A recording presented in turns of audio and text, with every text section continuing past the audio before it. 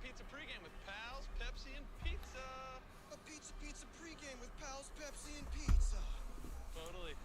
Thanks, Matthew Pafford. Order online before games and you could win prizes like Super Bowl 57 tickets. Pizza.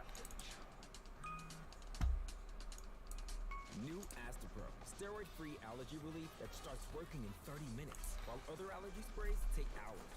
Now with Astapro Fast Allergy Relief, you can Astapro and go.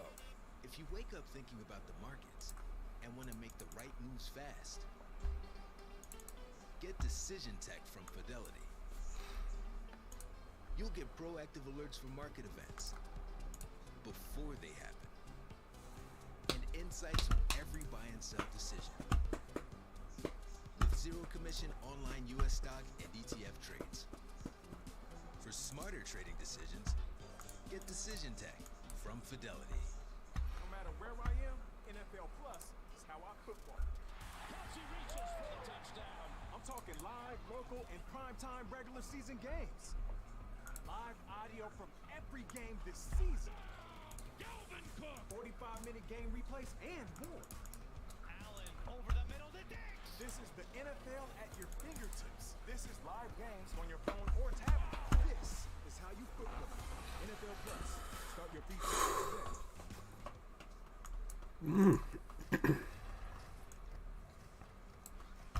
How you feel? You good? Hey, give me another one. This one got bad juju. All right, let's see what you're gonna do. Prime time. I don't know, man. I feel good right now. Looks like we're gonna have a good one today. Feel it.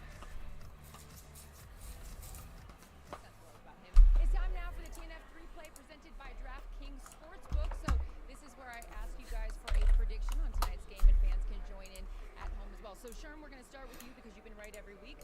The Colts have been outscored 65-23 in the first half of the season. How many points will they score in the first half tonight? Was it 7.5?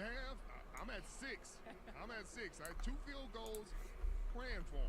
Okay, well, stick around because hopefully it's more exciting than that. All right, Tony, you're up next. Your buddy Matt Ryan threw for nearly 360 yards against the Titans. How many does he have tonight?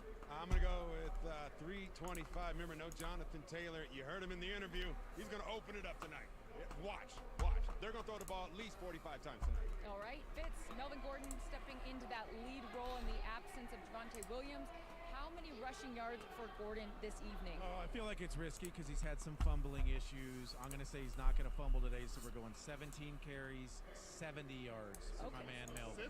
Okay, DraftKings Sportsbook is an official sports betting partner of the NFL, and tonight only new customers can bet $5 on any team and pocket $200 in free bets if they win. Download the app now and use the promo code TNF when you sign up. Patrick Surtain, the second, was Denver's first-round pick last year, and just 20 games into his career, he's already established himself as one of the best in the league. Sherm, you had a chance to catch up with him a little bit ago.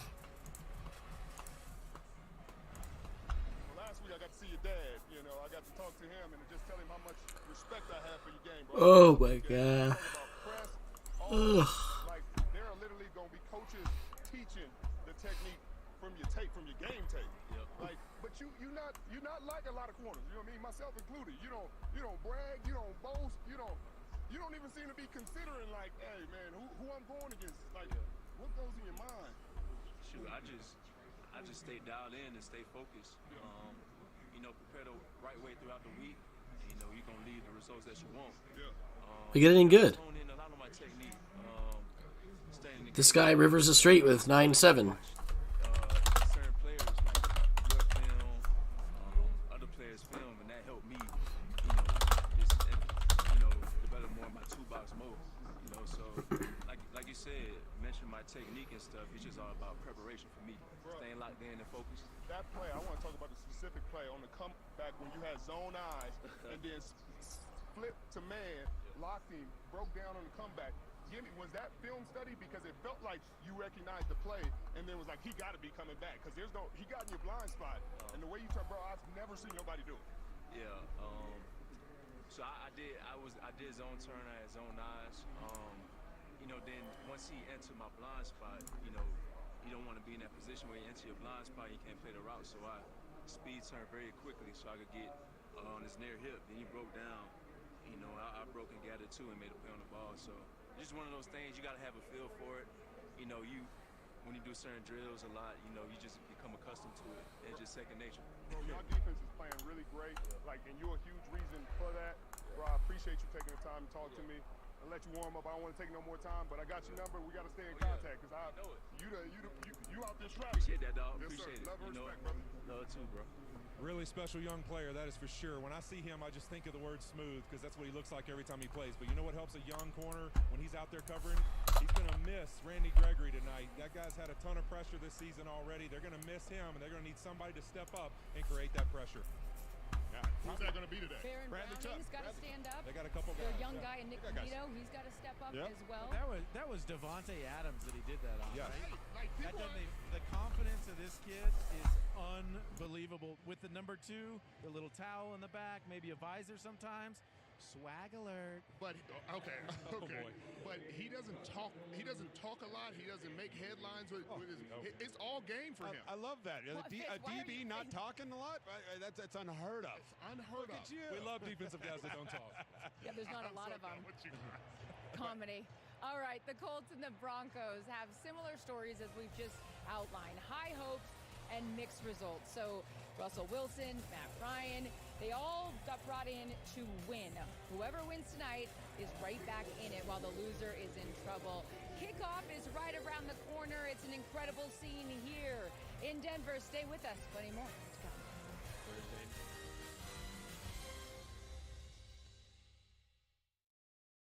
And we're back for another DraftKings Thursday Night Football preview.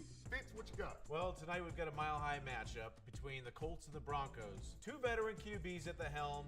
Neither team has hit their stride yet, but let's see if these teams can put it all together. There you go. And this week we've got an exclusive offer for new DraftKings Sportsbook customers. Bet $5 on the money line and get $200 in free bets if the team wins. Just download the app and use the promo code NF.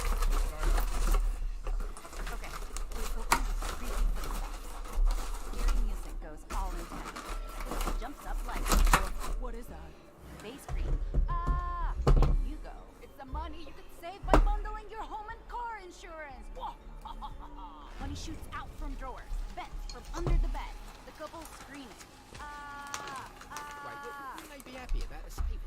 They're scared of how happy savings make them feel. Of course. See how much you can save by bundling with Geico. Wake up, football fans. It's a Sunday morning encore, live from the UK. Back to work! Only on NFL Network.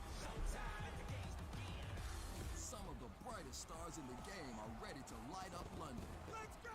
Giants. Throws it left and makes the catch. Packers. Rodgers going deep. Touchdown! Wake up early and watch with the world. It's Sunday morning football. Sunday at 9:30 a.m. Eastern, only on NFL Network. Breaking news, the body of Emmett Till has been found. Can you bring Emmett's black suit? Those are no kind of shape. He's in just the right shape. Either freedom for everyone or freedom fails. Till rated PG-13. On the AMP app, you can go live on air and play whatever kind of music you like. So, I'm streaming house. From live house.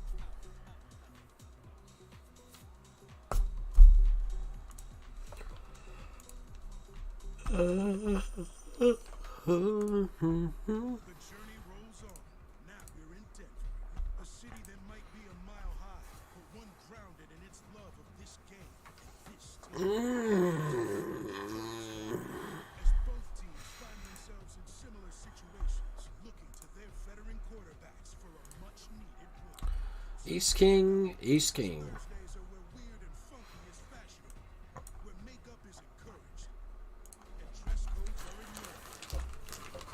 Tonight, under the lights, we'll see which team can hit its stride.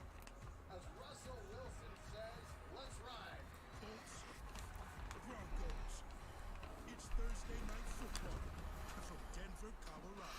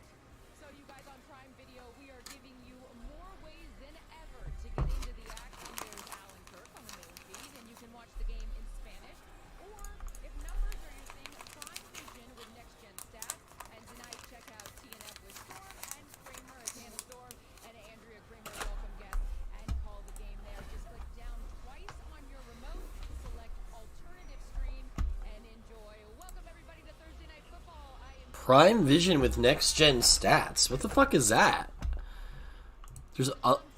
There are other channels that you can watch the game on. The national broadcast, Prime Vision with next gen stats. You can watch these two chicks call the game for some fucking reason. I don't know why you'd want to pick that. What's this next gen stats? Have you ever heard of this? There's like 4 different channels you can watch the football game on Amazon Prime. It's called Prime Vision with next gen stats.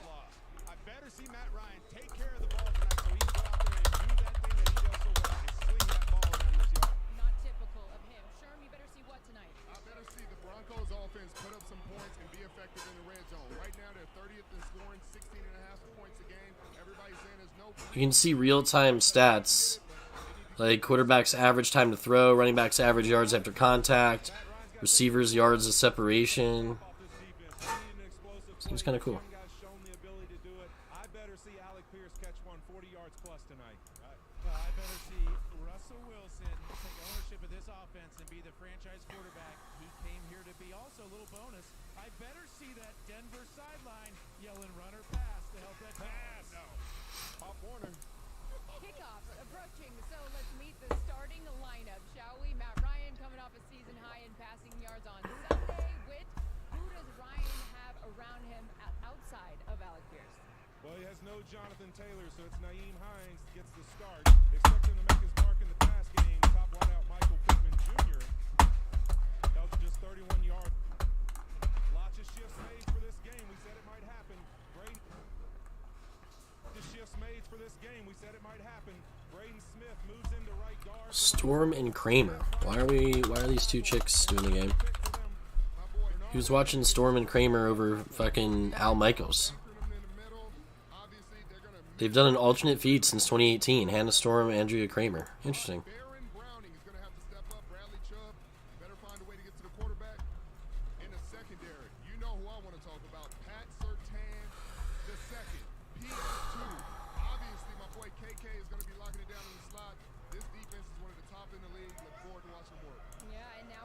Wilson, who had 237 passing yards and 3 total touchdowns, finally getting that offense going, even in a losing effort. Fit, take us through the rest of Denver's offense. Yeah, they've got dudes in the receiving corps, as I like to call it. Jerry Jeudy's got to take the top off the defense. If they play him in man coverage, would love to see Russ hit him down the field. Cortland Sutton is a beast. And with their offensive line, Garrett Bowles, I love the self-deprecation. Let's go out there and perform today, buddy. Looking forward to it. Yeah, and how about on the Colts right there? This defense got to step up, play big. DeForest Buckner, he headlined that defensive line group. He needs to get after Russell. Big spot the Jacks here in the low roller.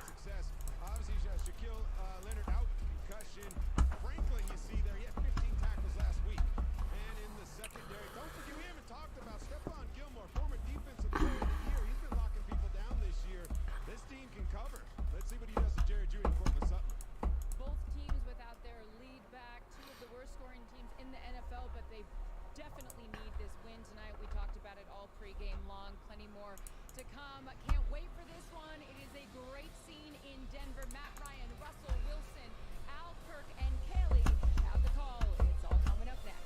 Enjoy.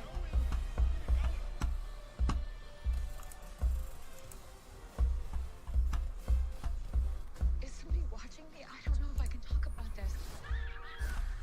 The crime. You two are the suspects. Wait, no. The free friends. I can help. I had to hit a lady with a brick one time. What? Expose the truth. This could cost me my life. Try to be optimistic. Be optimistic. Tomorrow, everyone's a suspect.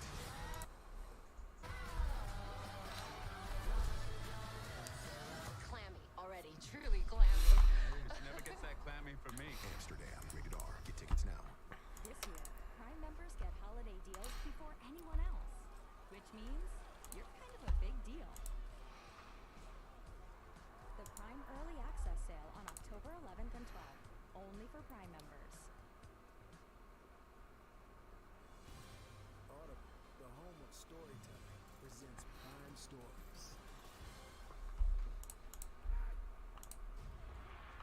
The ball's in my hand. Every snap. It starts with me. The mistakes that we had were self-inflicted wounds. Melvin going across the 40.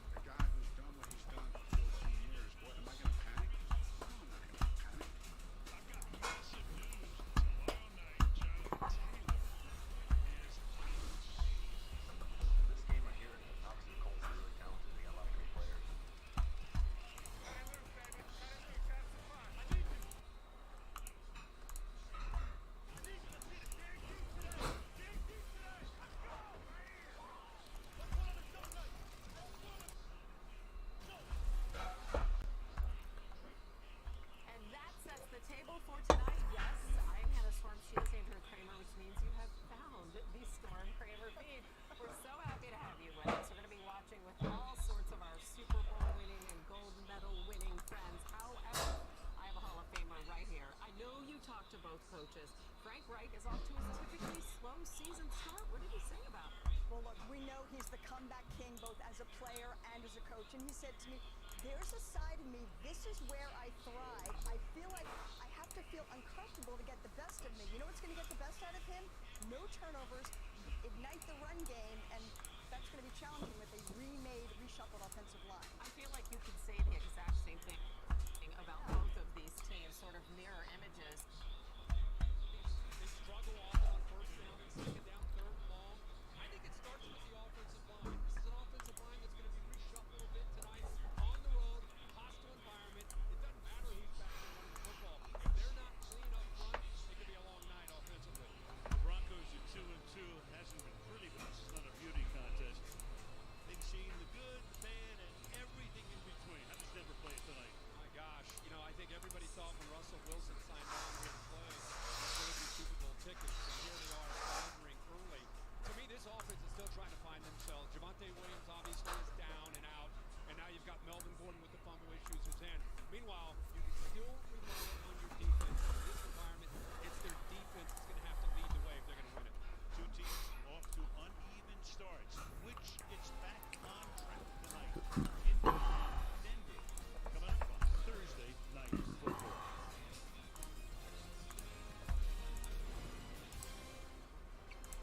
This has been Thursday Night Kickoff, presented by Auto.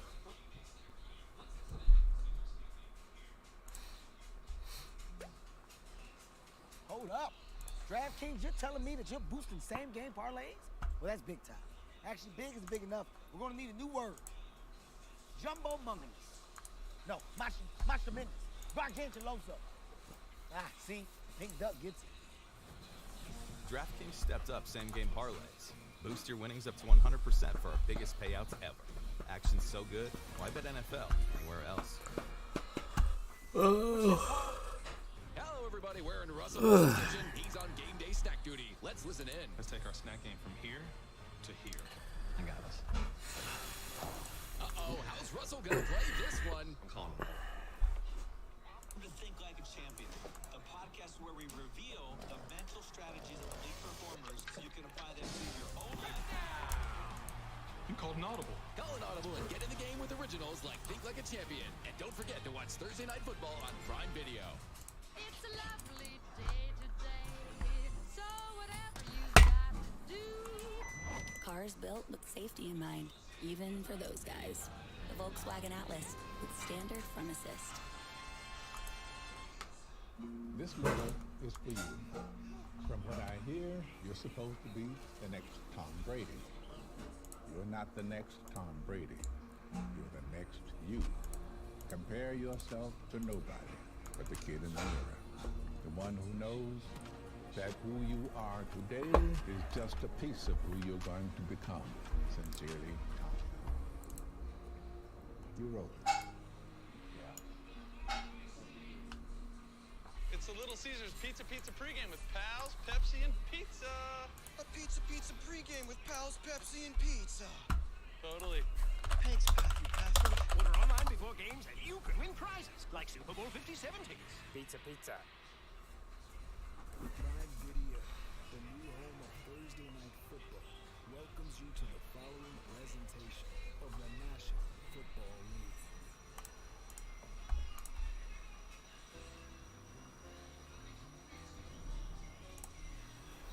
Welcome to the Mile High City.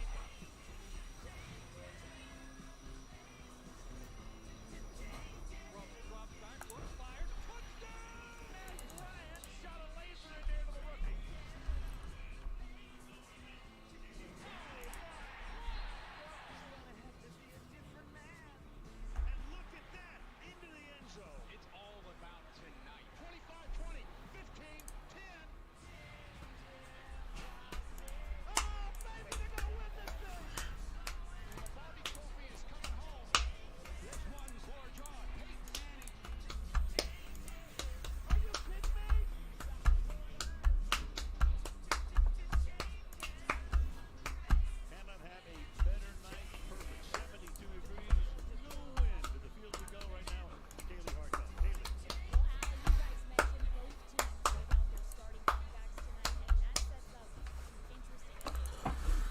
I mean, I have a queen high flush. Fifth fumble in his last 5 games played. And because he's been in a backup role for the first time in his career, Coach Nathaniel Hackett thinks he's progressing while trying to do too much. Yet Hackett still has enough confidence in a 2-time Pro Bowler to let him start tonight. And we have the makings of a really cool story with the Colts. Off the practice squad, they have activated Philip Lindsay. He's from Denver. He played college ball at Colorado. Out flushed. He became the only undrafted player in NFL history to rush for 1,000 yards in each of his first 2 seasons. But then as injuries derailed his 3rd year, he left as a free agent. Lindsay told me he has had this game circled on his calendar, and now out, he's got a chance at redemption. Ready for action. Fans here loved him a couple of years ago. Spent 10 games with Houston last year, 4 with Miami, then signed with the Colts practice squad. Frank Wright, his 5th year, and it's been a quarterback treadmill. 5 different starting quarterbacks over those 5 years. Andrew Luck, the first year of those 5, and then he unexpectedly retired. On the other side, you got a rookie head coach in Nathaniel Hackett with Green Bay over the last several years as the offensive coordinator. Worked very closely with Aaron Rodgers coaching job. Isaiah Rodgers is back to receive. Denver won the toss. Broncos deferred. And Brandon will kick off, which normally Okay. goes up at altitude past the end zone. Yeah, no doubt about that. Both these coaches kind of on the ropes here in the early going. High expectations with the signings of the quarterbacks. And see who can try to settle in here, make some adjustments. Everybody trying to find that same formula that Tampa used when they brought Brady. Ooh. Used when they brought Stetson. Off we go from the Mile High City with, it figures, a touchback. Matt Ryan. In 2022 this season, his numbers right there, 5 touchdowns, 5 interceptions. He's been sacked 15 times, and he has lost 3 fumbles, and he's fumbled 9 total times. And he's well on his way to what would be a league record, but I don't think he's going to get to it. No, I don't think he will. I think that's just trying to make things happen with this offense. It's still not been able to run the football as well as they had hoped. Ship that. Hines is the running back. And off we go with a pass to Hines, who drops it.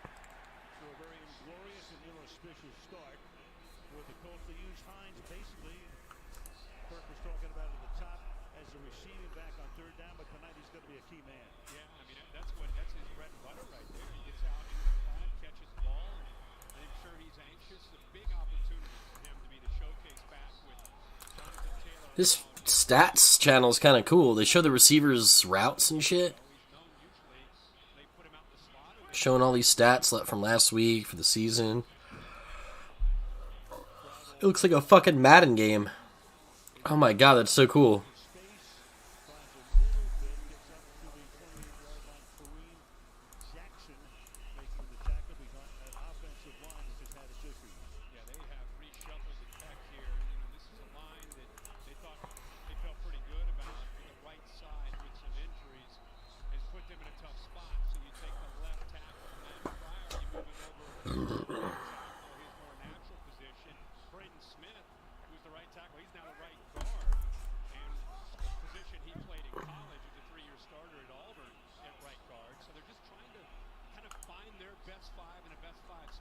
This guy's just jamming Jack 7 offsuit. Ryan hangs in the pocket, throws, and has to move up toward the line of scrimmage. The catch is made, but they don't get a first down. Hines about a yard and a half short, and once again, Indianapolis cannot score off its first drive. They haven't scored a single point over first drive this season. And me, of all things, well, we've seen stumbling, and you know what I'm talking about. Hines needs some help to just remain upright. He got hit after this catch, just trying to make something happen. He got hit from behind. Right there was the contact that knocked him down, and see the reaction that he had after that hit. Sure did. Right, there it is. Oh man, hate to see it. Any more of this? First play of the game, this guy's stumbling around like Tua Tagovailoa. They need to quit these Thursday games. It's the fact that they're playing on Thursday when they just played on Sunday that might be the problem here. Every time I watch a Thursday game. What the fuck? I mean, King 10, I don't know, dude. He could be going with anything. Fuck.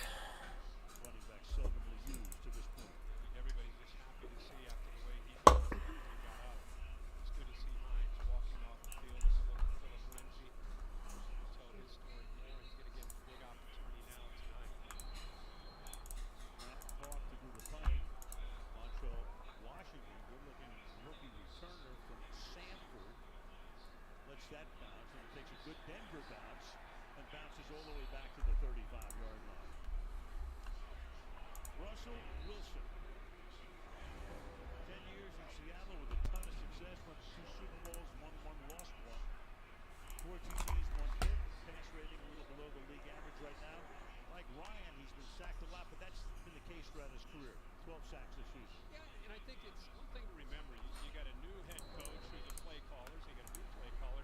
You got a quarterback who's an incredible career, but he's learning a new system. He's learning new receivers. You look at Hines headed to the locker room. So this offense is clearly still a work in progress. Charlie Gordon secures the ball with both hands. Picks up 3 to the 39. Kaylee was talking about how he was despondent. He was morose after the game last week. Of course, he's had so many fumbles in the last year and a half, and 3 of them have been scooping scores, including a huge one last week. Very emotional at the end of that game last week. 2nd and 7. A pass is caught up at the 44-yard line. Back and forth with Sutton, the top receiver. Bob makes the tackle there, and it's 3rd down and 2. Melvin Gordon, I think there's nobody more excited to be back out in the field than number 25. You know, people start questioning if he can be the guy. They don't have a choice. Javonte Williams is down. He's going to have to step up as a veteran 8-year guy. He knows what he's capable of doing, and again, I think he's anxious to prove that he can be that guy. 3rd and 2. Wilson surveys, throws. Right there, hits Jerry Jeudy for a 1st down. Into empty territory, tackles at the 45-yard line. Watch Russell here hesitate. He looks inside to KJ Hamler. Then he's thinking about that and comes off of it and goes to the outside. Little double slant. He has the option to go inside or outside. Coverage a little bit tight, so he came off of it. And there's Jeudy, who he seems to be getting more and more in sync with, kind of taking him under his wing with this new offense. Really thinks they could do great things together. Hamler in motion. Play action. Wilson slides to his left. Throws, caught. Melvin Gordon makes the catch and picks up 13. And the Denver 1st down. Tackled by Perico. Anything to get Melvin Gordon going, whether it's running the football or flipping it to him out of the backfield, where just a miscommunication by the Colts defense. You know, Colts are Gus Bradley, who coached in Seattle, who knows Russell Wilson very well. He's thinking no deep shots tonight. Let's keep everything in front of us. We'll give you underneath throws. Make them earn this tonight. No cheap shots. Through the middle, and nothing is happening there. And again, you can see the way he's holding the ball, making sure he's secure. I'll tell you what, if nothing else, he has the field a lot better than he did. Can you imagine had he fumbled on the first carry tonight? Holding it high and tight, much like Tiki Barber did after he had fumble issues several years ago with the Giants. Look at that. Now, you're all over. I mean, on this catch and also the run up the middle, he's locking that ball down. 2nd and 10. Wilson, you know he can run. You've watched him for years. And he's to the 13-yard line for a 1st down. So Russell Wilson, everybody covered, was able to take off, and it's an 18-yard gain. Gakwe, the defensive end, loses contain right here with an inside move. One thing about Russell Wilson, he hasn't done it a lot this year, but we all know what he's capable of doing, and he just kind of faced the defense by looking downfield once he got outside, just making that secondary pitch, better be careful, and then he uses that speed to be able to pick up those big yards and get out of bounds. So the Broncos have really struggled when they get inside the 20. There it is, only 3 touchdowns, lowest percentage in the NFL.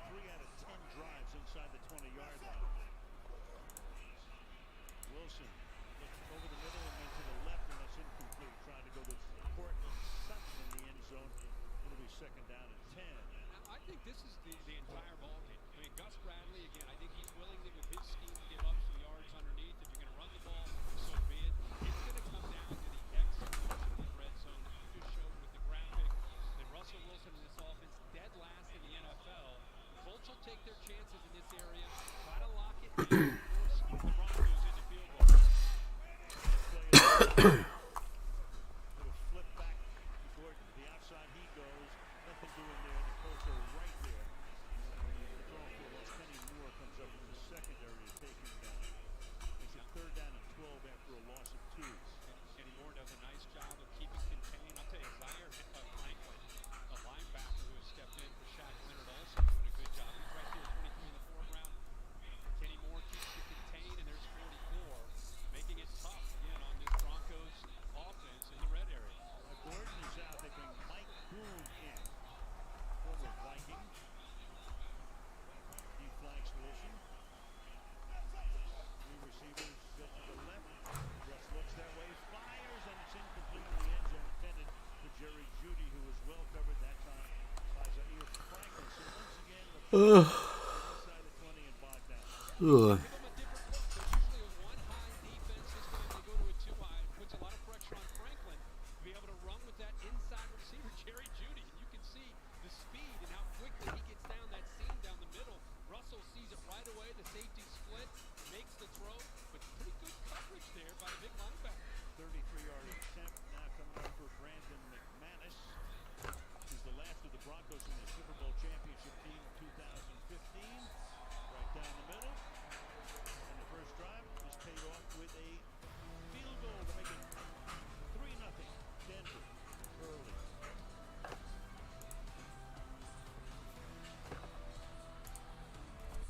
Everyone loves an underdog story.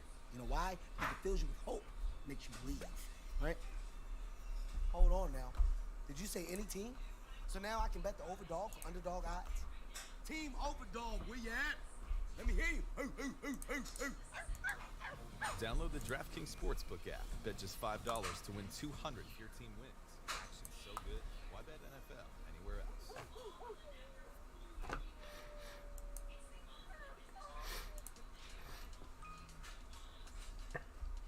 New Astapro, steroid-free allergy relief that starts working in 30 minutes, while other allergy sprays take hours. Now with Astapro Fast Allergy Relief, you can Astapro and go. The new iPhone 14 Pro is here. And right now, business owners can get it on us at T-Mobile. Apple Business Essentials with Apple Care Plus is included, so you can easily manage your team's devices here and here. All on the network with more 5G coverage. It's the ultimate business trifecta with the new iPhone 14 Pro on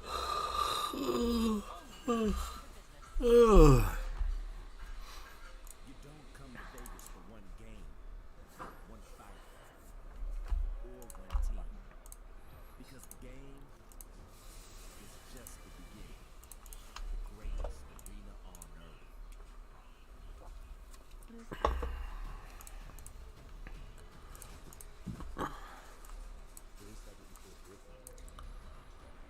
think this is a joke, but it's real.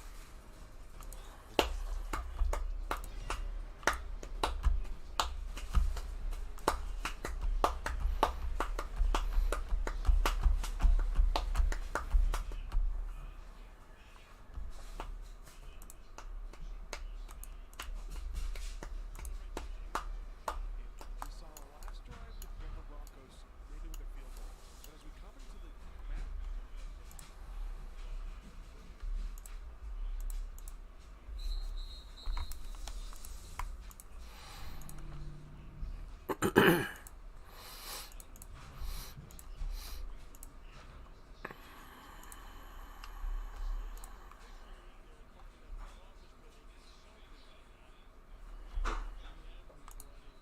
Manning gone into his career with 2 Super Bowls, and Manning ended his career with 1.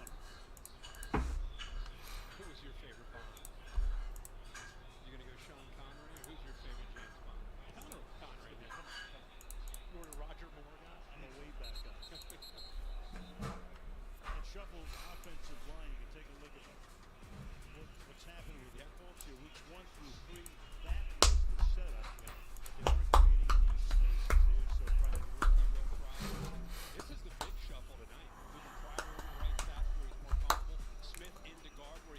bringing up the rookie, right?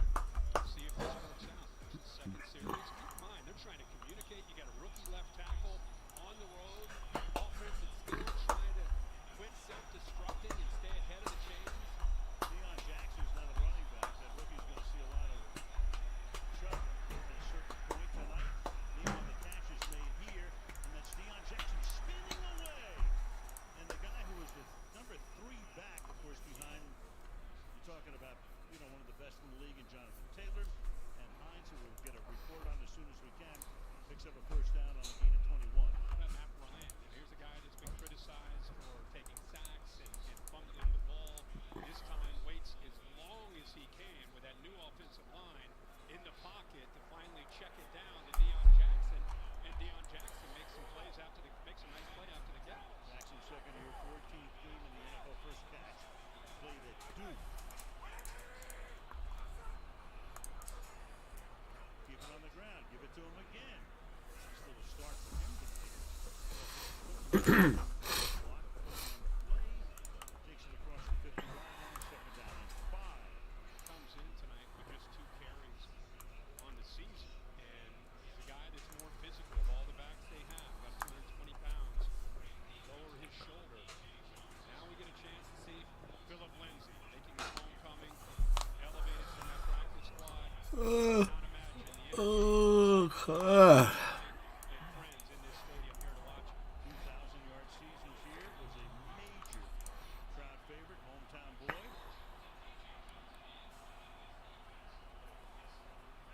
Stays in the block, and Ryan's going to get sacked at the 45-yard line. So Lindsey does his job, but up the middle comes D.J. Jones to knock him down. It's third down and 11. A great defensive front. D.J. Jones this time, 97 leads the way. What a battle here against Ryan Kelly, the center, one of the tops in the NFL. You can just see the hand-to-hand combat and then the quickness to be able to get around him. Philip Lindsay comes in on Browning to help out with pass protection, but it's the interior.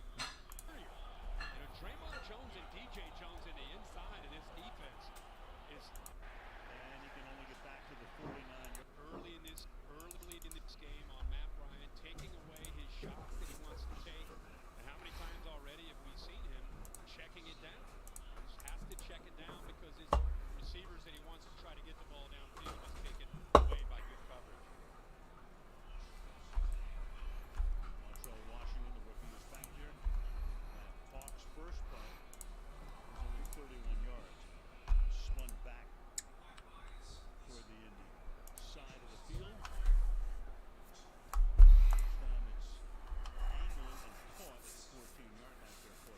Well, Washington, 6.5 to go, opening quarter on Thursday night. 3-0 Denver.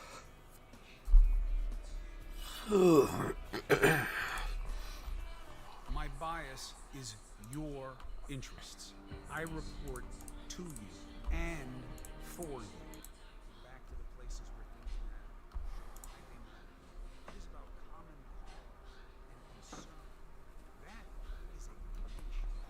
It's you, it's me, it's we. Cuomo, weeknights on America's fastest growing cable news network, News Nation. To find your station on your TV, go to newsnationnow.com.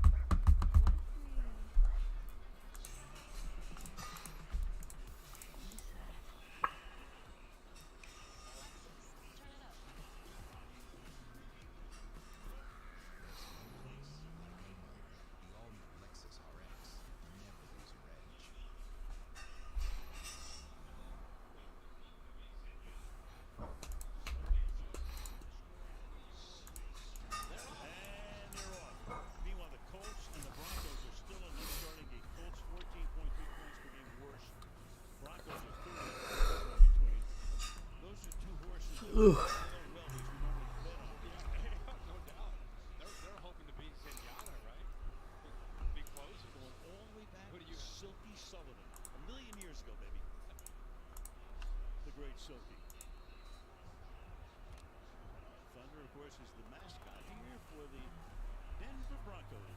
Original AFL team back in 1960. Melvin Gordon is the running back as they start here from the 14-yard line. We'll flip back to him. Nothing doing. Picks up about a yard. Kenny Moore makes the stop. So Nathaniel Hackett, who gets the job because of his offensive prowess, basically, in Green Bay, running that great offense there along with Matt LaFleur. Time for the fewest in touchdowns, second most in punts, most delay of game penalties early on. Ball starts the whole thing, and they have the most penalties in the league. Sidearm, and that's incomplete. Trying to get that one to Eric Saubert. And a touchdown in week 2, 3rd and 10. This offense is very much like Indianapolis.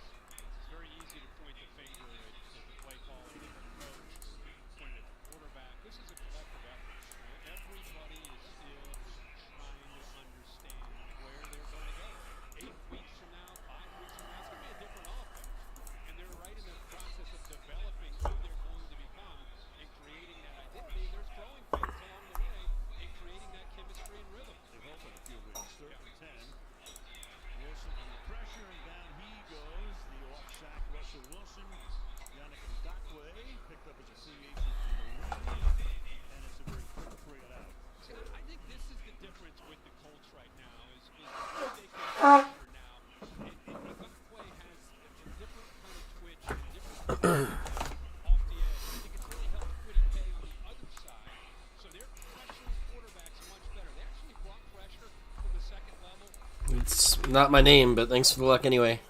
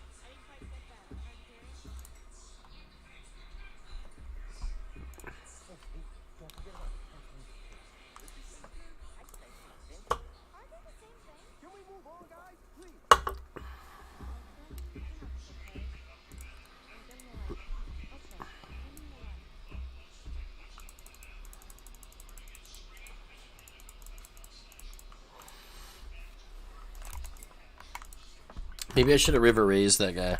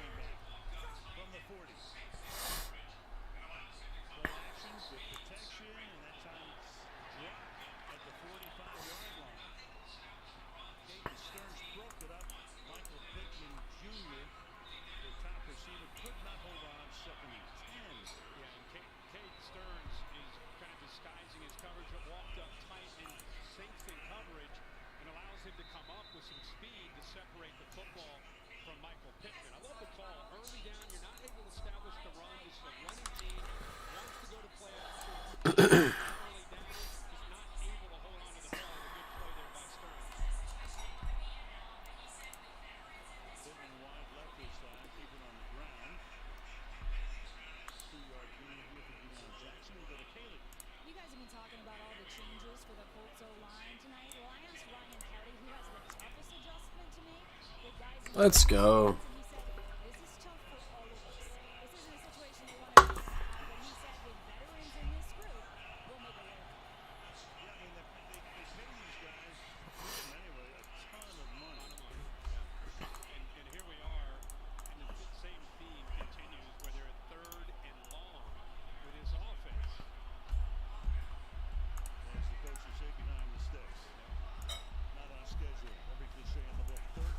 Wow, Bluff gets through there.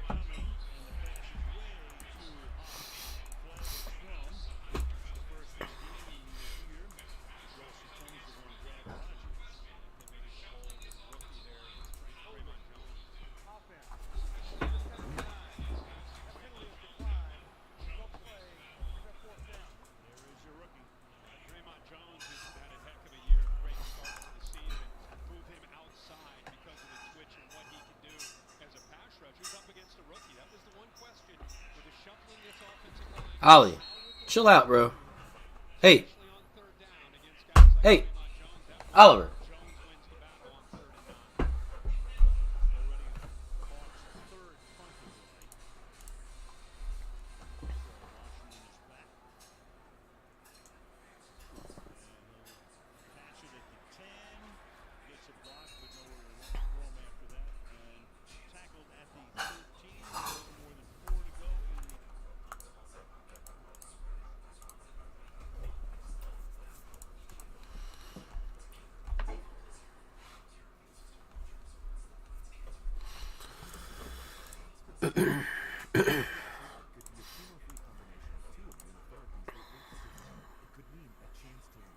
How we rip it.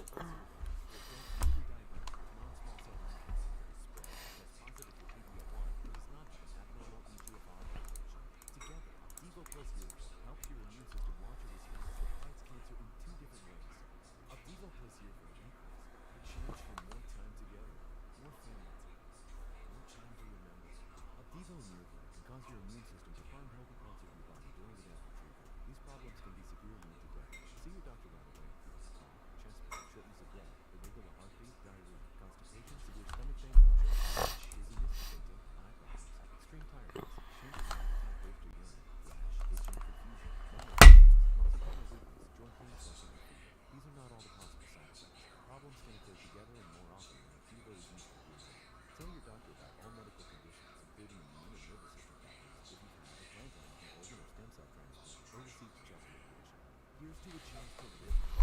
Ask your doctor about the combination of 2 immunotherapies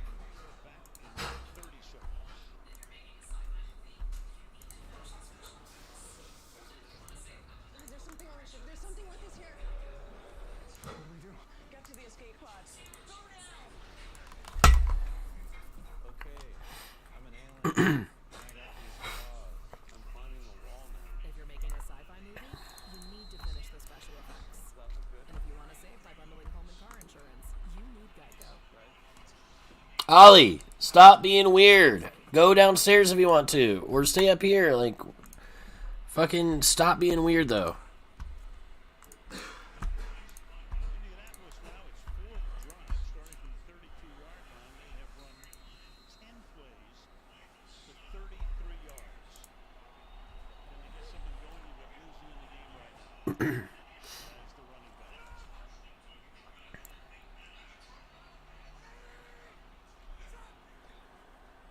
Give it to the ex-Bronco. And there he shoots out to the 38-yard line. Son. There's Morgan, and there's a 2.5-year-old Philip who's more interested in talking to a guy with an old Peyton Manning jersey. Turn around, that's it. Here we go. Let's go. There we go.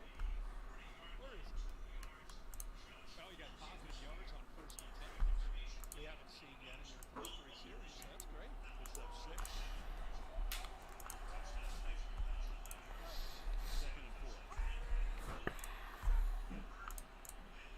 Toss it back to him. Looks for room. And takes the ball up to the 40-yard line. 2-yard shot. So Lindsay is here. Undrafted free agent coach. Obviously well-known in this league. 1,037 yards. 9 touchdowns. The next year, 1,011 yards. 7 touchdowns. 2020, the COVID year. Got hurt. And then in 2021, he was with Houston and Miami.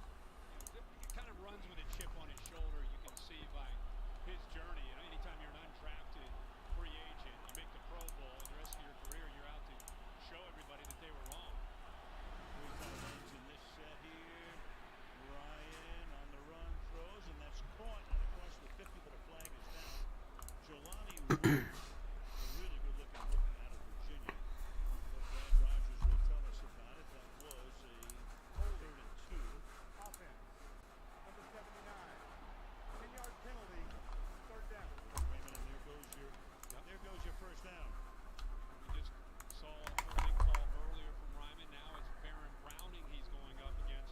It was Draymond Jones. This is it on 3rd down. That left tackle. It's a tough ask. The rookie out of Central Michigan going up against some guys that can rush the quarterback. So like now they bring it back to a 3rd down and long. They face 3rd and 9, 3rd and 11, 3rd and 7, and now a 3rd and 12 here in their first 4 series. Ryman, 3rd round draft choice. Final minute of the first quarter. At the 21-yard line, Bradley Chubb, who had no sacks all of last year, now has 4 this season. What the hell is this? Pryor goes from left tackle to right tackle. Now you've got a I think we win as long as he doesn't have a set of 5s. What is this guy doing? actually beats him to the inside, but it was a blitzing middle linebacker, Josie Jewell, who came around. He affected the communication there on 3rd and long.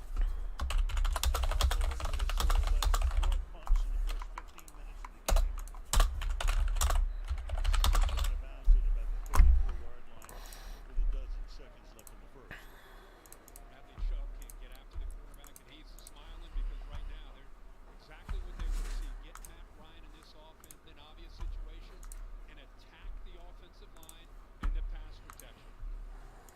So the 2 lowest, well, 2 of the lowest scoring teams in the league. It's been underwhelming offensively so far, you might say. So far. And you know what I mean. Yes, sir. Push it. Yes, sir. All right. Here we go. 3-0 Denver. This drive beginning from the 34-yard line. Wilson moving away, had an 18-yard run earlier.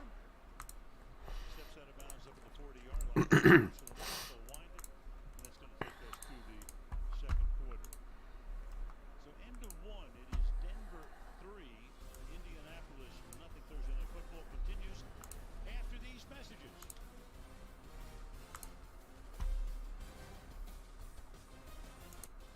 You're watching Thursday Night Football. Only on Prime Video.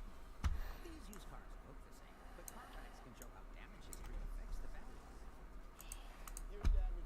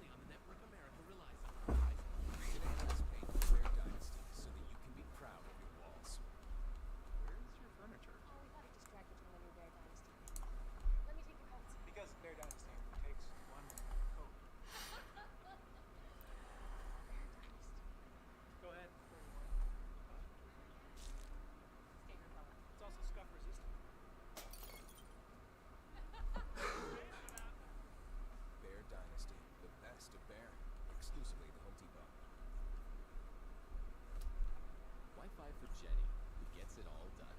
Wi-Fi for Lily, who builds her own fun. Wi-Fi for William, to help save the day. For roommates Joey and Kim, and the games that they play.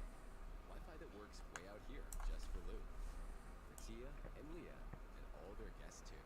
Made for homes both big and small, Eero means fast, reliable Wi-Fi for all. Find your Wi-Fi system at Eero.com.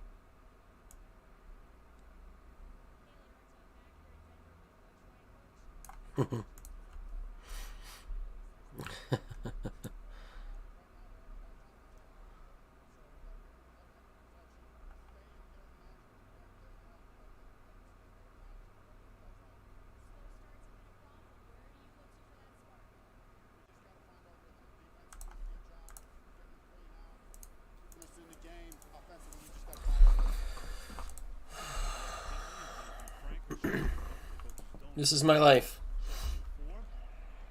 It's caught for a first down here by Courtney Sutton. You just saw Frank talking about, trying to get things going. And we now know that Ivy Hines was hurt in the first series of the game. Has a concussion, will not return. And you're talking about an offense, not just tonight, but all year. 5 in first quarter points, 10. They're big time in the first half. They've got to find something in a hurry offensively. A lot of pressure on the D. Play action. Go, go, go. He has a little bit of room and exploits it. Zaire Franklin makes the tackle, and off he goes into Colts territory for a gain of 11. Really good job of Russ selling this to the left, waiting and then dumping it down. And it gives the offensive lineman a chance to get out in front and get to those linebackers. Broncos go up tempo now. No Wow. That's caught, taking the 38-yard line. Albert Quibna, a third-year man out of Missouri. Quigmanon. Get this Colts defense and Gus Bradley on their heels. We're talking about just small victories right now for either one of these offenses. Positive yards on 1st and 10.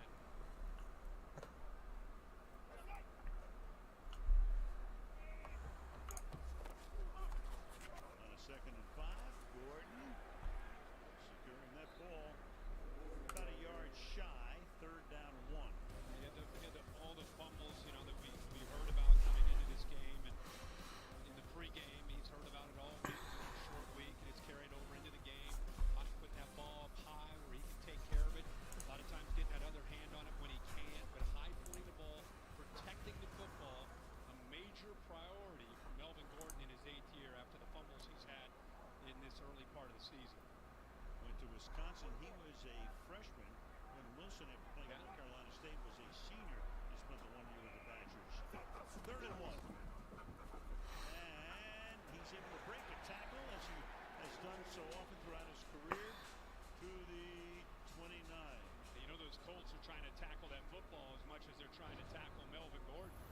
He can take inspiration. We talked about Tiki Barber before. Look at that. In a 5-year period, he had 40 fumbles. And then in a 2-year period, only 4. Tom Coughlin came in. And I remember Tiki was kind of walking around all day long without, beside practicing, just in the cafeteria with the ball secured to his chest. That's Garrett Bowles. Offense, number 72. 5-yard penalty. A lot of times you have these hard cadences and you think it helps the offense, but this is an offensive line that'll tell you. They'll admit to it and tell you that we're still ourselves trying to learn Russell Wilson's cadence and his rhythm. He's known all across the league when he's in Seattle at drawing defenders off sides, and yet here his own offense still at week 5 trying to get comfortable understanding what he's doing. They've had a lot of false starts. 1st and 15, and Wilson deep down the left sideline, but that's out of bounds. Stephon Gilmore, 3 or 4 years ago, he was the defensive player of the year. Now a Colt, incomplete. 2nd and 15. Yeah, in his 11th year, and still has that ability to match up with that top receiver. They play a lot of zone, but here he is locked down man to man. Still has that instinct to locate the football position there against a big, tall Cortland Sutton. Buffalo and New England last year with Carolina, second down and 5. So they'll empty here with 5 wide, second down and 15. As we go 5 wide, 4-man rush, again going deep. Nobody home on that one either. Sutton is the closest to it. Crowd, of course, tells the Broncos what they think about it. 3rd and 15. There's an example right there of the receivers and Russell Wilson just not being on the same page. It's easy to look at that and say, what in the heck's going on? Why'd they call that play? But that's a miscommunication. Receiver reads one coverage and makes an adjustment. Russell reads another coverage. And again, that's a great example of what Nathaniel Hackett is trying to figure out an answer to avoid those miscommunications. Caught inside the 30, and a nice tackle is there. Yo, what's up, Donovan? Appreciate it, man.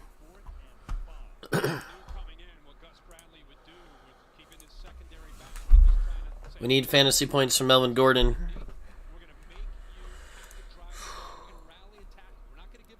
Oh.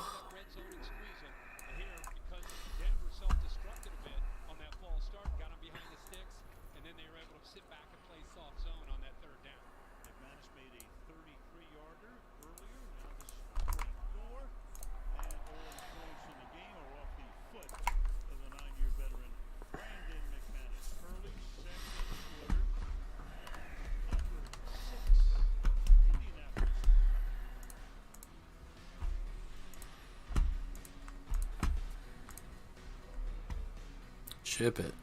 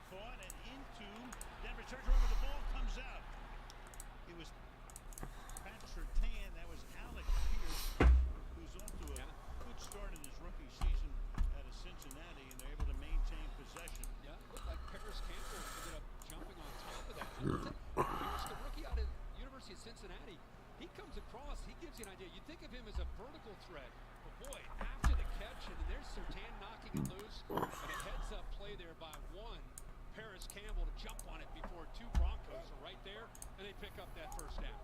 Sertan knocking it away, and the ball is spotted at the 43, which gives them a first down. After a 2nd and 18, Lindsey is there again. Pat Sertan, remember his father, of course, played for many, many seasons.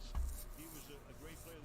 This kid could be, at the end of his career, could be as good as anybody in the league at corner. Yeah, I mean, you could make a case for him right now. He's one of the most humble superstars you're ever going to meet, but loves to be out on an island. Went up against Davante Adams last week, held his own against one of the top receivers, if not the top receiver in the league.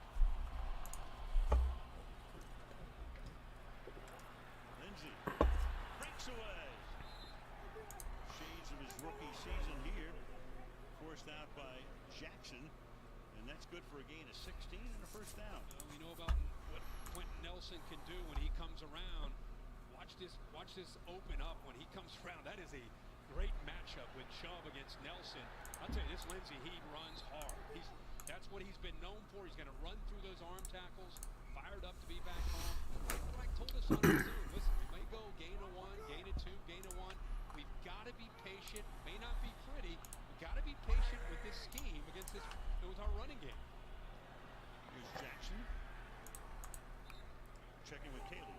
Al, Philip Lindsey acknowledged to me his time on the Colts practice squad was frustrating, but says it allowed him to see the NFL through a different lens. He told me he's kept his head in the playbook 24/7 and worked at every practice as if he was starting.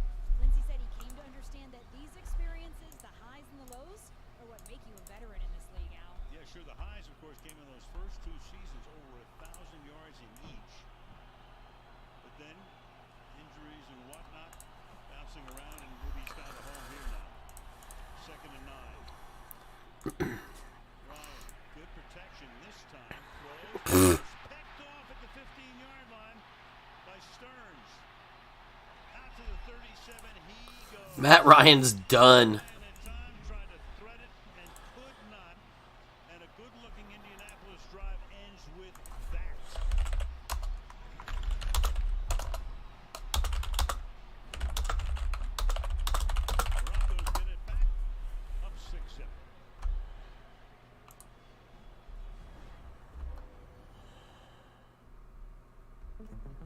Did you know Google makes a phone?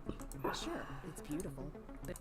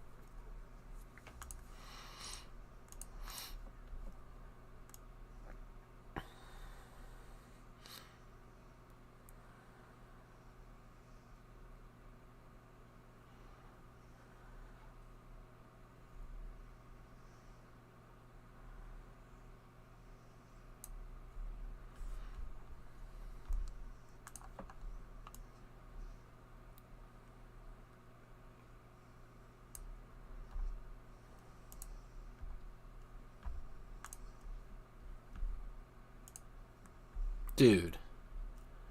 Really? We lose with pocket queens, 3 out, suck out, all in pre-flop? This is going to happen to us again tonight. Why do we have to have this happen every night? We can't go one night where we hold with our best hands.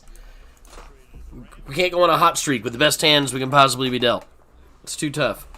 We have to get sucked out on every night.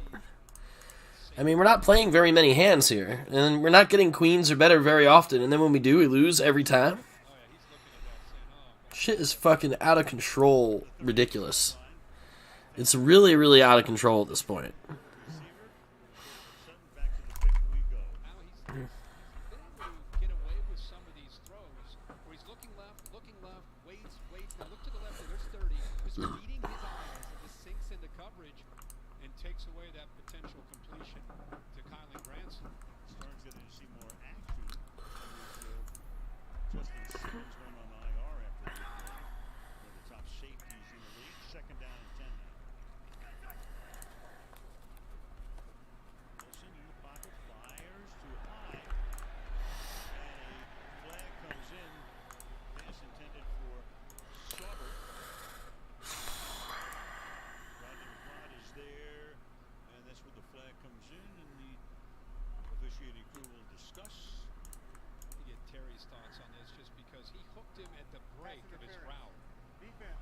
Still feeling the same way about the cheating scandal after the new development.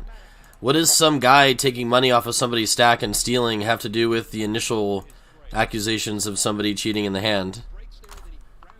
Sounds like there's cheaters and scumbags everywhere in the poker community, which is what I said. So I guess my stance has been the same the whole time, and it's only being proven more so by what's happening now. I don't know, what is this?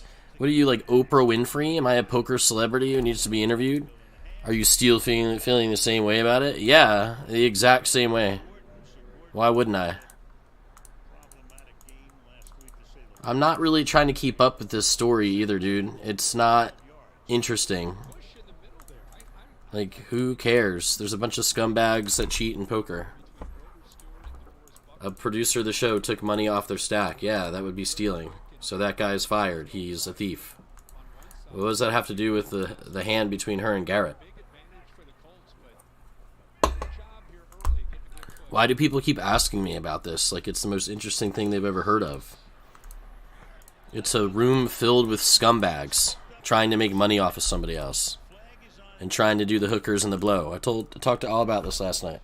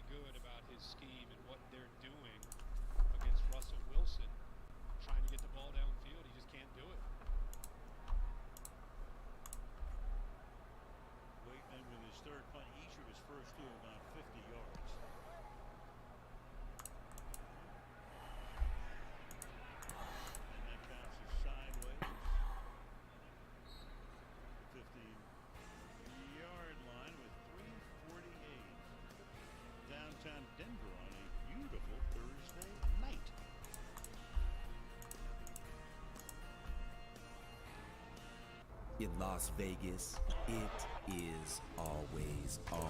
From Showtime.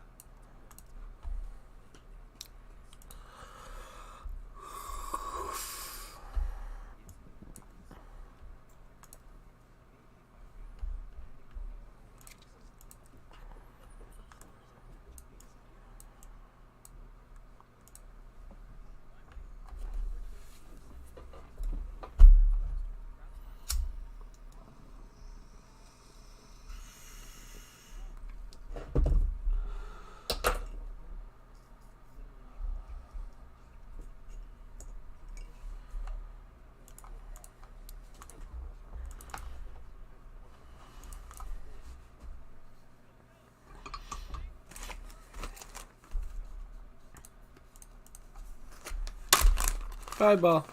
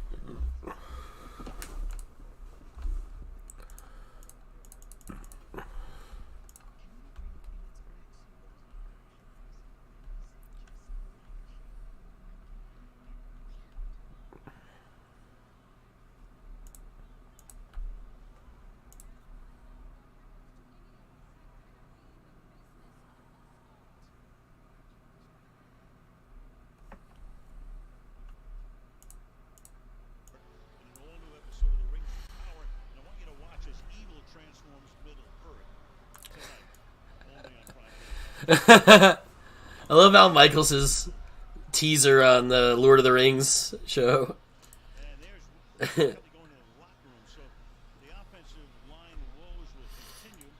Oh.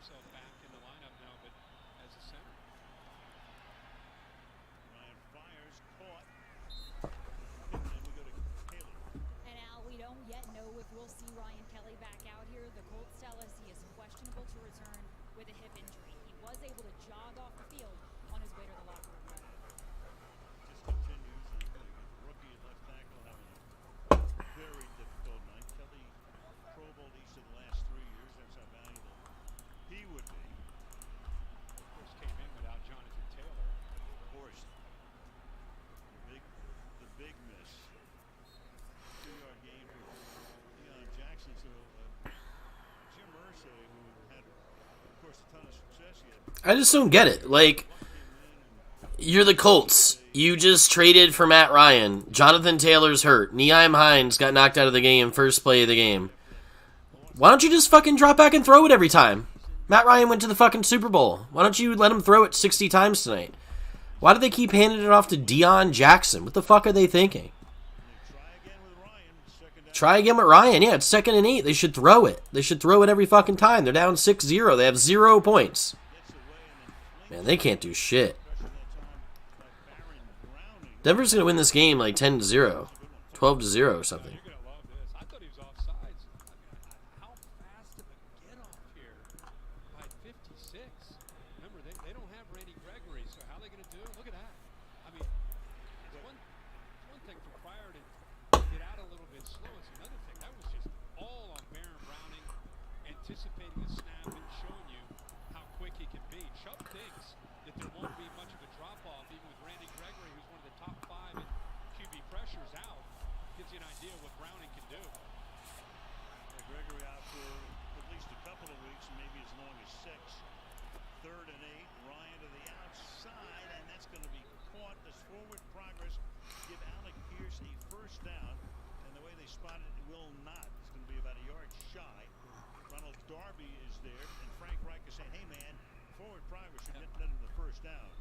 Allen, how about this throw? 3rd and long. Nice long throw. Good route. Just not quite far enough. The ball brings him back. Boy, that is... He only took it off her stack. You think that he took it off her stack as some sort of payment for her cheating for him and they were in on some cheating thing together? Why wouldn't he ask her to give him the money later? I think you guys are all really dumb. Like, it's two unrelated incidences. Some guy took money off her stack maybe because he thinks she's a dumb fish. He saw the call she made with Jack High. He figured she didn't count her stack. He decided that that was the person he was going to steal from. He would never take the money off of Garrett's stack because Garrett counts his chips. You guys, like, want to be these Joey Ingram investigatory poker journalists, and it's honestly really annoying for people of average and above intelligence. You don't know what happened. You don't know if she cheated or not. Somebody taking money off her stack doesn't prove that she cheated. They could be two completely unrelated things. It's that simple. And I think all of your brains are going to mush because you're playing this poker game as much as you are, and you're always wondering if they got it or not. Oh, I'm bluffing, they're bluffing, and you think you're... Like, you think that one thing means another, and it doesn't all the time. You think it's a crazy coincidence. Yeah, I guess it proves she cheated. You should be a lawyer. Are you a lawyer, a judge, a court of law? You should do it, dude. You should do it, man. You could be a great, you'd be a great plaintiff, man, or whatever. Good luck. I don't know why people are asking me so much about this. You only know what you know. It sounds like we know this guy stole money from her stack. Sounds like he's a thief and he's fired. Okay, so... And why are we calling cheating at poker games a development? It's like... It's not a development, it's normal.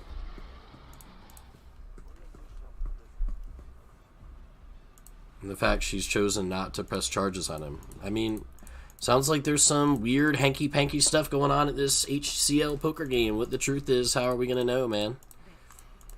Why do we care? Who cares? Is that an okay question to ask? Why do we care? I don't care. I don't know who Robbie is. I don't know who Garrett is. I don't give a fucking shit about those people. I guess I won't play on the HCL show anytime soon if I get invited to play there. Sounds like there's some crazy unprofessional stuff happening there, but it's poker, so it's probably that anywhere, you know? Did you hear that 6 people got stabbed outside of the Wynn Casino yesterday? Should we talk about that? Is that like, should we investigate who stabbed those people to death? Like, why do we want to talk about this negative stuff, toxic stuff? And why are you coming at me being like, oh, is your mind changed now that you heard the new developments?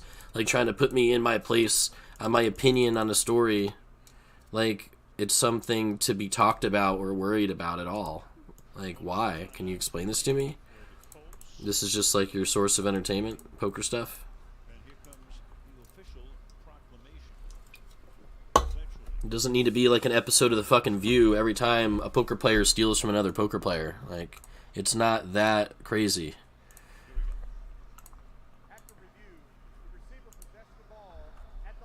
These people are so coked out of their minds and hookers and blowed out of their fucking minds and playing poker 40 hours straight and shit. How do they even fucking know what the fuck they're doing? Yeah, you'll be pretty lucky to get a straight answer out of any of those scumbags, you know? But everybody wants to get likes and hits and bug streamers about it all the time. I don't fucking know why. It's not really interesting.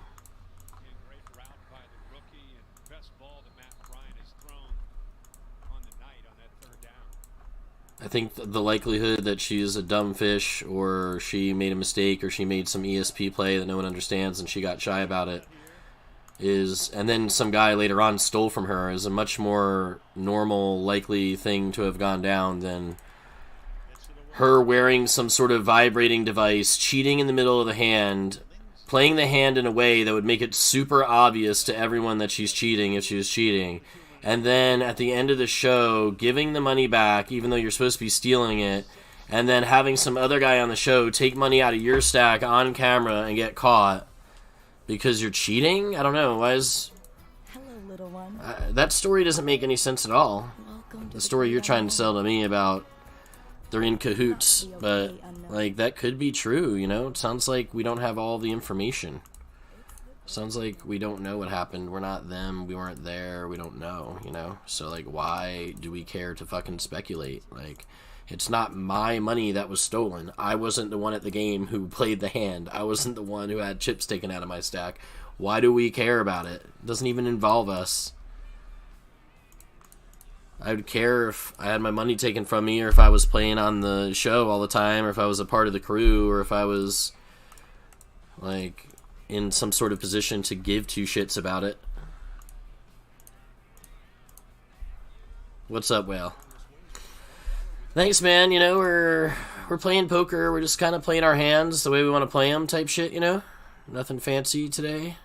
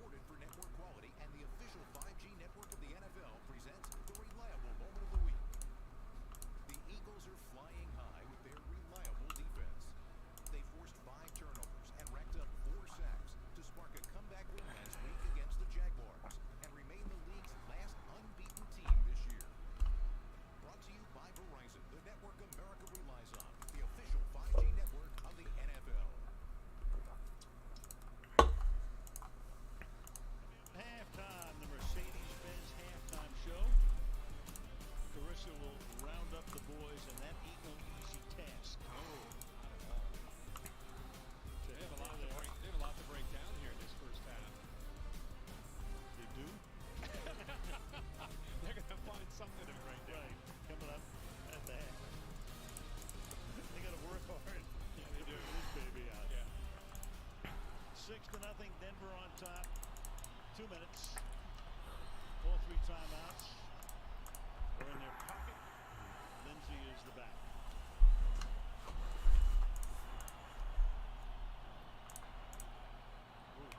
Continues to be a rough night for Ryman, the left tackle. Nice.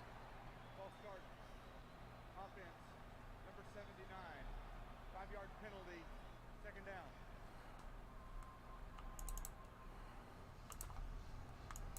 4 times he's been flagged. 1 was declined, so 3 accepted penalties. Born in Austria, began playing age 14 for the Vienna Vikings. The club team played wide out.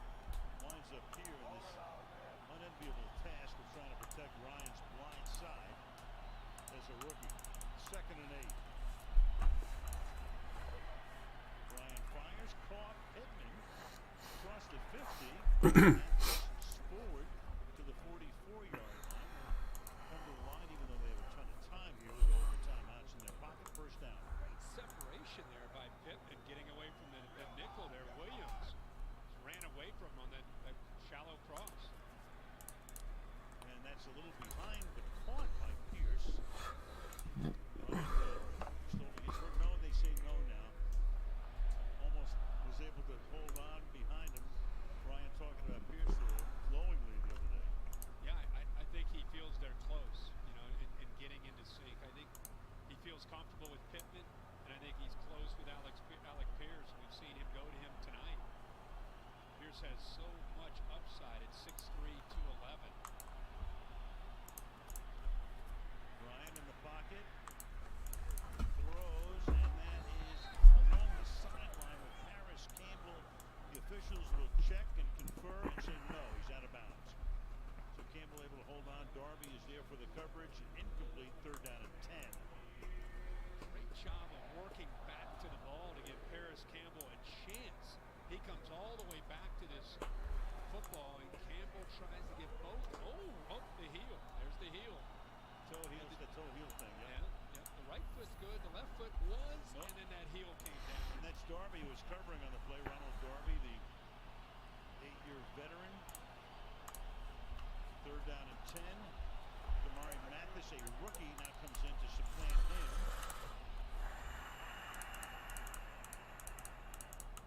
And timeout will be taken. Well, you got a rookie in there, Central Michigan, picked in the 3rd round. Mentioned born in Austria, didn't play football until his teens.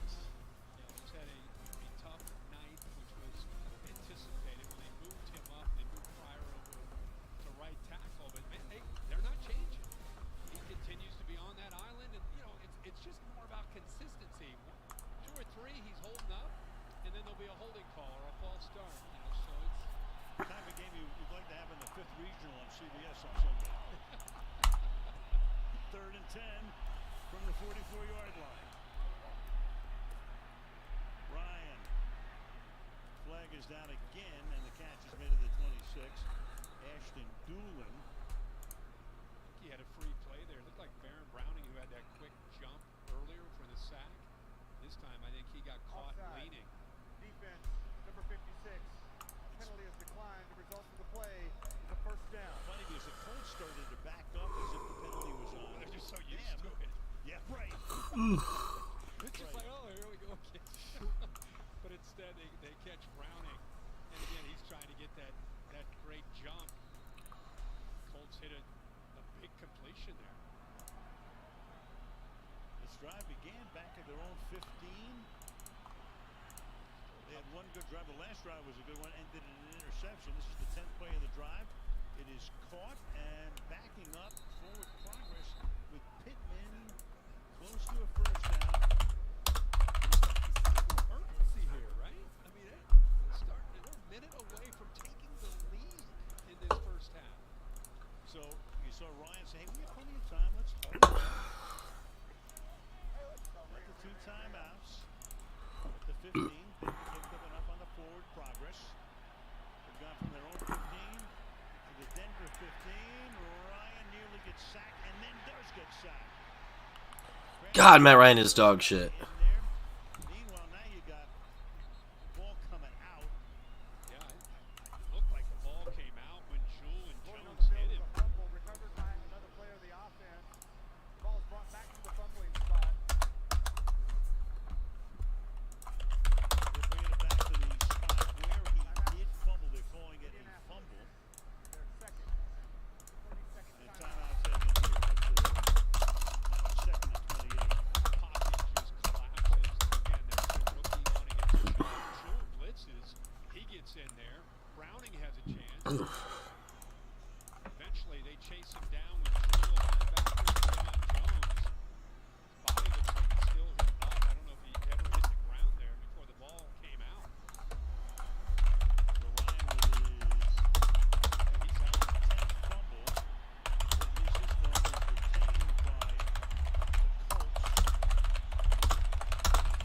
But that is a loss of 18. And if nothing else, they've got to at least get a field goal range. 2nd and 28. Well, there you go. Okay, Warner, that's not a bad list to be on. Warner's on the list. Anytime you throw against Kurt Warner, it's a win. Officials are getting together, but they're talking about the clock.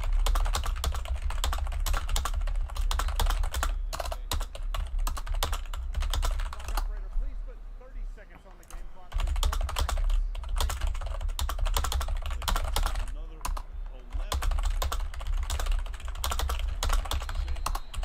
What's that about?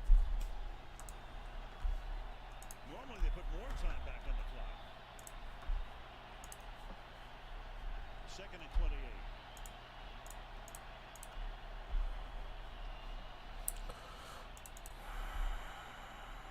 Pittman underneath. Ryan's going to get sacked again, and that's going to pretty much take him out of field goal range.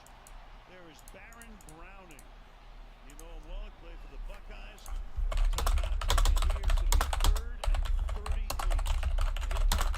Here and then works his way all the way underneath to try to test the communication on the offensive line, and it worked out perfectly. Finding the right tackle, unable to work there laterally to get down to be able to help up. You can see Browning is feeling good tonight, stepping in for Randy Gregory. Here's a look at the man who's been sacked 4 times and a half, 19 times this season, and that leads the NFL. They go from the 15-yard line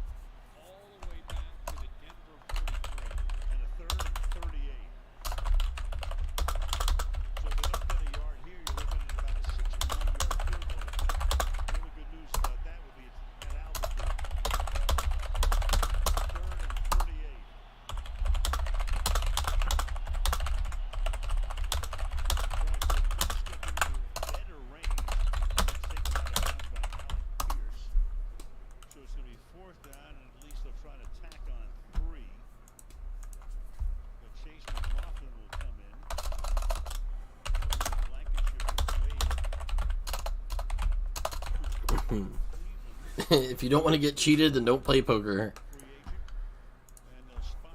Would I care if some big scandal went down at Ignition or ESA or whatever? I mean, not really. There's already been a bunch of things like that have gone down.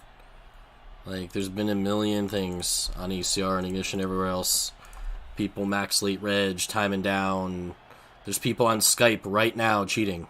Literally right now. I'm playing against them. I know for a fact that people do it. They talk with their friends and they give each other advice. It's supposed to be one player per hand. There's streamers who have done it on stream on Twitch. A lot of people are breaking poker rules and cheating without even knowing or thinking that it's bad. Some people are stabbing people on the strip for no reason whatsoever other than they're a fucking crazy person or something. Which story should we get super stoked about? I just want to be happy tonight and drink the White Claws and have fun. I don't need people being like, so have you changed your opinion since we've got new information? No. We still don't know what happened. I just said everything. I mean, it's just not something I want to talk about. It's not interesting to me. Sorry. I'm used to getting an honest answer from me, you know? Instead of some clickbait, fucking whatever, proprietary bullshit.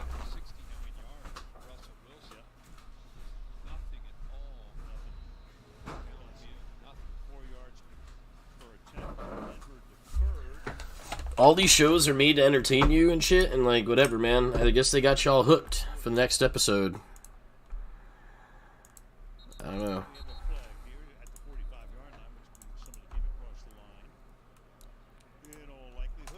This guy's 3-betting me. Alright. Wow, he hit a 3-ball here. It's a pretty sick card. Not gonna lie.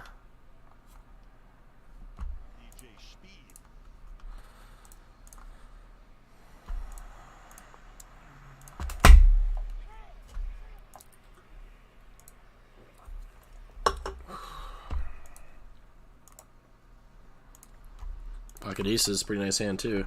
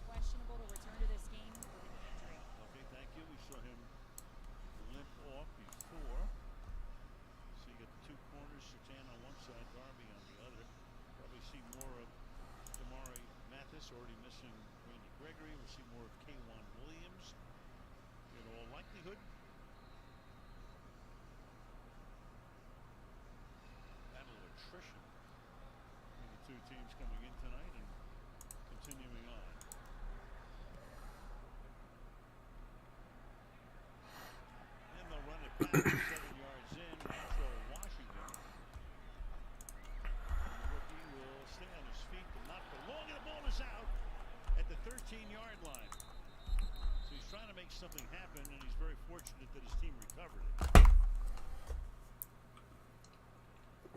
So often, first down. In particular, you're trying to make something happen. Yeah.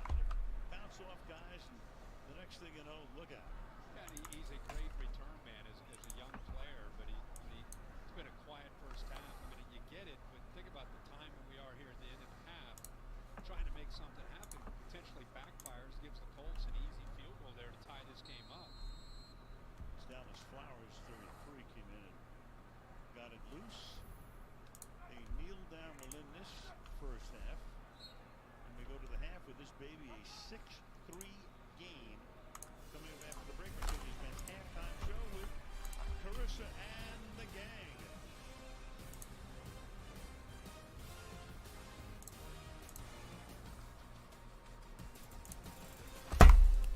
Tomorrow, we need to clear our names. Everyone's a suspect.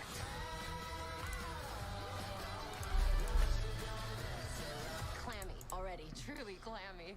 It never gets that clammy from me. Amsterdam, rated R. Get tickets now.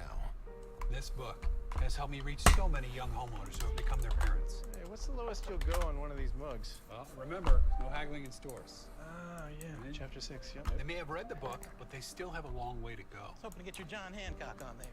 Let's just call it a signature. I noticed there weren't any refreshments, so I'm just gonna leave a couple of snackies. Folks, the line's a shambles. Let's tuck it in. Sir?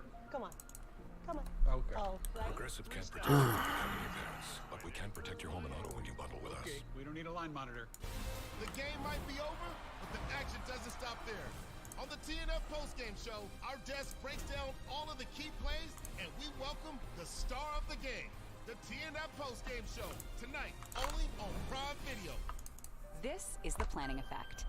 If Shannon's thinking, where do I want to retire?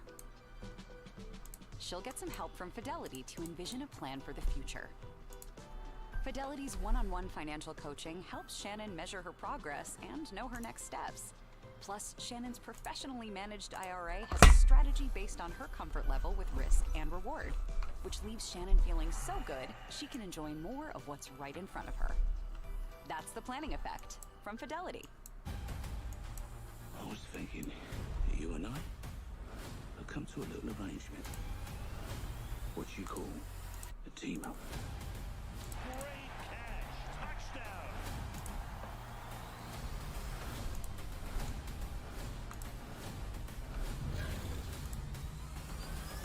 Feel good to get that out? So satisfying. All the heroics in one place. See where it takes you. Prime Video.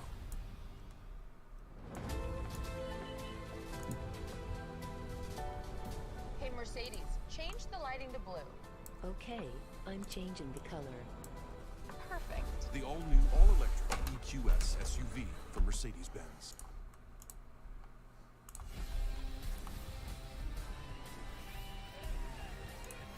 Welcome to the Mercedes-Benz. We're doing the 9-table grid for the first time. It's kind of lit. We're not messing around.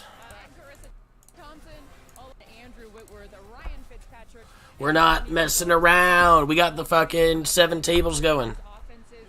Needing to get something going. They haven't really been able to do that in the first half.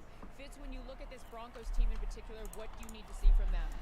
We've got to see a spark, whether it's going to be a big run or a big pass play down the field. We have to have something that generates some sort of excitement in the stadium, on the field, on the sideline.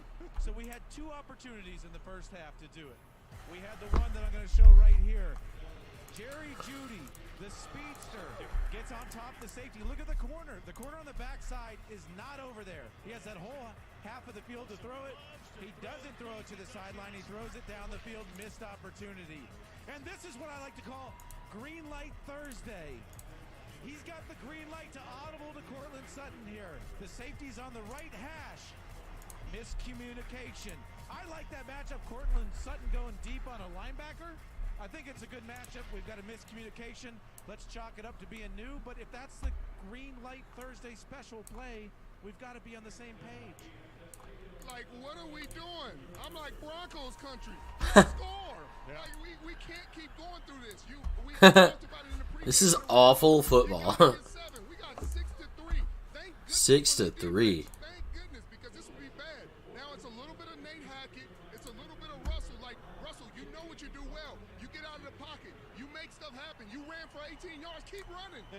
And that's what they need to do. You know, it reminds me of the movie Aladdin, where he's trying to be something that he's not. Just be who you are. We love you for what you can do with your legs, Russ. Keep doing that. Well, he also needs some of those wishes and needs to rub the genie to get some help right now. What are these guys doing random Aladdin references for? Yards does Russell have? The fuck? 69 yards in the first half total. In total, again, both I think the vaccine fucked y'all's brains up. The ones who took it, which is most of yous. I think it literally turned you guys into some weird government slave zombies. You guys just don't know it. Something's wrong with y'all's brains. Left tackle to right tackle in this game on a short week, and then you put the rookie in at left tackle in a big moment like this in Mile High Stadium in the North. Why are the NFL analysts making Aladdin references? It's a Disney movie from 20 years ago. I don't even think it was a good reference or analogy, whatever they were doing. And then they kept playing off of it. It's like, what are we watching? Matt Ryan has had no time all night, and they got to do something to protect him and give him a chance to get the ball down the field. Why are people stabbing random people on the strip outside the win? Why are people stealing off people's stacks? And why are people accusing people of cheating when they have no reason to know whether they're cheating or not? And then coming at me about it. And then telling me I'm this and telling me I'm that when I'm just trying to hang out. You guys are fucking weird. And Ryan Kelly also going out, their center, and a whole lot of question marks on that line to begin with. And those questions. I got Melvin Gordon on my fantasy team, bitch.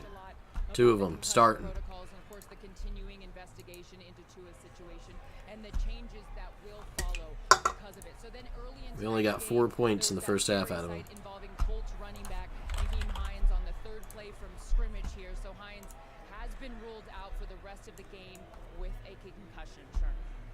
And that's what you want to see. You not the injury, but you want to see him getting evaluated. You want to see. Oh, we don't want to see the injury? He's out for the game. You saw him stumble. You saw him kind of freeze. Mr. Sherman's making sure that we know he didn't mean that. He meant that he wanted to see injuries. Okay. Yeah, we were worried you were a sadistic maniac. Thanks for clearing that up, Richard. We were worried that you wanted to see Naheem Hines get it concussed. Maybe like a personal vendetta.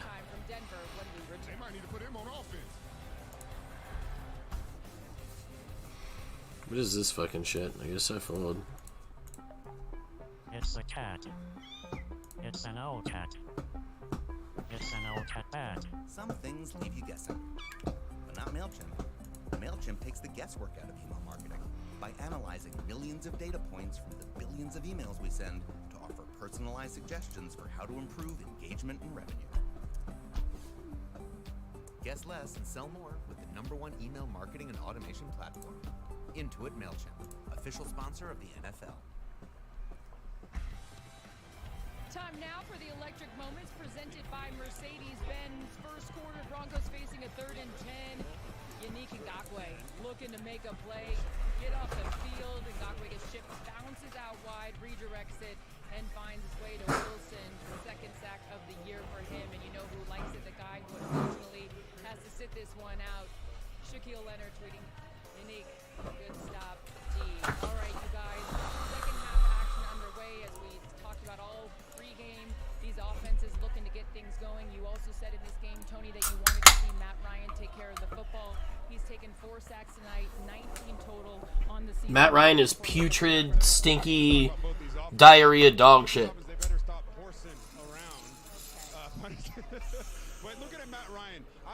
Why is he making a pun about horses? I'm telling you, it's the vaccine that did it. Had unintended consequences, is what they'll say in the future. Yeah,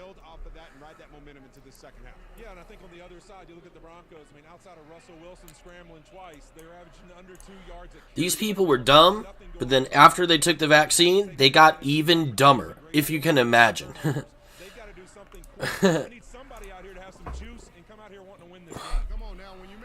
I pot it, bitch.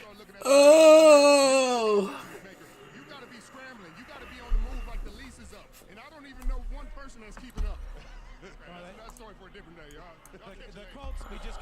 Hey.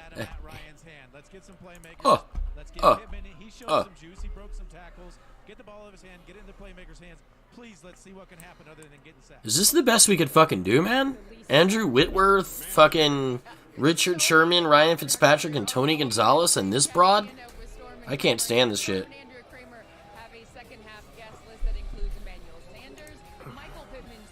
Oh, Kramer and this chick are doing like the Manning cast idea. They have guests. Nah, I'm gonna stay on this channel. I'm gonna stick with Al Michaels and Kirk Herbstreit. Thanks for the offer, though.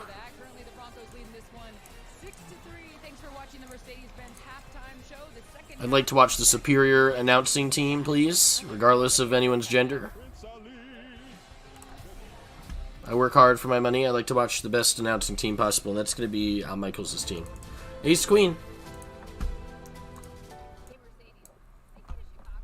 Fold into seat 3. Ace queen against ace 9. I have the best hand. I'm the best player. I'm the best man. We chop. It goes 5-8, 5-8. That's how the board goes, huh? 5-8, 5-8. So we chop. Okay, so I have a set over here. I mean, I'm just going to go all in. He's not going to fold an ace. If he doesn't have an ace, he's probably not going to pay us at all. So it's like, seems like kind of an all or nothing thing. If he's got an ace, he calls. If he doesn't have an ace, is he even going to call a half pot? Probably not. So now we're sizing down when we could go all in and get paid by an ace, but he does fold. Yeah, I don't know.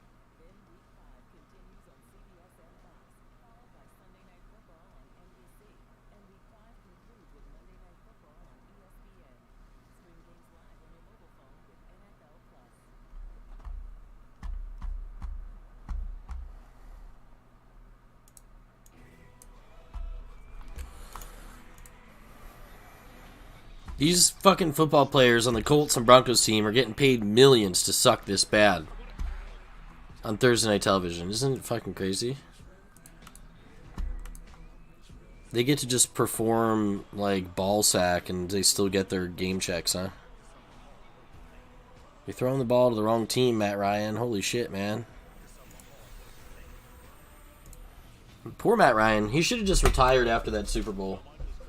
He should have been like, well, I'm Matt Ryan, and I know better than anyone that that's about as good as I'm ever going to do in this league, so I guess I retire. Third fewest in the first half of the game this season. Third. Yep. Colts trailed at halftime 7 straight games. They won the streak Pre-Payton back in 96. Turnover for Matt Ryan this season. Sacked 4 times tonight. 10 on the season. Broncos 2 points in the third quarter. As we go into the third, that's the fewest in the NFL. So, Frank Reich, Nathaniel Hackett, each try to get their team, out of this. Frank Reich and Nathaniel Hackett, there's no way they know how to play a lick and no limit Texas Hold'em. I'll tell you that much. I don't think they know how to coach football either.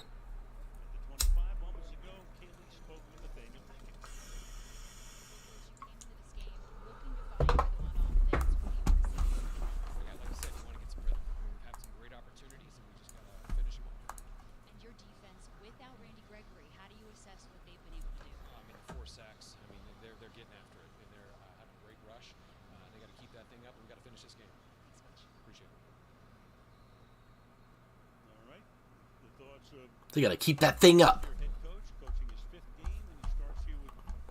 Wise words from Hackett. We gotta keep that thing up, man.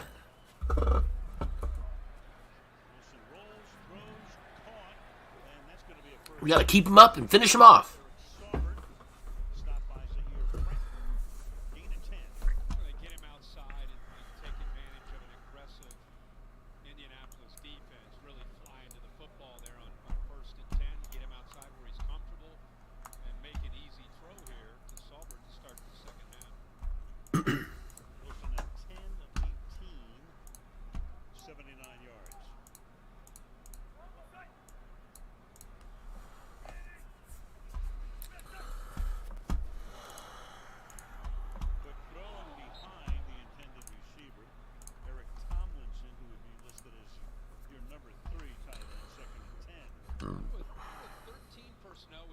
tight ends, and they work right down the seam.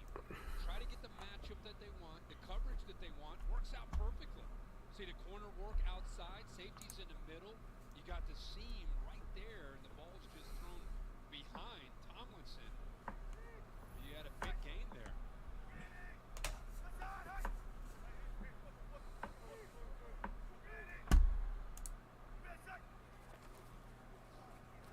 Wilson, pressure, and he will go down. The ball comes out. He gets it back, though. DeForest Buckner extracting it. Wilson recovers his own fumble.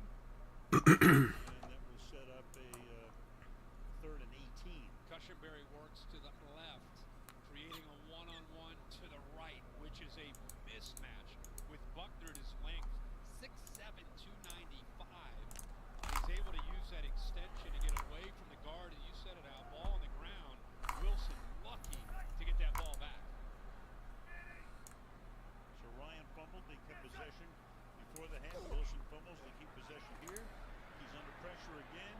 Settles for a throw to the outside. Low throw. That's caught there by Mike Boone. And it's a very rapid 3 and out. Hurricane covering on the play. Again, Gus Bradley just dropping everybody back. Working here, working back. Underneath. It's 3rd down and long. Moving those safeties around. Making Russell Wilson and these receivers who are still trying to find a really something pre-snap to post-snap, and keep making them be frustrated. 4th punt for the left-footed Wake.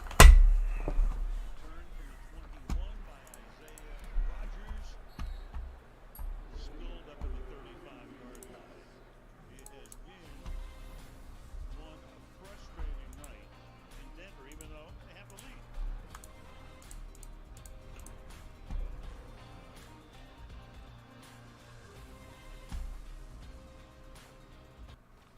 Hey, sweetie, I'm not seeing the life jackets. Well, you should. You packed them. No, you packed them. No, you packed them.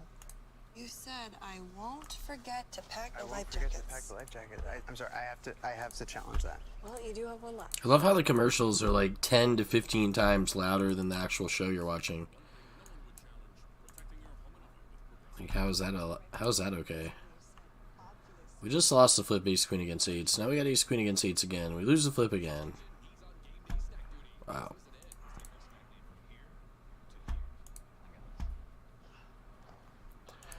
King's over here in the low roller.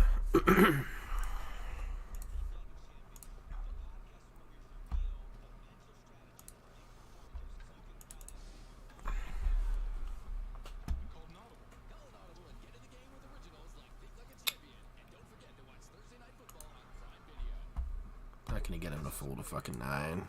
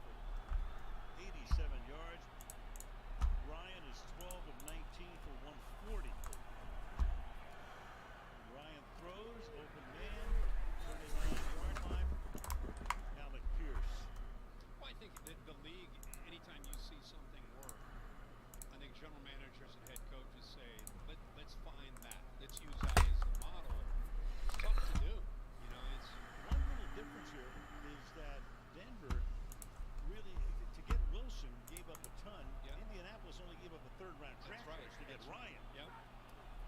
Second down and 5. Ball carried here by the ex-Bronco Lindsey up to the 42-yard line. I mean, they have 5 draft picks, including first and second in 2 consecutive years. Drew Lock also goes to Seattle. Meanwhile, Ryan comes for a song and a dance. Yeah. And Denver's going all in with what they think Russ can do to this offense. We just haven't seen it play out yet. You see the adjustments that Frank Reich and his offensive staff make. Remember, Ryan Kelly went out of this game. One of the better centers in the league, Danny Pinner, is in for him. But how they try to help Matt Ryan and this offense out. Joined us late. Naheem Hines was started as the starting running back tonight. Out after 2 plays, and he's done for the night with a concussion. And that pass is at the 46-yard line, pulled in by Alec Pierce. 3rd and 3. That time, Browning almost got the sack instead of first down. Are you kidding me with Matt Ryan sitting there? This offensive line has struggled all year to protect him. He throws, I don't even know if he saw where he was throwing it. He gets hit as he throws his ball, and I think we're starting to see him believe. He's finding a guy that he believes in, and that is Pierce, the rookie out of Cincinnati. Targeted him 6 times. He's caught 5. Towards the 48. Deion Jackson is the back. Stop handing it to Deion Jackson if you want to win the game. Second-year man out of Duke. Get me excited there. We haven't seen a lot of offense. No, I get you. These games are honestly pretty annoying. Like, let Matt Ryan throw it 50 times. If he can't score more than 6 points throwing it 50 times against the Denver Broncos, and the Broncos only have 6 points, then dump him and find another quarterback. Start the second string guy. Like, what are you doing? These guys are supposed to be getting paid millions of dollars to coach and play these games. Like, you're down 6-3. Your offense isn't generating any offense. Why are you handing it off to your third string running back? You have Matt Ryan, the guy you got in the offseason, the guy who's been to a Super Bowl. If Matt Ryan's not any good, then get a different quarterback. It's annoying, man. What is their plan here? It's the tough block right here by Graves and the work. And try to keep that outside defender from getting down inside. He pushes him. So instead of pushing him out, he just ends up having to push him back into the wash of that defensive front. And a really good job of the vision there by Deion Jackson of finding that hole.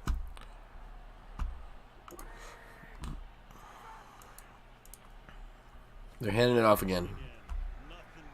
Got 0 yards. How many times do you need to hand it to Deion Jackson and get 0 yards before you start throwing the football? Jacks against 8s. We win with the Jacks. All right. I love it. I love to see it.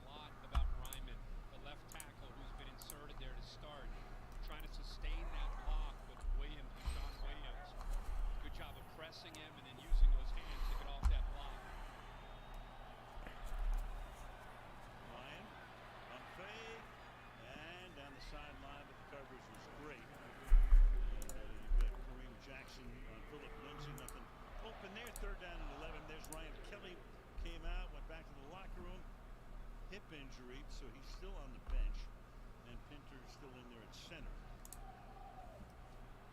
Let's keep an eye on the rookie here. You just saw even the last play. The pressure there forced Matt Ryan to scramble away from that pressure. He's going to have Draymond Jones across from him, goes outside.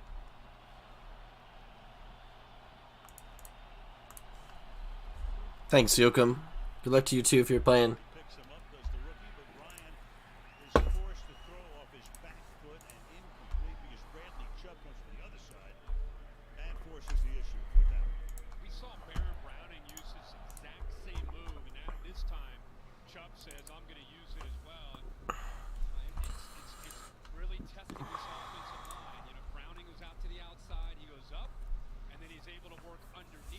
East Queen here, big spot.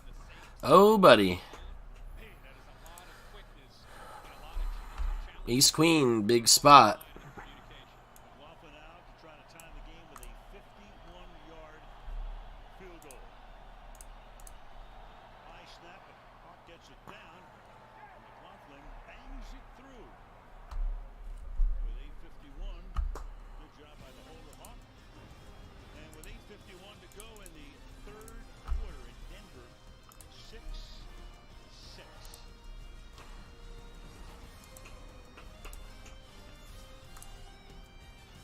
would make you feel comfortable with the price?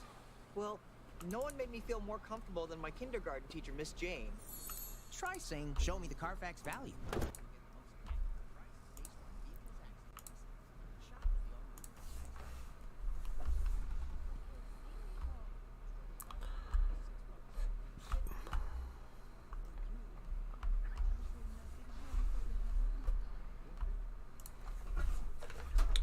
Yoko, what do you think about the developments at the HCL live show? Let us know. It's the hot topic.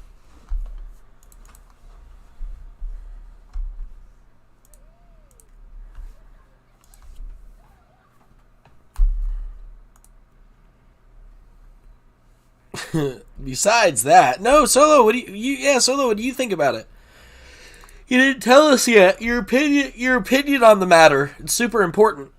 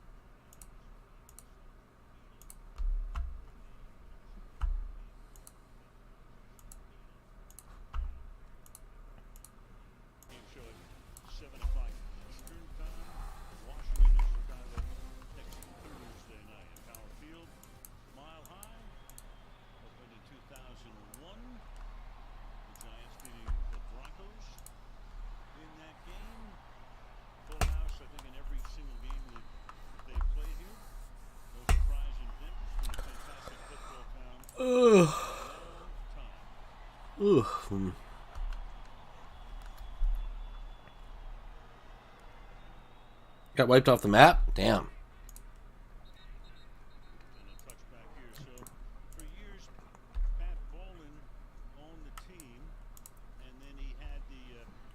Bye-bye, town. There's no way that the U.S. government didn't know that that was going to happen sooner or later. They've got the hurricane data. They didn't tell you guys? Strange.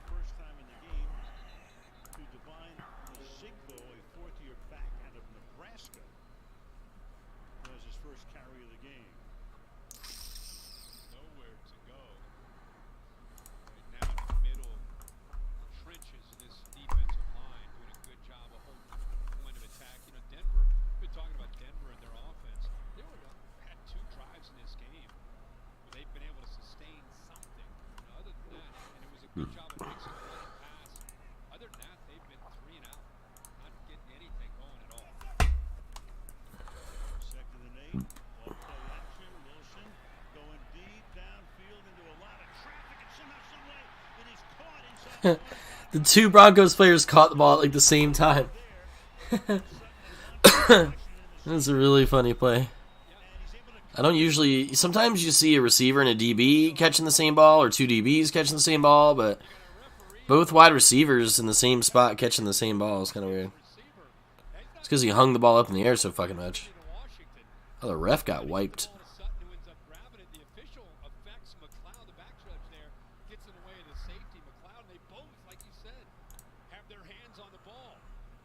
Official needs to get the fuck out of the way. These guys are getting paid so much money? Jesus Christ. Must be a tough job. Probably is a tough job. What's going on here? Put that in the middle. What is going on here?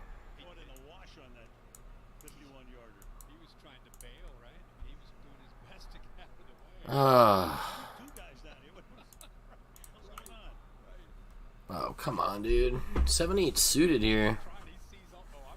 I think I send it, man. I think I send it.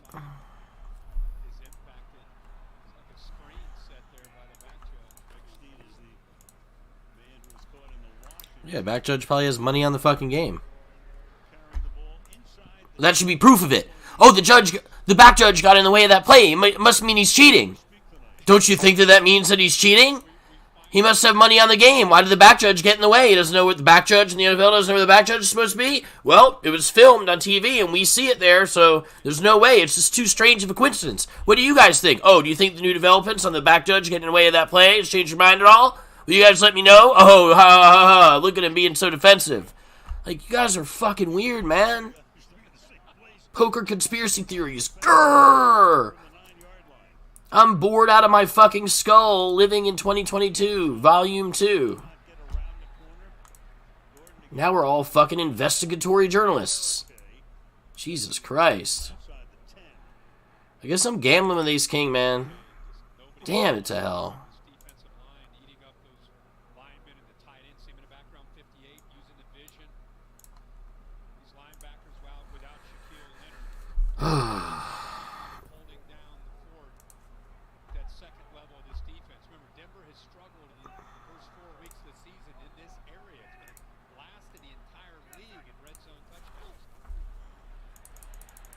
I hit? Oh my god, we turned the ace. It's amazing. It's a miracle. Let's talk about it. Pocket Kings, man, I'm going 3 streets in the low roller.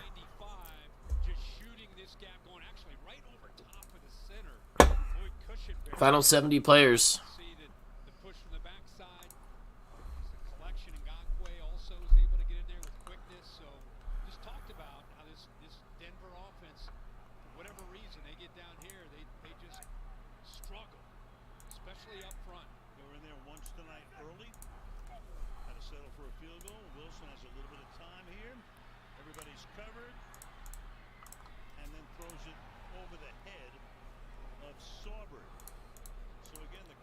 What do you guys think about the Tanya Harding-Nancy Kerrigan thing? Do you think Tanya Harding did it?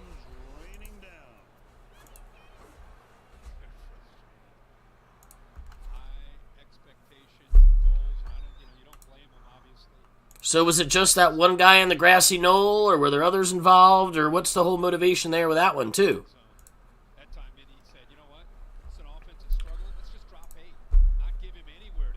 So you guys know, the grassy knoll and the moon landing and the other examples I gave are way, way cooler topics than this fucking HCL poker show fiasco that it's not even a fiasco, it's just a complete nothing burger.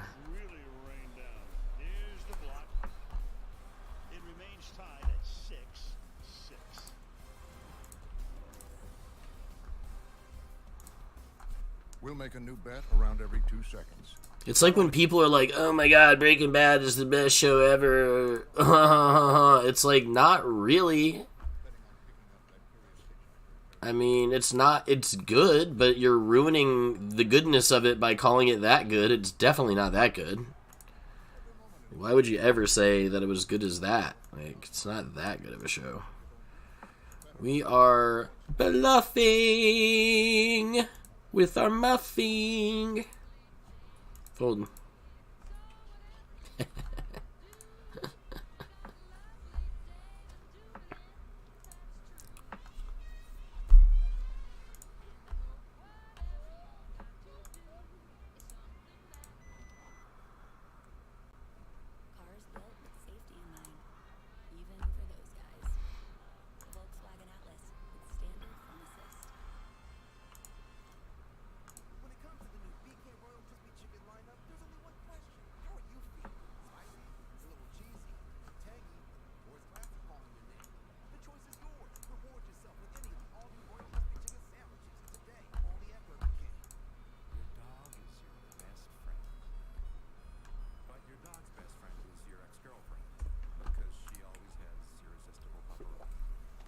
Be your best friend's best friend.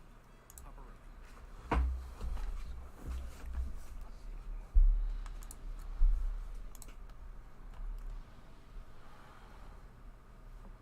Why does every fucking televised, friendly, fun, high-stakes poker game have to turn into like a goddamn, like, Clue the board game, you know? Like, we don't need to be doing this, man.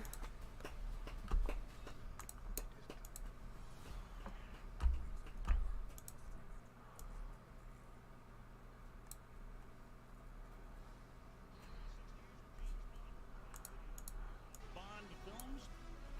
Go to crime, see where it takes you. Prime Video. State capital, Denver. On this Thursday night, beautiful night. Everyone thinks there needs to be these awesome reasons for things they don't understand or something.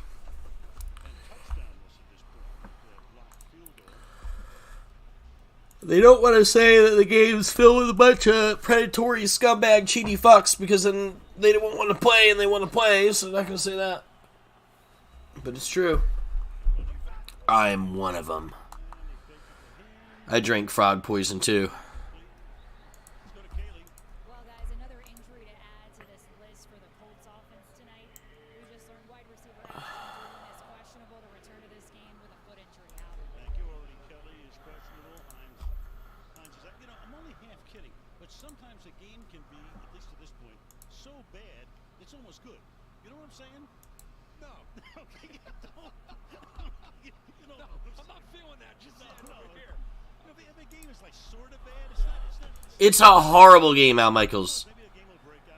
It's hilarious. Like, the announcers are actually commenting on how terrible the football is. Maybe a game will happen. Yeah, have there been any plays like longer than 5 yards? It's like the worst shit ever. These guys are getting paid millions and millions and millions and millions. I mean, maybe both teams are just really good. It's just a stalemate. I don't know. Maybe.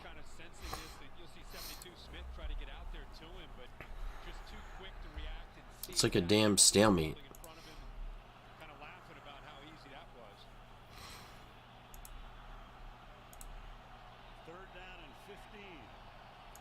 We're all in with Jackson, the 40K bottom right, pretty big spot.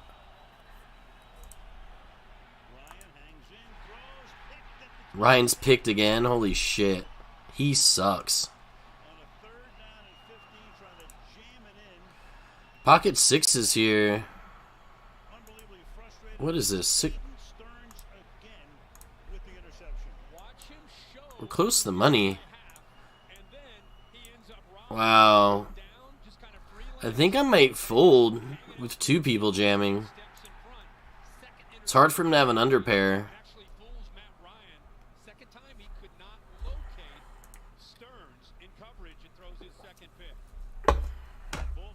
I would have called one jam, but when two go in like that, it was like, fuck this. Minraise ends up saving our tourney life. In that instance, anyway. In that repetition.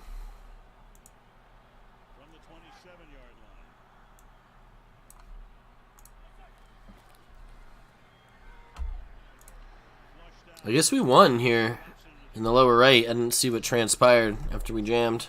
About to check it out. Looks like we got called by Hijack, and he had 10s, and we held. Wow, that's awesome. I think I'm inducing this King Jack suited here. Just tell Matt Ryan his career's over and get a young guy out there who could be more excited. Like, this is just boring football. I'm bored watching this game. This is more boring than the HCL scandal poker story. And that's saying a lot. Wow. Oh my god, it was actually a good throw for once, and the guy fucking dropped it. I mean, it was kind of good defense, though. Oh, jack this guy. Jack of diamonds this guy, no? No? No? No.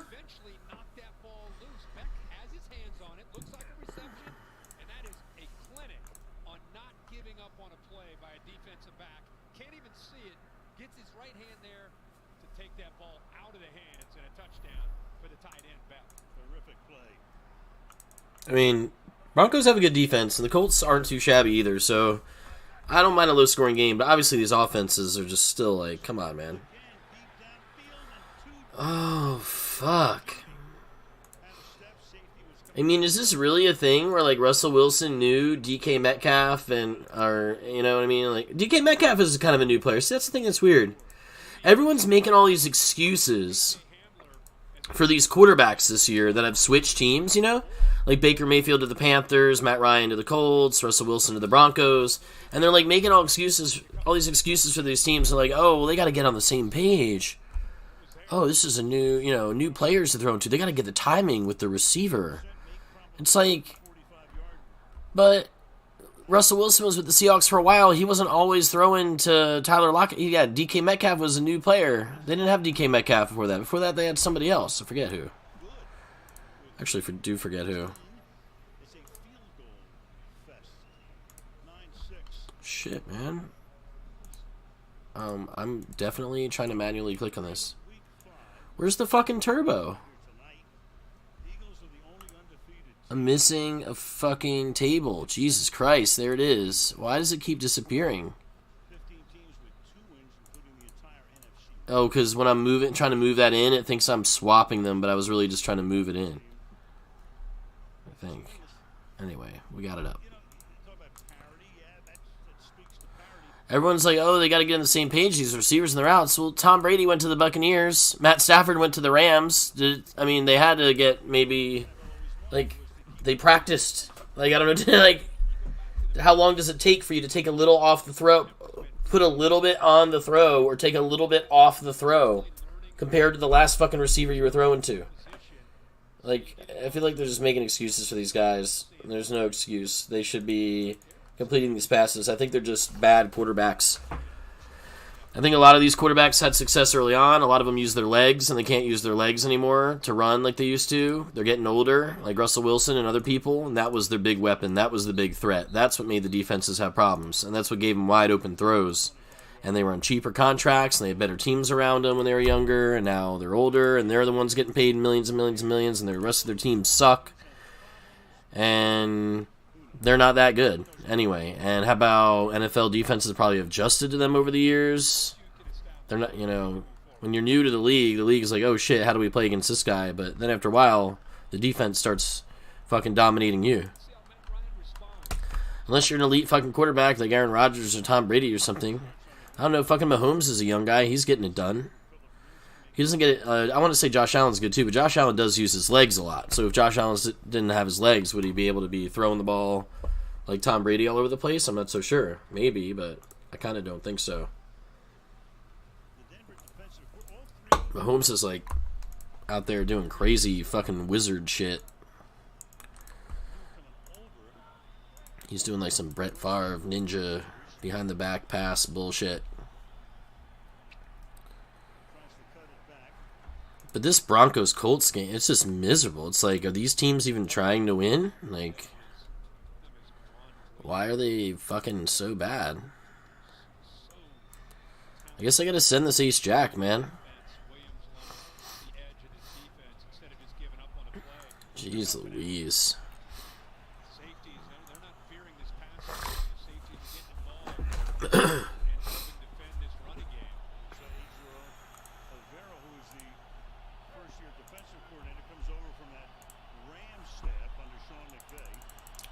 Just lost the 5s in the turbo. Guy had 10s in the big blind.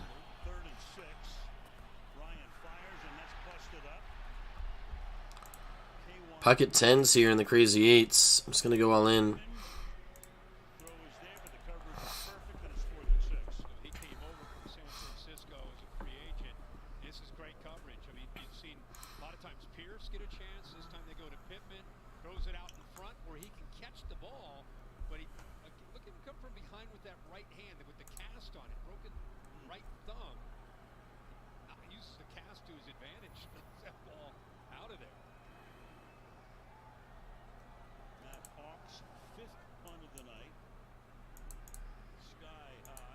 I'm sending it.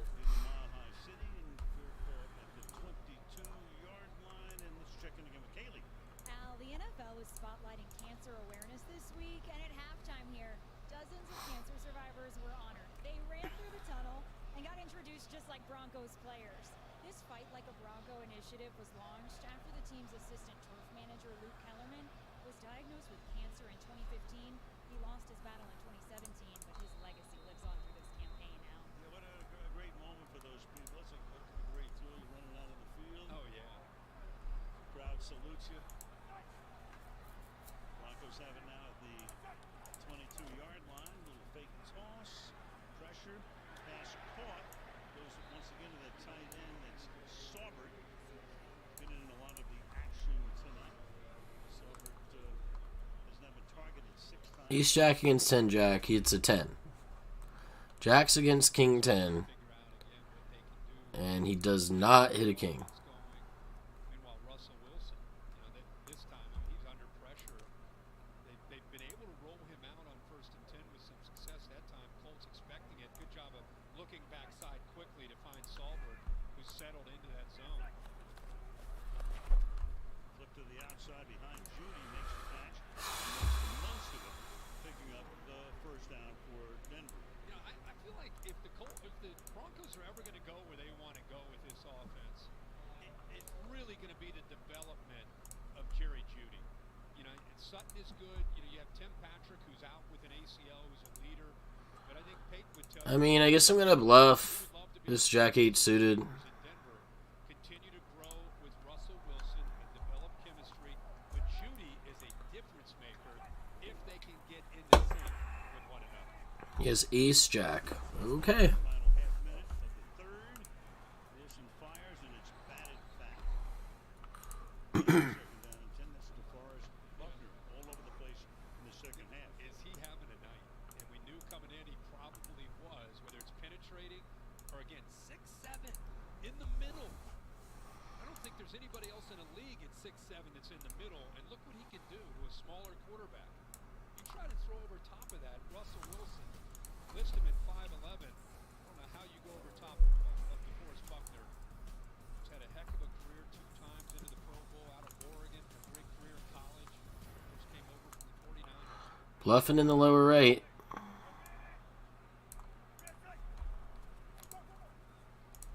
Dumps it off, set up a little bit of a screen here, and that works. The bluff does not work. Ah, man. Alright, all in with the Ace Queen here. All in with the Ace Jack. Ace Jack against 2-5 offsuit. He hits a 2.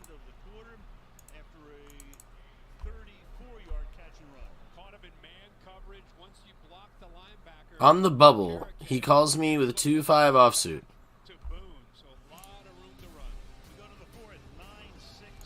He thinks because he has me covered on the bubble, he's supposed to call me with 5-2 offsuit? Is that what he thinks? Or is he not thinking? Or what's the deal? No thoughts? When looking for things, you want things to affirm to your kids that, hey, you're fine just like you are, your hair is perfect just like it is, your skin. We're going to stone bubble with Ace Jack possibly here. Saw that there was a gap there, and that's kind of Blind versus blind, 4.5 bigs. Amazon has helped in terms of the marketing, in terms of our Amazon.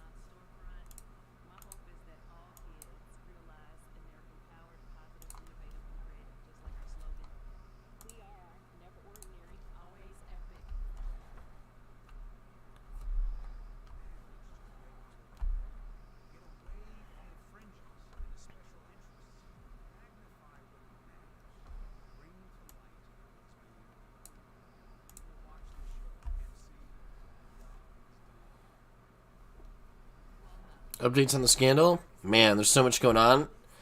It's like the most exciting thing ever.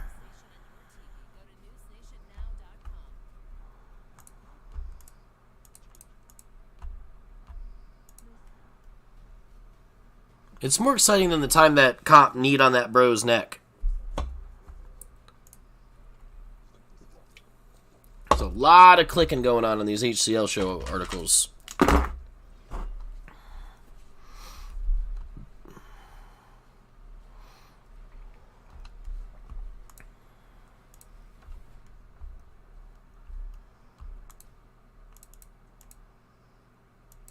I mean, are we in the money yet in this one? Nope, I was clicking over here. Like, why is it fucking with me? Okay, We are in the money here. And we're hoping we're in the money over here because we just busted. I think we maybe did make the money. I don't know. They're sorting it out still. Look at this. They don't know. I have a straight over here. Give me the money. Final 50 of the low roller. Final 70 of the 6-max.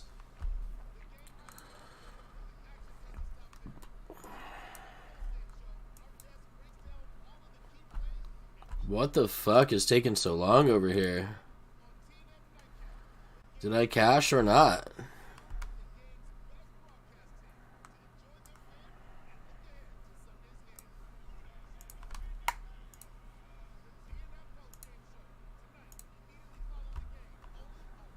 We did cash. Okay, cool.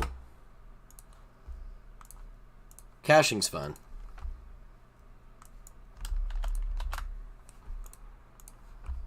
So it's 2 more caches. Oh, we actually already had one, though, so it's just 3. Yeah. The one we just busted, and then these 2.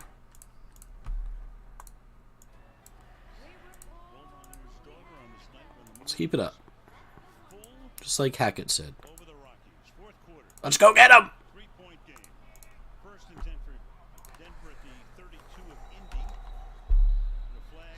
Tanking? I don't mean literally tanking. I mean, I don't know what to say. It is kind of weird in the NFL sometimes. Like, I think it's just, I don't know, man. Business? I don't know. Bad coaching, right? To me, if I'm the fucking coach of the Colts, we're not generating any offense the first 4 weeks of the season. Our team isn't doing so great. We got Matt Ryan for how many millions of bajillions of dollars? He's throwing the ball 55 fucking times tonight. Nyheim Hines is hurt. Jonathan Taylor's hurt. We have Michael Pittman on our team. We have Matt Ryan on our team. Matt Ryan's throwing the ball 50 times.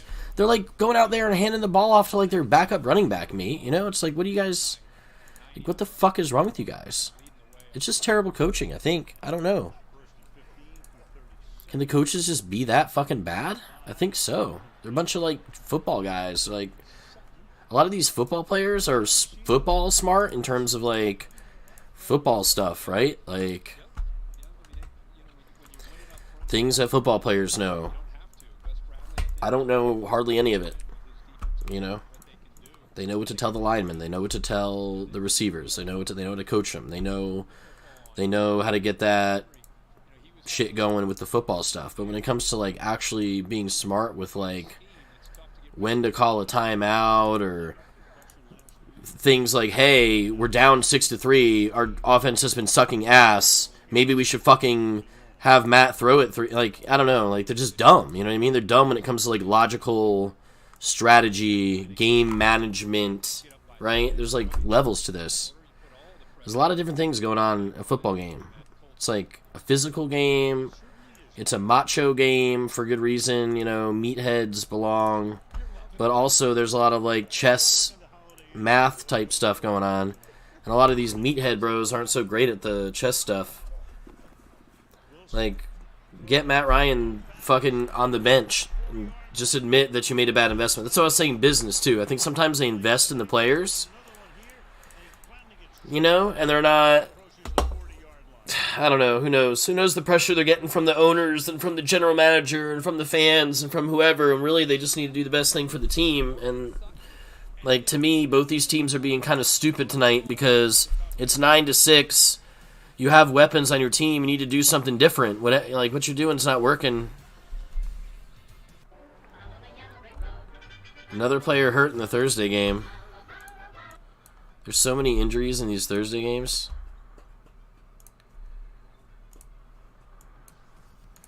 I think it's because they're playing games on Thursday when they're used to playing them on Sunday, and they don't get to like hit that ice bath as many days in a row as they usually do, and then they get fucking wrecked. They get wrecked on a Thursday night.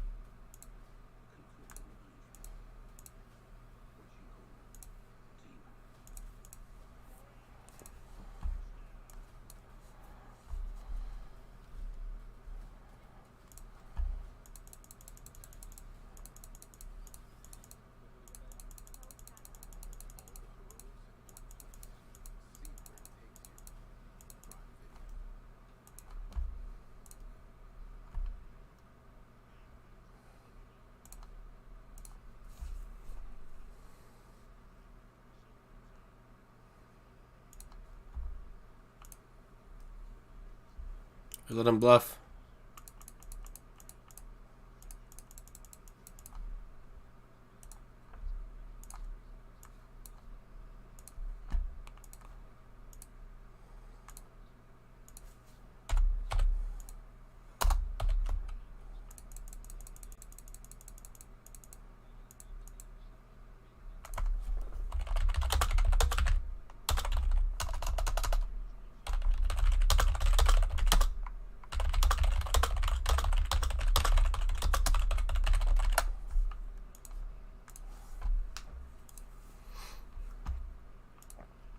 Right away, as soon as he goes down, he's grabbing at the leg and actually carting him off now. You hate to see that. I mean, he's second year, you mentioned, out of Michigan, and starting to really come into his own. The addition of Ngakwe on the other side. Wilson in there right now. The backup is Brett Rippon. Uncle Mark won a couple of rings and was Super Bowl MVP 3 decades ago with Washington. Matt Ryan's thrown the ball 27 times. He has 0 touchdowns, 2 picks, and they're down 9-6 with 14 minutes left in the game. They traded for this guy. Like, why? There's all these... He's 37 years old. Do you know what I mean? Like, you thought that Matt Ryan had some left in the tank and he was going to lead your Colts team to a Super Bowl this year, I guess, because you have a really good defense, really good offensive line, really good running back in Jonathan Taylor, so I guess you were trying to win, right? You weren't trying to lose, so why are you now, like, why is 37-year-old quarterback Matt Ryan only throwing the ball 27 times in a game where they're down 9-6? It doesn't make any freaking sense. And all the running backs are hurt, so, like, if there's any game to throw it, this is the one. So you're never going to have him throw the ball more than 30 times in a game? Why don't you just play someone else? Fucking shit's... it's just, it doesn't make any sense to me, you know?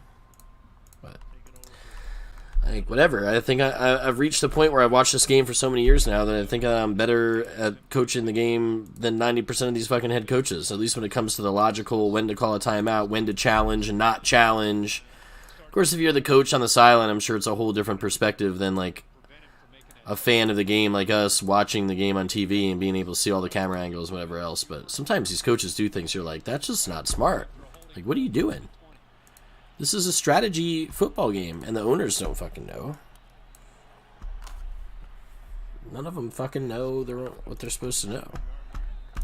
But now there's some nerdy guys starting to coach these football teams. It's kind of cool.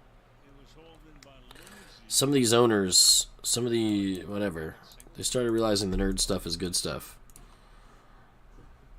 After the completed catch, personal foul, unnecessary roughness number 49 of the defense, 15-yard penalty, and an automatic first down. It's just a case of not everything that seems like is the logical strategic play ends up being the actual logical strategic play after you consult the sim robot warlords. Sometimes it seems like you're supposed to punt it on 4th and 1, but really the robot sim warlord's going to say you need to go for it. Like, the teams that get the logic and the strategy and the decision making, positive EV decision making going with the analytics and also their team's construction and the players and the game situations, whichever coach can fucking do that the best is going to have the best chance of putting his team in the positions to win. But then, of course, there's all that football shit on top of it, like I was talking about earlier. The fucking actual play calling and coaching them and whatever. Technique. Fundamentals. The matchups. Shit like that the nerds don't know anything about. That's the football people that need to know that stuff. The nerds and the football people need to combine forces.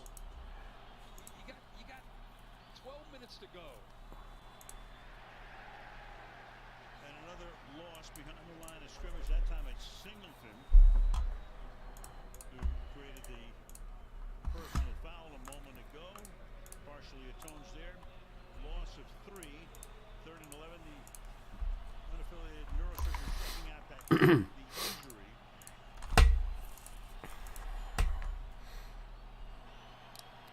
they are, just checking it out, seeing what happened to Wilson. He went to the tent, comes out of the tent, looks for all the world as it'll come back in. We'll see.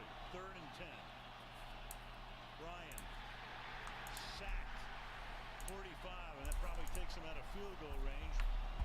Even at altitude, Barron and Bradley Chubb as well. Remember, we talked about them being on the same side. It's a really good wrinkle that Denver has been using on these 3rd downs, and it's been effective.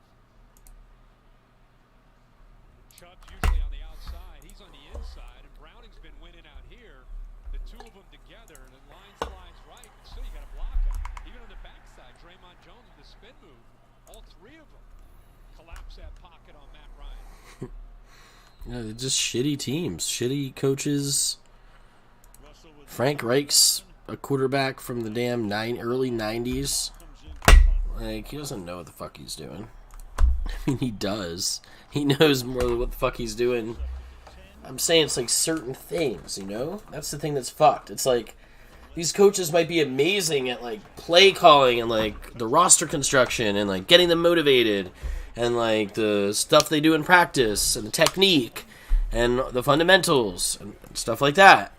Getting their team to play together. They might be good at all those things, right? But then on Sundays, they're on the sidelines and they have to make all these, like, actual they have to make actual, like, chess decisions. They might not necessarily be good at any of that shit. I think some of them are awful. You know, like, when do you call the timeout in the final 3 minutes of the game? You know, when do you go for it on 4th? When do you kick the field goal? When do you go for 2? When do you, like, decisions like that, like combat, like strategery.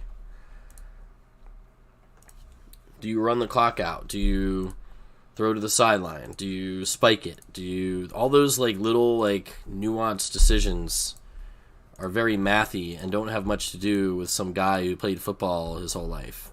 He might have played football his whole life and he's good at all the first set of criteria I mentioned, but then they could be terrible at the other stuff. Finding somebody who's good at all of it seems pretty tough. But all of the coaches and all of the people are in some way have always been into the, like, trends, analytics, stats, at least a little bit. But for sure, these teams, when I grew up, they were all punting on 4th down. Like, when it became 4th down, they're like, oh, well, we can't just give the ball to the other team. Like, they weren't obvious, you know. There's a lot behind whether you want to go for it on 4th down or not, down in distance, where the score is. Like, where you're out on the field, whatever.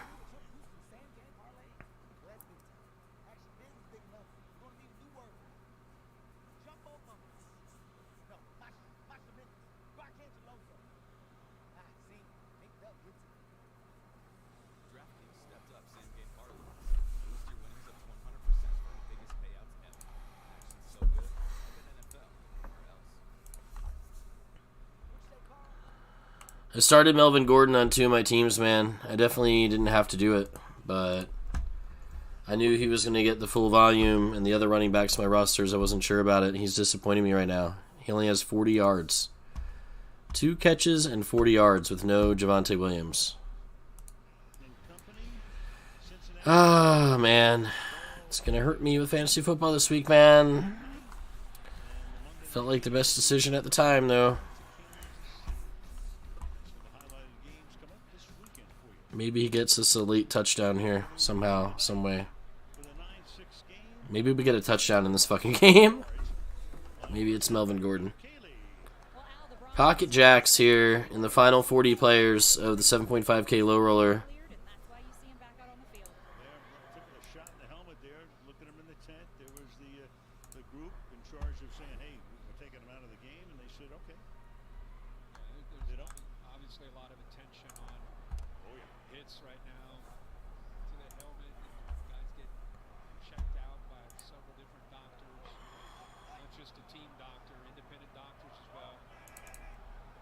Close spot, Queen 10. Wow, he's just jamming her in, huh? Oh, man. Seems like a tough fucking decision, man. Fucking shit.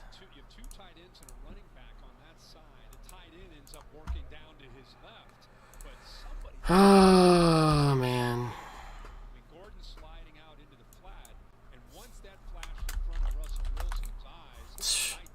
It's like I'm folding queen 9, I'm calling queen jack and feeling great about it, and I had queen 10. What the fuck is this shit, dude?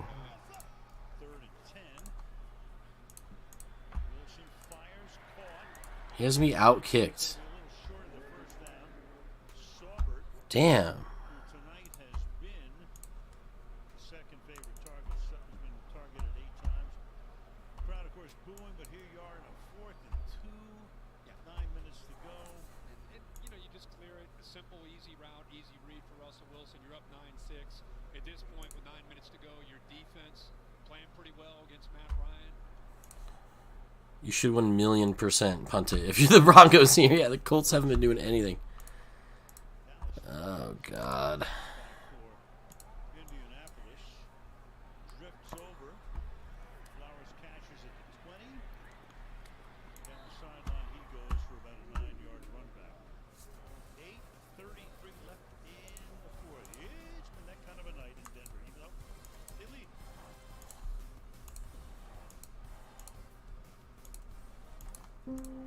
Hey, Bug. I know you don't like voicemails, but I hope you're doing great.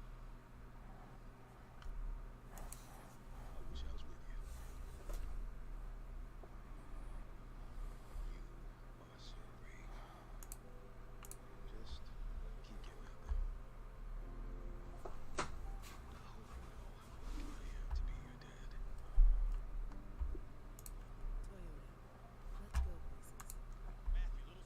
I hope you know how lucky I am to be your dad. King 10, King Jack, chop it up.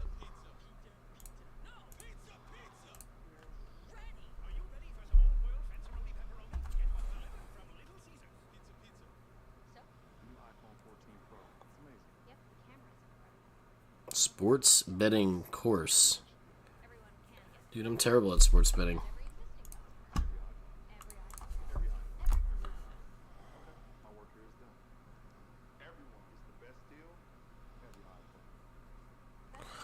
I'm the one who needs the sports betting course because I'm going to keep betting sports and I need to win more often at it or I'm going to go broke.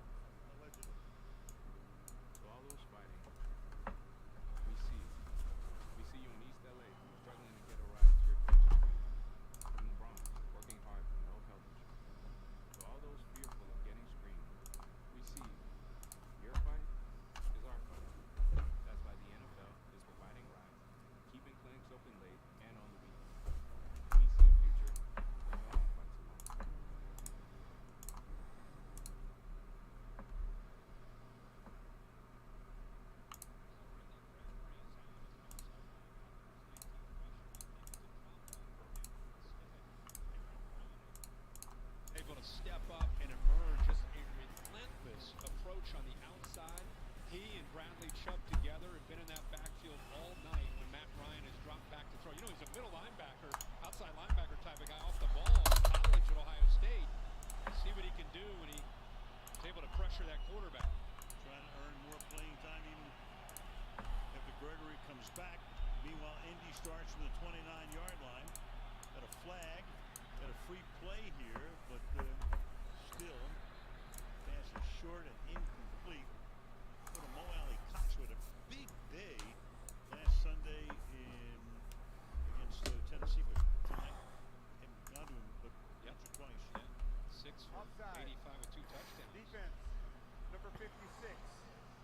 5-yard penalty, first down. Just did a nice story on Baron Browning, and on cue, he comes offside. There you go. Here we go, 1st and 5. Mini kibosh. Funny, last week, Indy had 180 yards receiving by their tight ends. Yeah, cannot get him the ball tonight at all. And not a single catch tonight. Go figure. 1st and 5. Pittman in motion. Lindsey. And there's Mr. Browning again. Back to work. You just talked about the tight ends, Mo Alley Cox, in the game that he had last week, and he's a big man, 6'5", 267. But watch this, Baron Browning, this is his wheelhouse, defending the run. Get off of that block, shed it, and then the quickness to be able to bring him down in the backfield. And he comes out after that play and comes off in a little bit of distress as they work on him. 2nd down and 7 now from the 32-yard line. Play fake and incomplete again. So many times tonight we've seen balls that look like they're in there. Flag is thrown here. That's to the tight end Granson, and then they get knocked out. Somehow Matt Ryan got that throw in there. It's just dropped.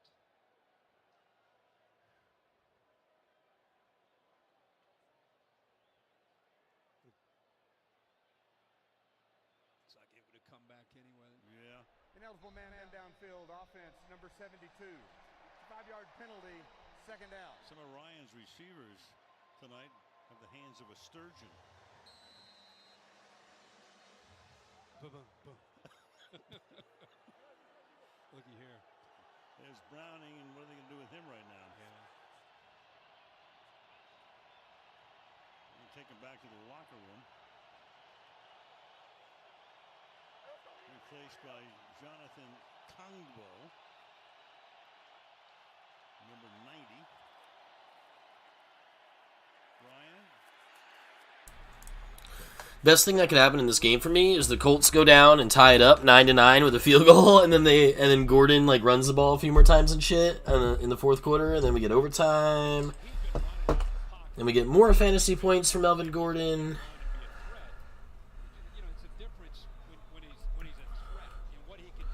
I started Melvin Gordon over Josh Jacobs this week. I started Melvin Gordon over Damian Harris.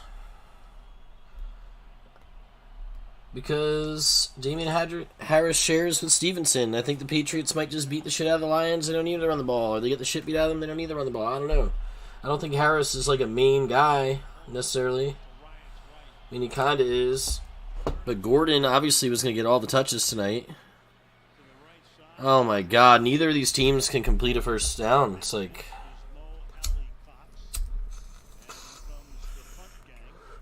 Maybe if we start putting these teams in position that they have to go for it on 4th down, they'll start converting. Maybe if we give them 4 tries, you know? If we give you 4 tries at 10 yards, could you do it?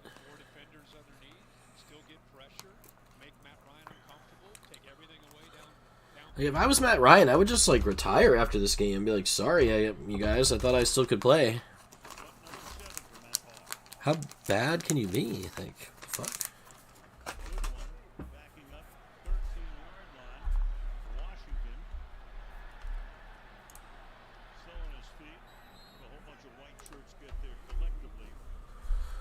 Final 40 players of the low roller.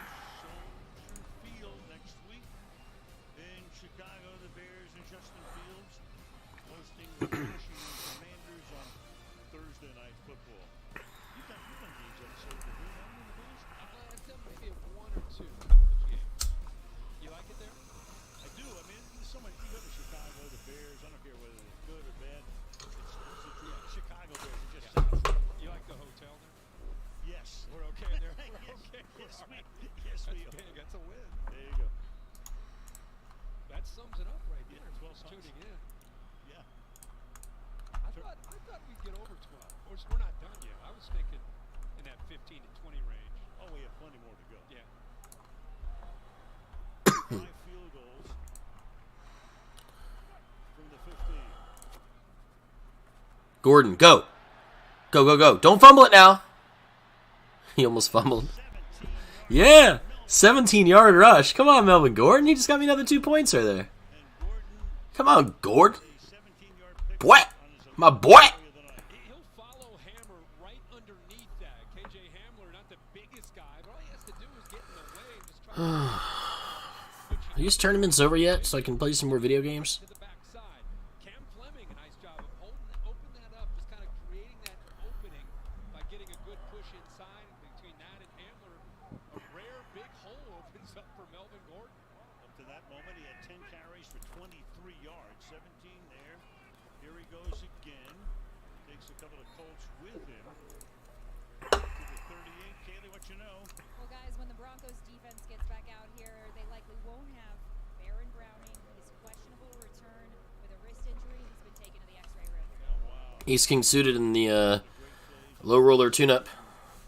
So low roller and a low roller tune-up. Okay. Don't confuse us now. Only good news for these teams is they get half of a bye week. Don't play again until week from Sunday. Then it goes to the Chargers. And Indy goes against Jacksonville. And there goes Mike Boone. On the ground, they're picking up chunks here to the 45 and a first down. Remember, Quiddy Pay is out. Udangbo is in, and they are running on the right side, getting a great push again. Cam Fleming. See the tight end, Tomlinson. Look at this push. We've not seen that this entire game. Melvin Gordon and Boone are looking at this like, thank goodness we finally have a little bit of wiggle room here to be able to get downhill. Again, without Javonte Williams. Ace King. He's got King 7. We win.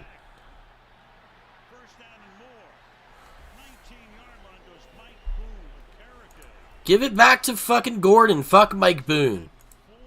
Get Gordon out there. And this play is designed to go to the left. Boone with the vision. And our guy Cam Fleming again on the right side. Keep in mind, he's a backside. This is a backside block. Play designed to go left. Great vision. Cut back. And then he bounced it way back to the right. With a little bit more room to that outside. I'll tell you what, man. Boom, boom, boom, boom. We've got 4 straight plays where they're running the ball. Averaging 12 yards per tote. And you got a flag here. You got Graham Glasgow. You can see him on the right side begin to move to make it first down and 15. Offense, number 61. 5-yard penalty. First down. You wonder with Boone in the game. Ace 10 in the turbo. We're sending it. You go to Boone just to be safe.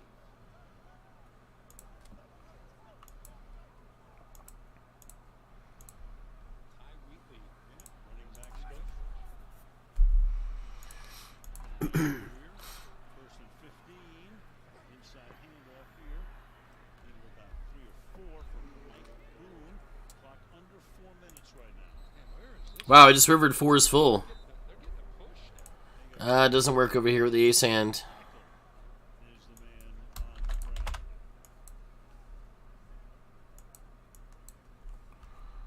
This guy's leading. I'm going to have to send it all in.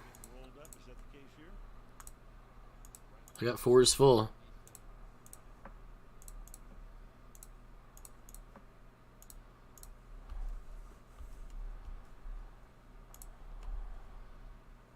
So this is actually... Oh, he called. Nice. This is actually what we want to do at our tables anyway. We want to do the 9-way grid the whole time. And yeah, because it spaces the table out. The tables out better. This is the grid we want. This 3x3. I guess... Some of the brightest stars in the game are ready to light up London. Giants. Packers. He just flats. Wake up early and watch with the world. It's Sunday morning football. Sunday at 9:30 a.m. Eastern, only on NFL. Dude, what are these guys doing? What is that?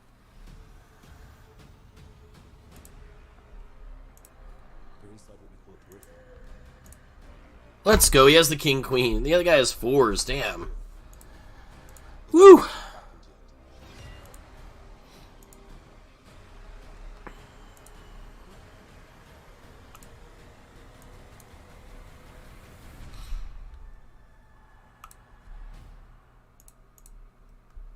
This is NFL Plus, and this is for the Sunday shifters, the game time babysitters, the cross-country long haulers, and the poolside ballers. This is for the OT stay-up all-nighters, the never-miss-a-moment ride-or-diers, for the casual fan, the obsessed fan, for every fan. This is the NFL in your hand. Live games, replays, films, and shows. This is NFL Plus, your game on the go. NFL Plus. Start your free trial today. I was thinking,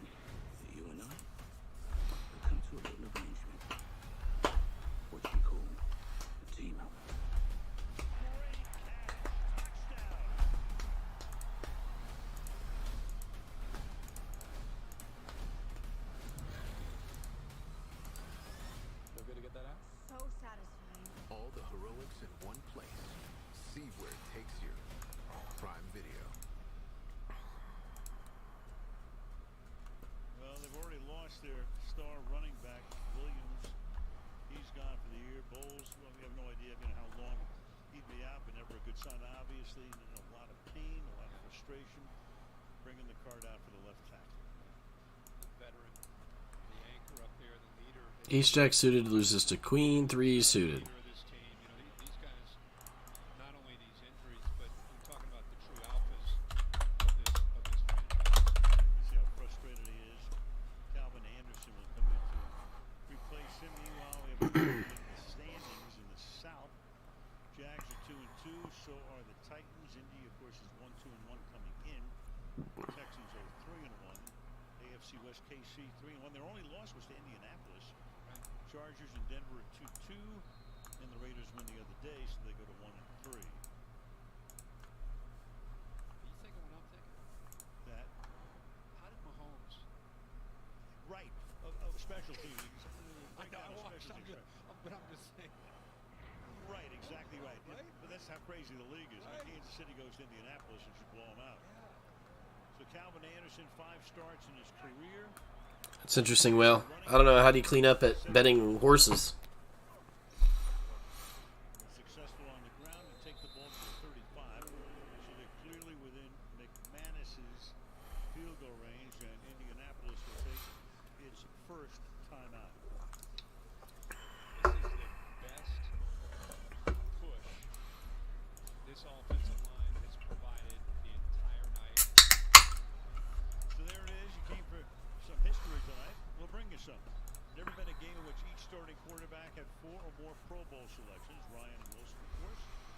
Neither team scored a touchdown. But there's plenty of time. Oh, no, yeah. So we may get history. Who would have thought that with the way this game? Tell me about it. Third down and 8 from the 35-yard line.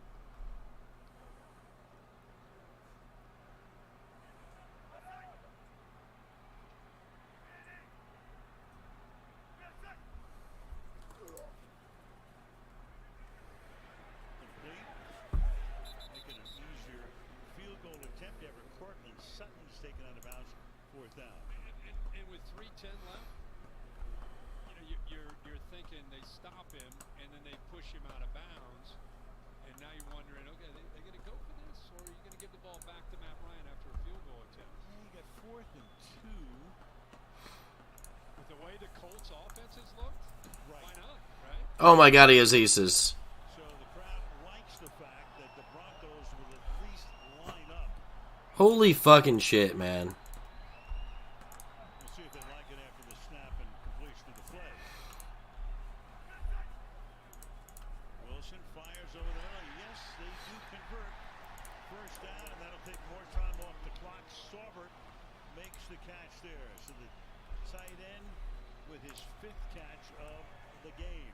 Watch these 2 defenders react to Boone, who goes to the outside, and it just opens up the middle right there for a quick throw on 4th down and short. It was almost as if Denver knew that they were going to react like that to Boone, and what an easy conversion there on 4th and short. So here's Denver inside that red zone where they've been bad this year.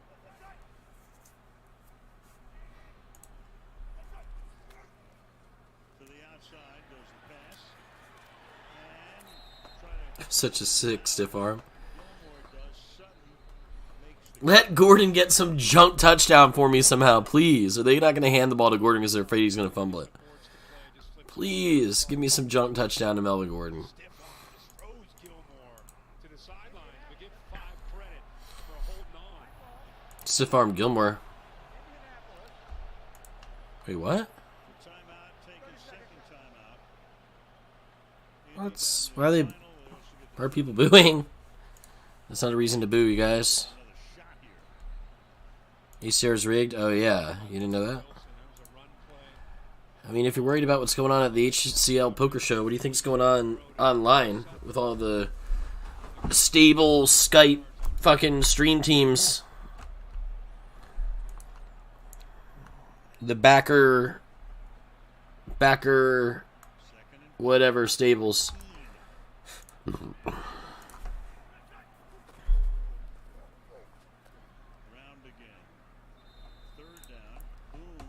They keep giving it to Boone. It's like they just pulled Gordon from the game in the fourth quarter. God, he's got 8 points for me too. If he just has like one more good play, it'll almost be like it was worth me starting him. It almost won't be a bad play if he just makes one more good play. Get him this junk touchdown here, and I'll be a genius. Come on.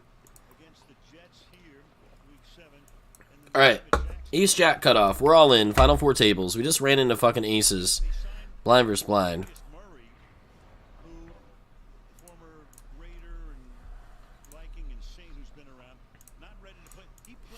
This guy's snaps. He's got jacks in the hole against my ace jack, and I just ran into aces blind versus blind. Wow.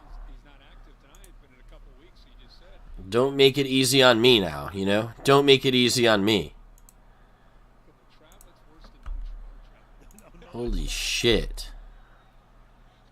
I guess I'm gonna fucking jam my King 7 high card value hand here. It's probably kind of close, but like, how many all-ins are they gonna make me fucking lose?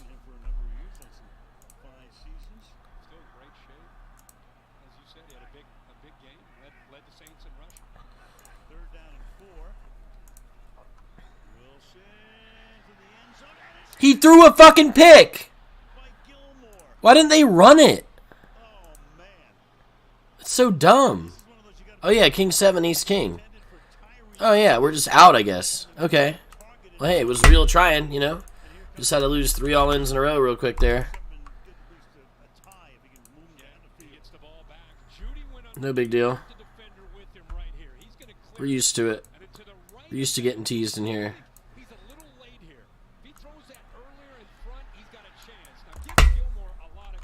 Fucking shit. Did Gilmore just get him? How? Gilmore got stiff arm, but then he just made the most clutch pick ever. Wow, what a fucking play. Gilmore's good, man. Panthers had Gilmore last year.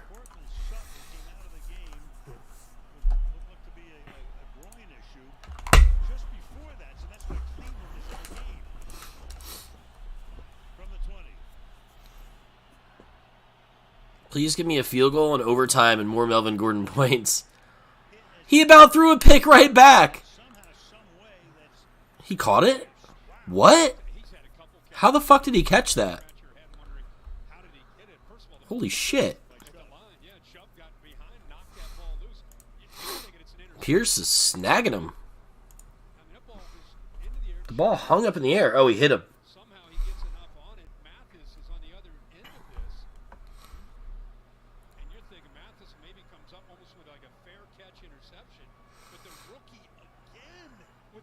What a catch!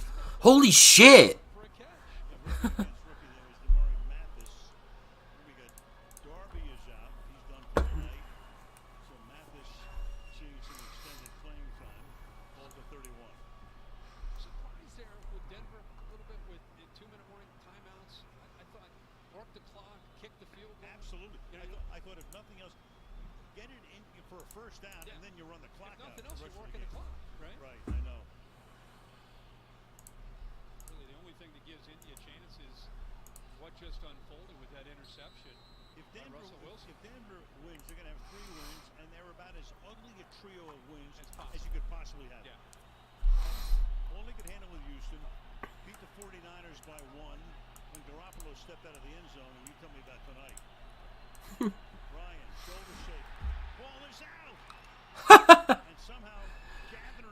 It's like both teams are trying to lose.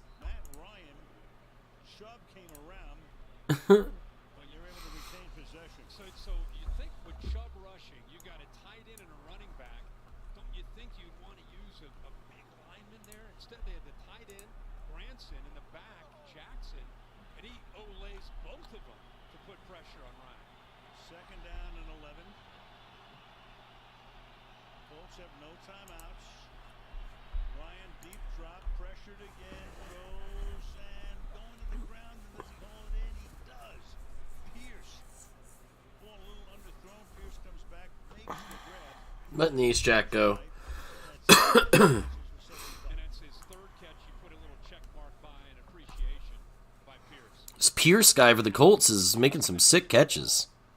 Matt Ryan, I don't even know how he got that ball off with Nick Bonito coming down on him.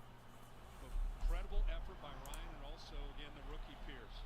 And rolls out of bounds to stop the clock. Over the middle, that is caught. That is Paris.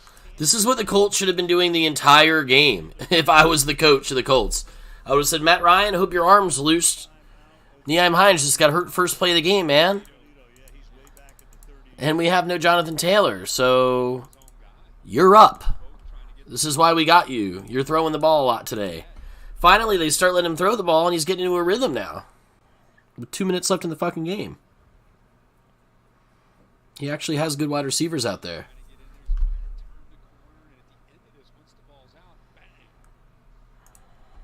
Friendly fire, you know. It's what that. It's like, didn't that cost Shaq Leonard that knocked him out of the game last? That's right. Well, that was vicious. Yeah, runs into his own guy. Here's Ryan, pulls the wrist. Jeez. So Bonito, for the moment, at least he gets up. That was the throw to Pierce, where he got just enough on him. He came back that very next play to make another throw. So he's fighting through some pain himself in that throwing game. Both these quarterbacks mentioned Wilson's only missed 3 games in his career. Ryan's only missed a handful of games in his 14-year career.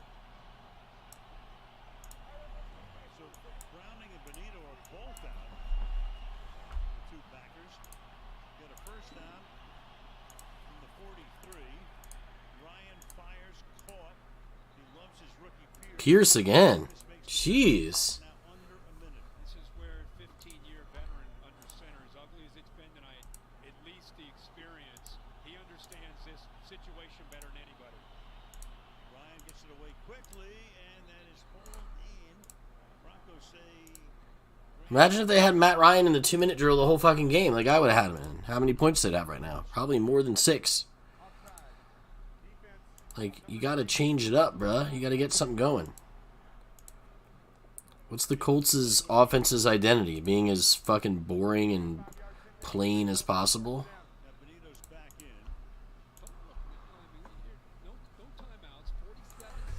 Just give me a field goal for overtime and get me some more Melvin Gordon fucking fantasy points. Average field goal probability rises by 10% in Denver. Mile high to altitude impact.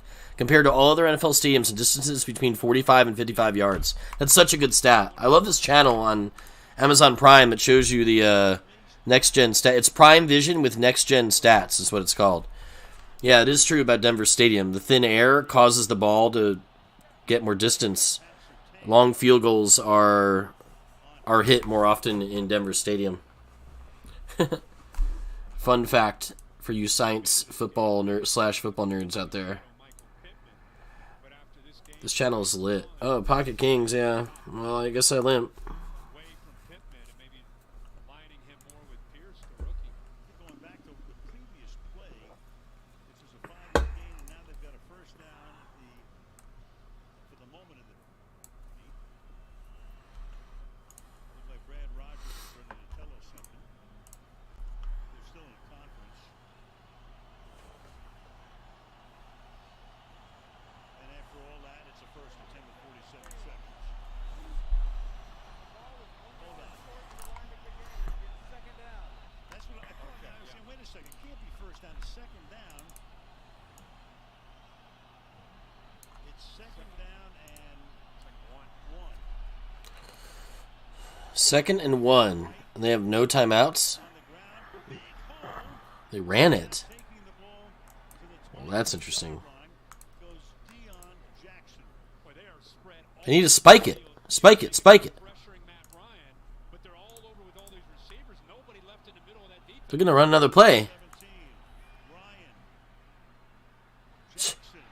Now what are you going to do? Now what are you going to do? You got 20 seconds. You should have spiked it last play. You should have listened. I should have been coaching the team. They should have spiked it the play before. Now it's third down. Maybe not. Maybe it was better the way they did it because now they get to call to play. What do you do with 13 seconds? What do you do? They should just... He's going to take one shot. Nah, 2 shots. It's 3rd and 1. They're going to take a shot at the end zone, and they're going to kick the field goal. I think that's what they're going to do. You can't run it, and you can't... They're going... I think they're taking 1 shot at the end zone. I think they're taking 1 shot at the end zone, and if they don't get the 1 shot at the end zone, they're kicking, and that's that. They'll kick on 4th and 1. You got to give them 1 shot at the end zone, but I don't think you don't want to throw it short of the end zone, and then you're gonna run out of time. There's no point to get 5 yards for your kicker. You're just trying to win the game with a touchdown right here and get the fuck out of Denver alive. There's a little confusion as to what down it is. Right, Medina's coming out of the game, so the word came down. These refs are awful.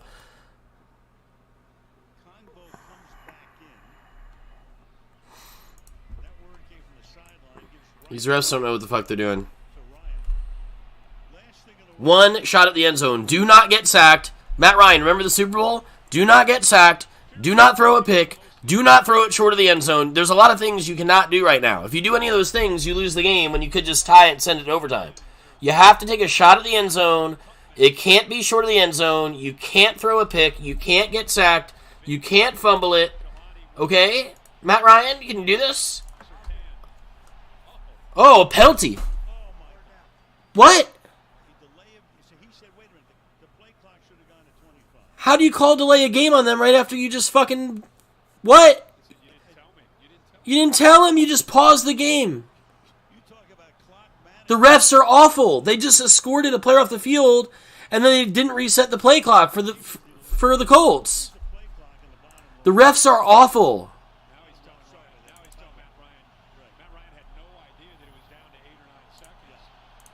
That's so unfair.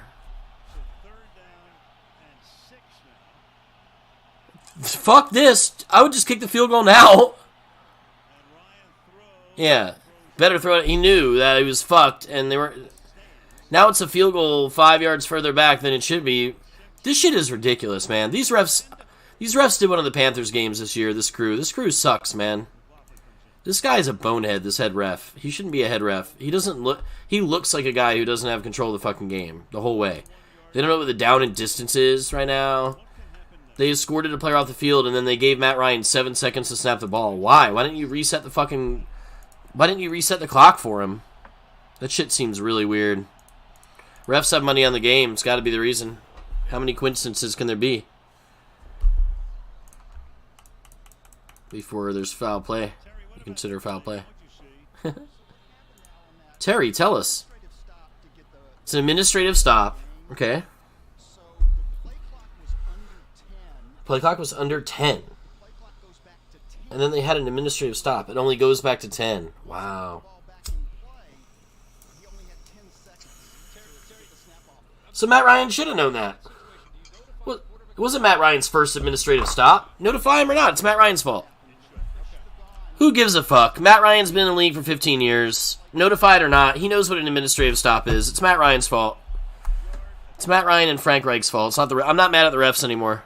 After that, by Terry. Oh my god, we got overtime! Well, 5 seconds left, and then overtime. We might get some Melvin Gordon fantasy points. 6 field goals in the game. It's the worst game ever. The Colts running back was already hurt, and then their next guy in line got hurt on the first play of the game, and then the coaches played the most conservative play calls ever, and it's 9-9. Holy fuck. This shit is fucking funny. I hope we get, like, fucking, all of a sudden the offenses go crazy. Melvin Gordon gets me 1 million overtime points. It's just touchdowns back and forth.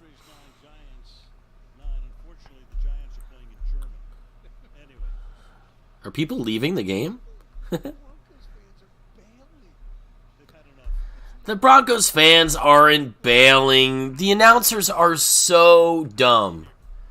The Broncos fans aren't leaving. There's 5 seconds left and they needed to take a piss real bad and they know it's going to be overtime. They're not leaving, Kirk Herbstreit, you fucking moron. That is not what's happening. They're showing fans leaving the stadium and acting like Broncos fans are bailing. No. A lot of them are going to get concessions or going to take a piss or going to get, hopefully they're going to get another beer, but I bet you they're cut off already. But they're hoping they can snag another one of those brewskis. They're not leaving the game. This guy's like, why doesn't the media just change from being actual factual journalists to just being these like children trying to rile up a news story where there is none every 2 fucking seconds of the day, you know? Why don't we just make that be the thing that's the truth? Just sensationalize fucking everything. They took a knee. This is fucking great. We might get some more Melvin Gordon points here. I only have 8 points for Melvin Gordon tonight. And Hackett, the coach of the Broncos, isn't going to be able to not play. He already played Boone so much in the fourth quarter that he feels guilty about not playing Gordon. So you know he's going to give Gordon the first drive of overtime. Oh my god, this shit is so funny. This game is trash, but it's still somehow fun to watch. Well, you think about Elway and Manning, and they share something in common. They both ended their careers with a Lombardi trophy. Gordon has 14 touches and Mike Boone has 10. I think I gotta call this guy, huh? Shit. We're live. We hit the king. We hit 2 kings. Let's go. The ref is like so bad, it's ridiculous. It sounds like he's like nervous all the time and like reciting things and saying things out loud that he's supposed to say, but the ref doesn't really like know the rules. That's what it feels like with this guy. You know what I mean? He's like, I hope I don't say this wrong because I really don't have the rules conceptualized right now. How's this guy even walk out there? Anyway, these refs are trash, but that was Matt Ryan's fault. Fuck Matt Ryan. He's washed up. Russell Wilson cost me a fucking $3,000 fucking parlay last week. So fuck him too. Ace 10's gonna be a Jamalema.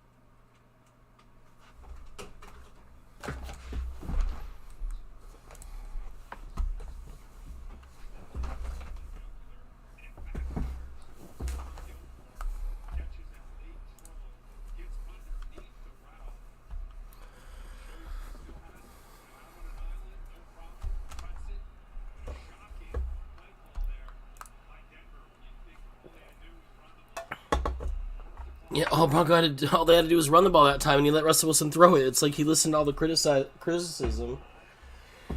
He listened to all the criticism about not using Russell Wilson in that game earlier in the year, and then just blew it here again. He should have ran it. What the fuck? He just doesn't know what the fuck he's doing. But he could be a great coach. He could be a great offensive mind. He could be a great man. He could be a great motivator of people. He could be a phenomenal football coach, but maybe he just sucks at knowing. I mean, I guess you're not a good play caller if you don't know what plays to call at the end of the game. Maybe you're not a good play caller then. We got to fold this on the bubble. The ace-9 suited.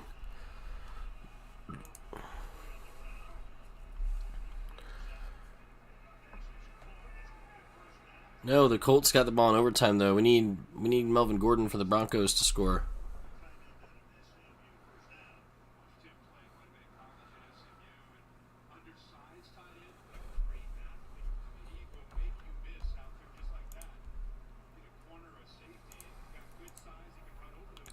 This data show I'm watching just let us know that so far 52% of teams that receive the kickoff with the new overtime rules win. They said in the long run it should be close to 50-50. It might seem like the team receiving the kickoff has an unfair advantage, but they don't. Pretty cool.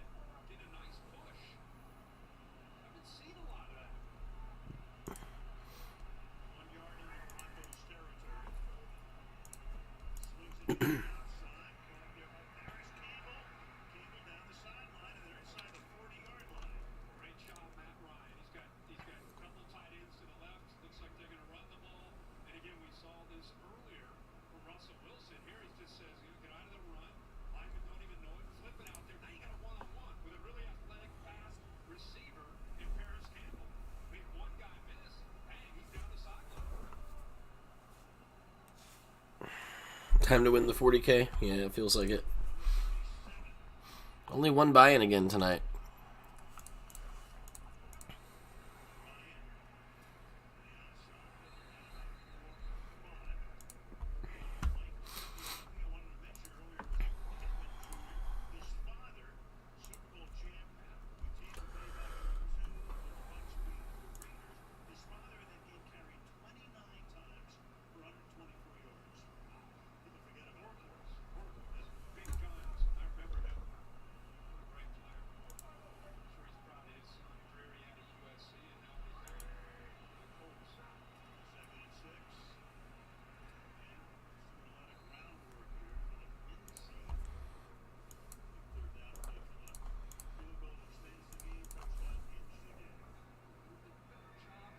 Feels like the person who gets the ball first has an unfair advantage because the touchdown automatically in the first possession automatically wins the game for them, but they're saying that it's not true. Okay.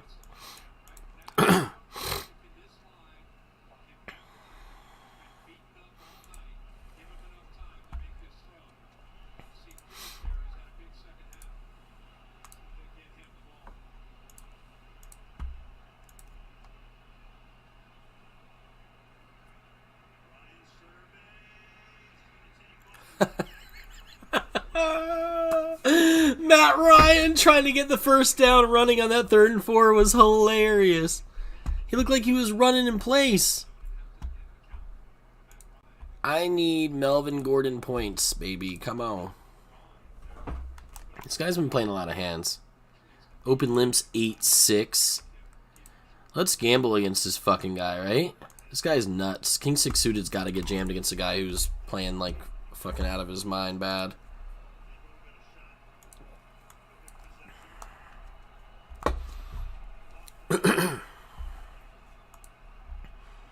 High snap. Oh, he made it. It's a high snap, yo. 7th field goal in the game. It's 12-9 Colts.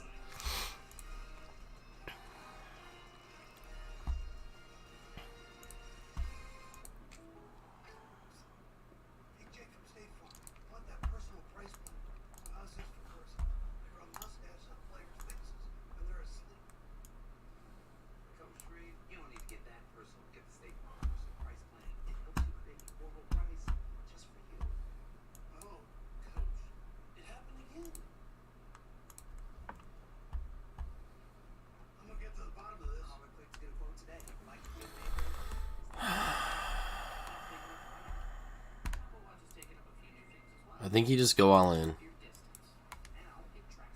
I think you just go all in. Pretty sure this is fine.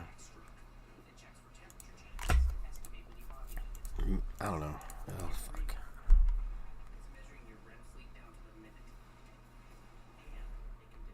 I don't know. Maybe we should flat. I fucking hate this game. I'm jamming over here, man. These guys are loose gooses. I mean, I guess I look like a loose goose when I'm jamming every hand, but it's only because they're loose that I'm having to be this fucking loose. Something went wrong. What the fuck?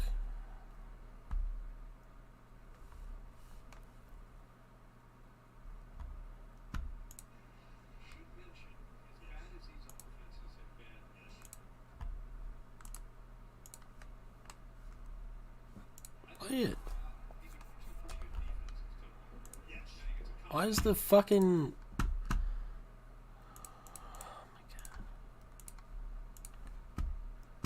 Play! I can't fucking see. What the fuck is going on here?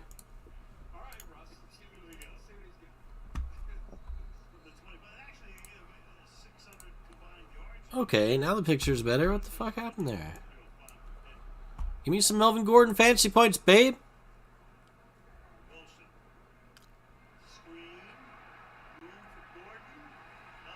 Yeah, Melvin Gordon, yeah! Like a 20-yard catch. Let's go. That's what I fucking needed. I mean, that was like a fucking 3-point play. He's got like 11 points for me now. Double digits. That's what you want, babe. Yeah, he's got 10.9 points. One more. I mean, if he gets a touchdown, then he's a stud tonight. Wasn't a bad play, man. I knew he'd get the volume, okay? I knew he'd get the volume. Boone got the ball a little bit more than I would have liked. But it is a short week game. I mean, they can't just give him the ball 40 times or anything. Get rid of it, man. Judy. Oh my god, if we get a cheeky Melvin Gordon goal line touchdown, he is their goal line back. Melvin. They're going to give it to Melvin Gordon. They're going to do it. They're not going to worry about him fumbling. They got to give this guy confidence. He's a running back the rest of the year. They got to give the touchdown to Gordon, right? They have to. If Hackett is going to, like, I don't know. Hackett's such a bad coach, he might not realize that, though. But you got to give Gordon the touchdown here. That's the best thing you can do. Fuck letting Russell Wilson have the glory or something. He's had a million games like that. Give it to Gordon.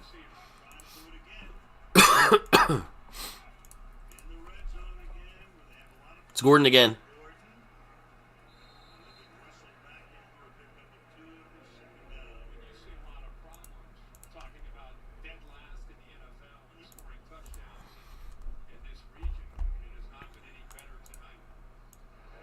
That's why it's so fucking low. Two good plays, they get down and close to this goal line. Let's see if they can finish it off. 3 for 13 on the season inside the 20. Gilmore's on Sutton this time. Keep it on the ground and get it spilled. Gordon did a flip. Outside the 5 is Gordon by Rodney McLeod. So, 3rd and 2 at the 6. I out-jacked him. Grover Stewart just slides. Oh, man. Give it to Gordon. Give it to Gordon. Yeah, boy. Pocket 6 is looking good here. And most importantly, holds on to that football. So 3rd and 2. Off rolling, 318, 317. Gordon resets on the right side. He's got kings. Oh my god, Gordon just got stopped on 3rd and 2. You kick a field goal. He's going for it? You should kick. It's dumb. Why wouldn't you just kick it? Yeah, draw him off sides. Don't snap the ball, man. You can just kick the field goal. Make him waste a timeout. Yeah. Oh, they're calling a timeout.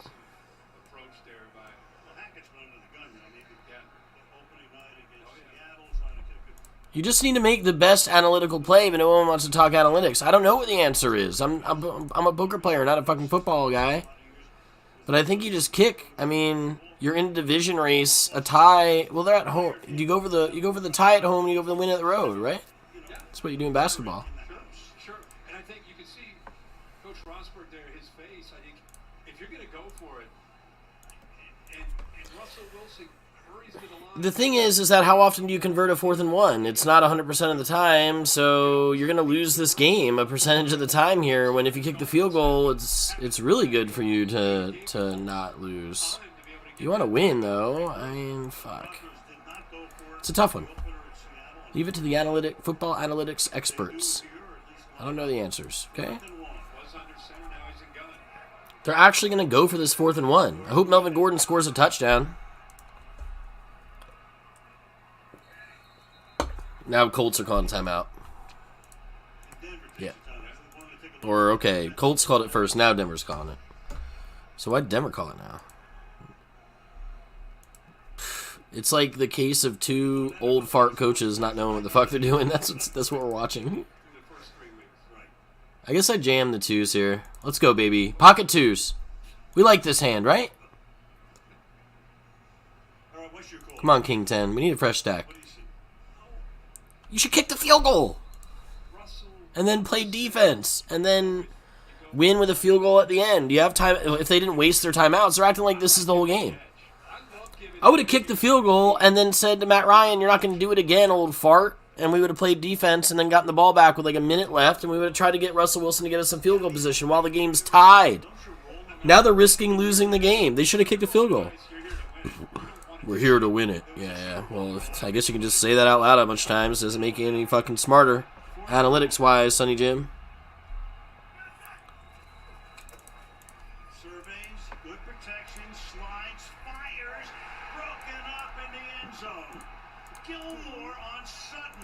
Shit is hilarious. The Broncos are so poorly coached. Why not just kick a field goal and then play defense? There's 2 minutes left. You get the ball back. You win, and you win 15-12. It wasn't the easiest analytics spot ever, so of course the coach for Broncos has no idea what he's doing. He's going to be like, oh, you got... Hackett's going to be like, oh, you guys were mad at me when I kicked the field goal instead of letting the game be in Russell Wilson's hands, and now I put the game in Russell Wilson's hands. You guys are going to be mad at me again? It's going to be like, the smart people are going to be like, yeah, because your decision sucked both times. You picked the wrong thing both times. The answer isn't that you always go all in or that you never go all in. The answer is that you go all in sometimes. And for some reason, it's really hard for poker players and NFL fans and analytical people to understand. This is a sometimes game. And the football players don't know. They're not good at math. The football players are good at football. They don't know if their coach is calling a good play or not. They're like, beats me. I run real fast. You know what I mean? I run fast. I know where the A gap and the B gap is. I don't know. I don't know anything about math. It's not their fault. I don't fucking know what to say, man. It just seems like there's a lot of money to be made. If you know anything about sports and anything about math, you could just be a coach and win way more games than the other coaches because you're just smarter than them or something. That, I don't know. Sure, there's a lot of luck involved. You need good athletes. You need good team unity. There's a lot about it. Just that has nothing to do with math, too. It is a pickle. Poor Hackett, though. I don't like his decision. I have a feeling that he's going to get criticized for not kicking the field goal in the fourth quarter, and I have a feeling he's going to get criticized for not kicking the field goal in overtime there, when he was just criticized for kicking a field goal. And I know that this poor guy is going to not understand why, but it's because you made a bad decision both times, Sonny Jim. Oh, man. It is tough. Melvin Gordon got me 10.9 points. Actually, he got me 11.8. Oh, hold on. He got me 11.8. He had 100 total yards. I mean, I started him over fucking Zeke Elliott against the Rams. I started him over Damian Harris. I started him over Akers. And in the other league, I started him over Jacobs. Jacobs is playing the Chiefs, though, and I think the Chiefs are just going to kill the Raiders, and then they're not going to be... The Raiders aren't going to be in a run script, game script. They're going to be throwing. I think I made a good decision. I squeaked fucking almost 12 points out of them.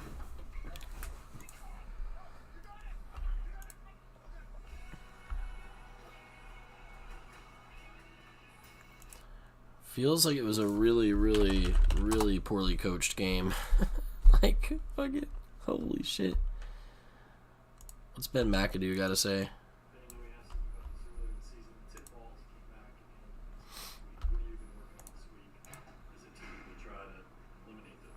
Yeah, we've been watching them as a staff and taking a look at them, and they happen really for a variety of reasons. When you look at them, each play kind of tells its own story. So you'd like to sit here and say, well, it's this one thing that's showing up that's leading to a batted ball, but that's not the case. So that's something that we are diving into, we're studying, and each one has its own reason for it happening, but it's not all the same reason.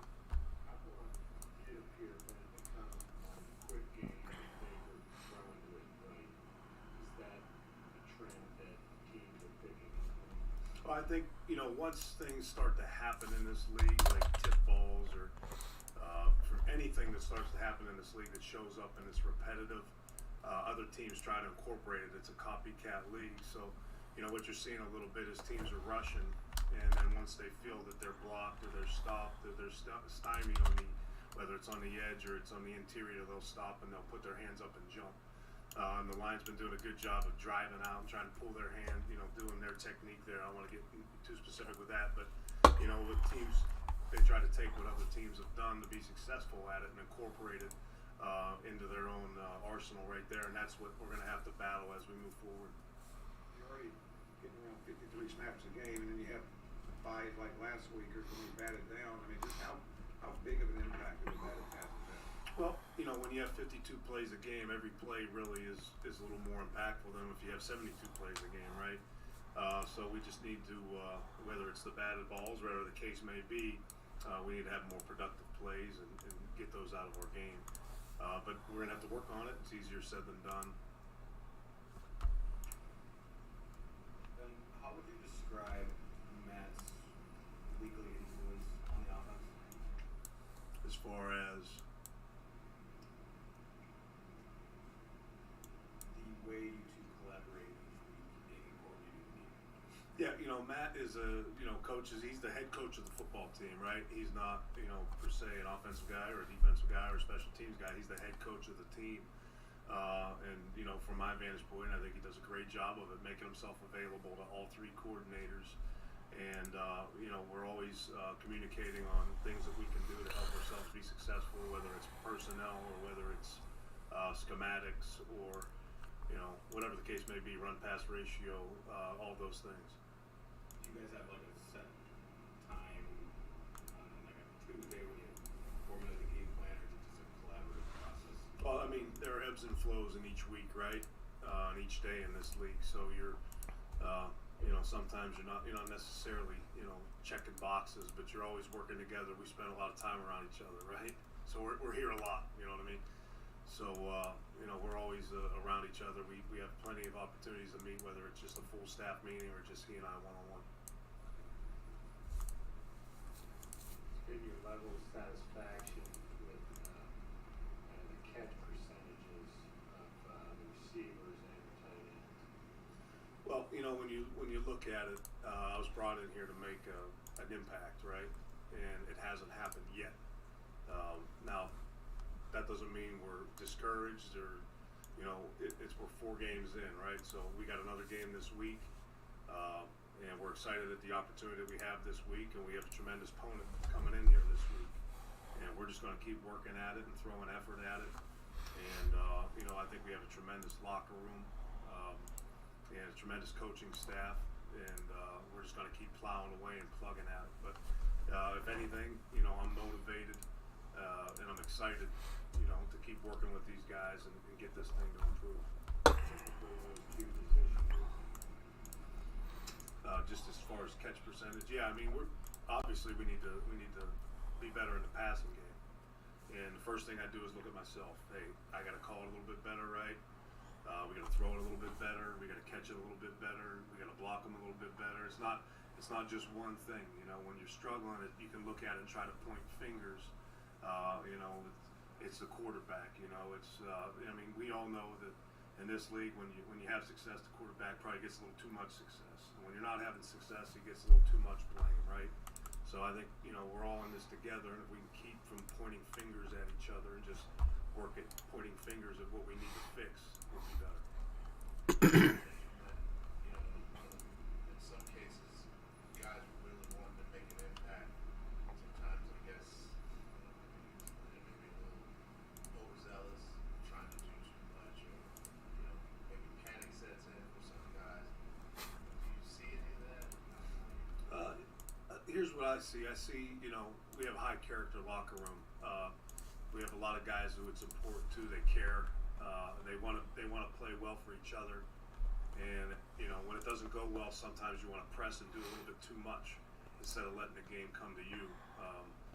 And we just need to go out there, relax, you know, get the stress out of our game and go play ball.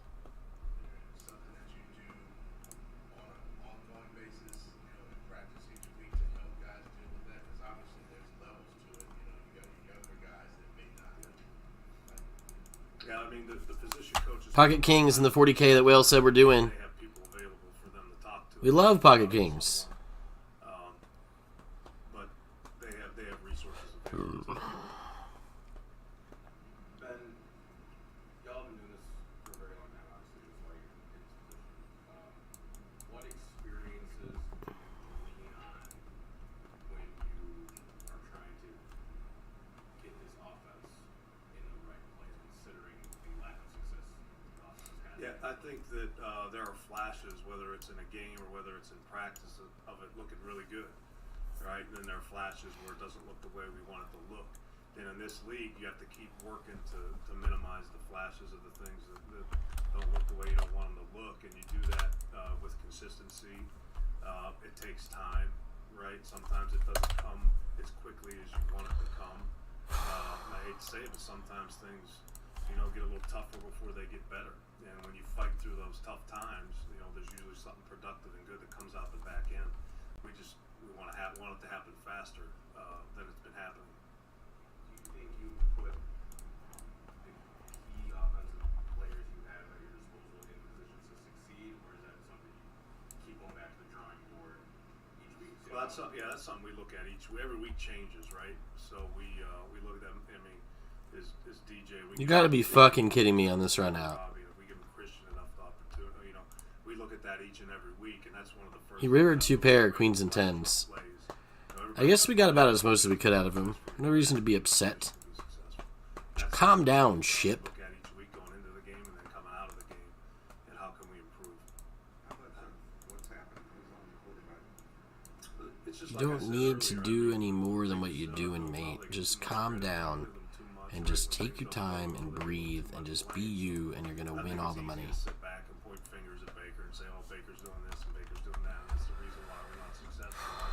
You know, I just think that Baker doesn't get enough credit for what he's been able to do. I mean, he's come in here and you know, in training camp, he's got half the reps with the ones, learned a new system, all right, that he's never been involved in, and you know, he keeps getting better at practice. And we just need to keep working and carry that over to the games. And the guy's a fighter, and I believe in him. And I'm looking forward to it start clicking. Are there specific things you've seen in practice from him that haven't necessarily translated? Well, I don't know that it all hasn't translated. I just think he sees the field really well, processes information quickly. He does a tremendous. Thanks, Shoeflo. What's up, buddy? Right, he's a decisive decision maker, has a good feel for where he needs to go with the football.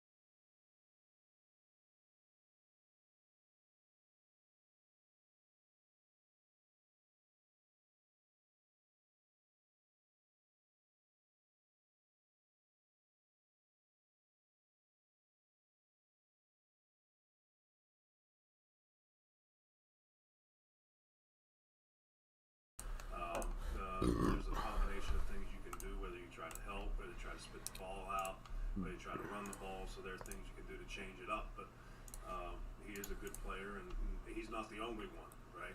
They got they're deep, right? They're not. It's not just their starting line either. So they got a lot of depth there that you have to account for, and it's going to be a challenge for us. Sticking with Bosa, you guys have faced some really good defensive ends already this year. How does he contrast to the style that last year J.J. Watt played? Oh, Jesus. I have to go back and take a look. They, we got a great PR staff here, and they always tell me don't compare and don't contrast players. It's all it's going to do is get you into trouble, man. But no, I think he's a tremendous player. All these guys are different, right? They all have their own ditty bag full of tricks, So he certainly has plenty, and he's got some speed, right? That certainly shows up. He's got some power that shows up, and he's got some savviness.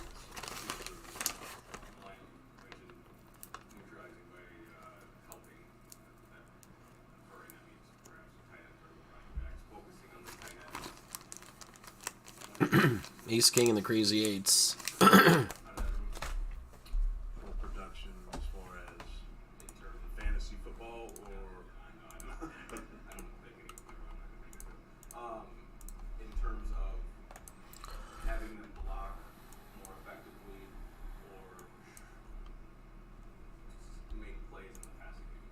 Yeah, we're out there working every day to be productive in the passing game. We play a lot of different guys Ace King. in the tight end position because we're confident in those Holy shit. We have Ace King. Holy shit. on the production. That's a great hand. Overall, we need What do I do? at a better percentage, right? And then blocking's going to be a challenge this week. They play some techniques that are a challenge for our tight ends, and we're out there working hard. And today's a big day for us. Today's a padded day, so we need to go out and take advantage of today and win today. That'll help us be successful on Sunday. And how's Icky's progression been? Say it one more time. How's Icky's progression been over the last 4 weeks? Yeah, Icky continues to take steps. Thursday practices are good for him. We get a chance to get out and have the pads on, whether it's third down, whether it's a little bit of red zone work, whether it's short yardage and goal line. He's growing. He's learning the pro game, which is High character. than the college game. We just need them to keep coming slowly and steadily. You get a sounding board for Matt as he's gone through some trials and tribulations and hearing from the fans last week, kind of went through that deal. Have you been a sounding board for him? Any conversation that I have with coach is going to stay private. My doors, obviously, he's my boss, so my door's always open to him. So anything YouTube blocked my own message? he knows I'm available to him. But the focus. That's hilarious. I wrote King's cunt in chat and then it blocked me. Oh yeah, because how would anyone survive if they saw the word cunt written in C-U-N-T? This is 4 letters in a row. It'd be tragic. I'm a monster. I'm worse than Dahmer. Anyway, King's cunt. Watch and learn. Mayfield was out there. Garoppolo, who you're going to face this week, was out there. What were some of the pluses and minuses when you were weighing both those guys? We evaluate a lot of quarterbacks. I don't believe Jimmy was ever available. I believe he was always on the Niners, so I'm not gonna stay away True from that. Kings. Cleveland too, so I mean, That's true. Well played. you were weighing both those guys. That The back journey all season. I would chalk that up to a hypothetical. So I'm not gonna touch it. Quarterback journey all season. Mayfield was out there. Garoppolo, who you're going to face this week, was out there. What were some of the pluses and minuses when you were weighing both those guys? We evaluate a lot of quarterbacks. I don't believe Jimmy was ever available.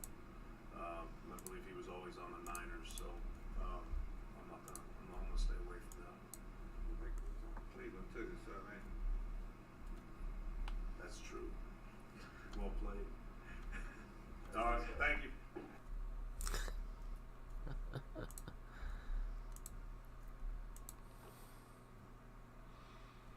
Take it away, my friend. I mean, The list, Broussard's under duress list is all about inspiration and motivation. It's I think we're doing it, mates. All right, so don't feel bad if you're I'm a risky boy.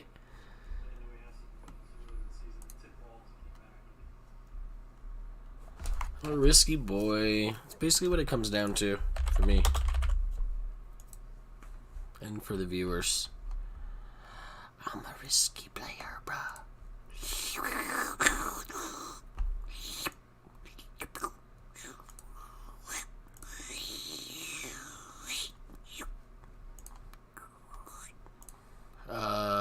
What do we do here? Induce?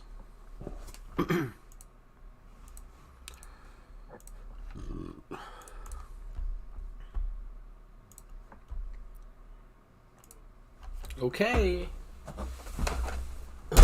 It's time to open some presents. I got a present in the mail today for Ab Paterno. We got a package to open, D-Gens.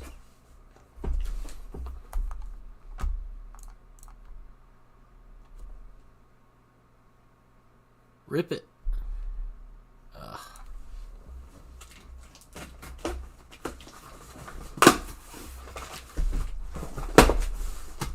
Oh, baby, what do we have from Global Poker?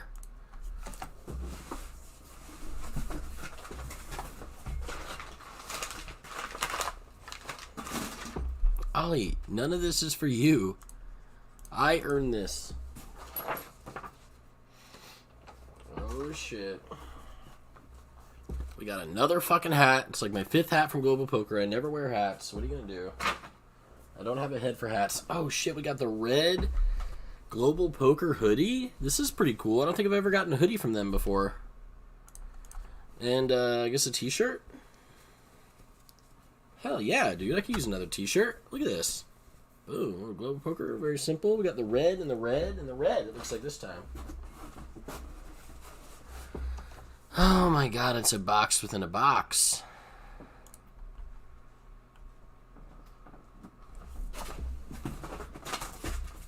It's a box in a box. It's hard to get out of there.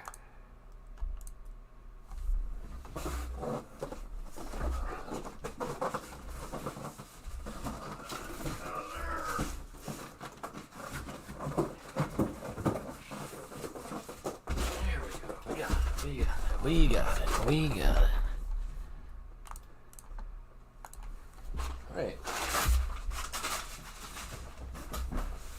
So we have a box inside of another box. Huh.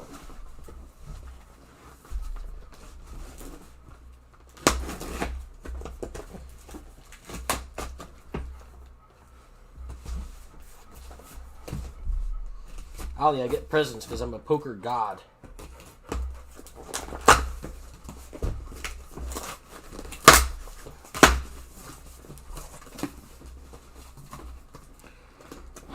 What do we have in here? Holy shit, man. It's like another box in a box. Are you fucking serious? How many boxes? Oh, man. They were tired of people's trophies getting destroyed.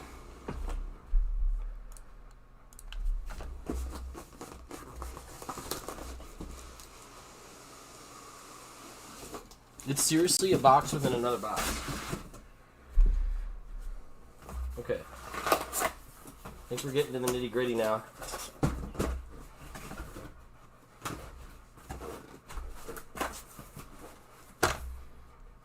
Holy shit.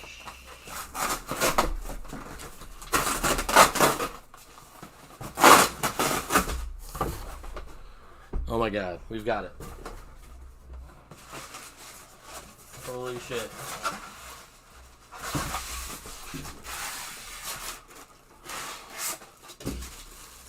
Holy shit. It's so heavy. Holy fuck, Ola, man. Look at this motherfucking shit.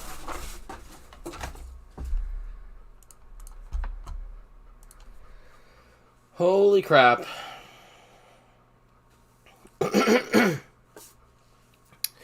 It's a rattlesnake trophy, and it's my first snake. I have an eagle, and I have a Summer Series trophy. And we got our first rattlesnake this year, and man, it is a fucking amazing trophy. Big piece of wood and a snake wrapped around it. We won the 22.5K guaranteed 6 max. Second chance 6 max. Event 30H. Look at this fucking thing. The thing is huge. It's actually a humongous trophy. Look how big it is. It's bigger than the other 2 trophies. It's like this huge stick. Look how big the stick is. Look at this. And then the fucking snake wrapped around it. Look at the snake. It's huge. Abaturno. That's me. Holy crap. That's an impressive looking trophy.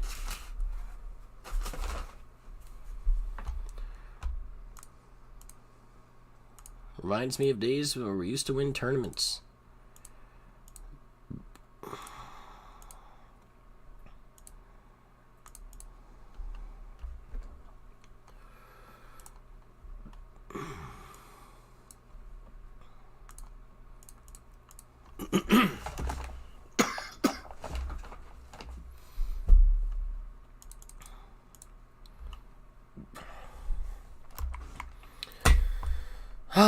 I don't know if I should jam this ace 2 suited or not. I feel like I should wait.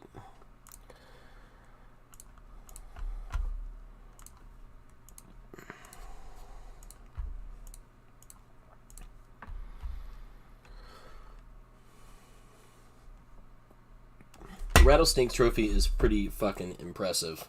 It's like really like high quality, it seems like, compared to the other. The other ones are nice too, but I mean, this one's like bigger. It's got a bigger base. It's the snake is huge. The tail wraps around down here.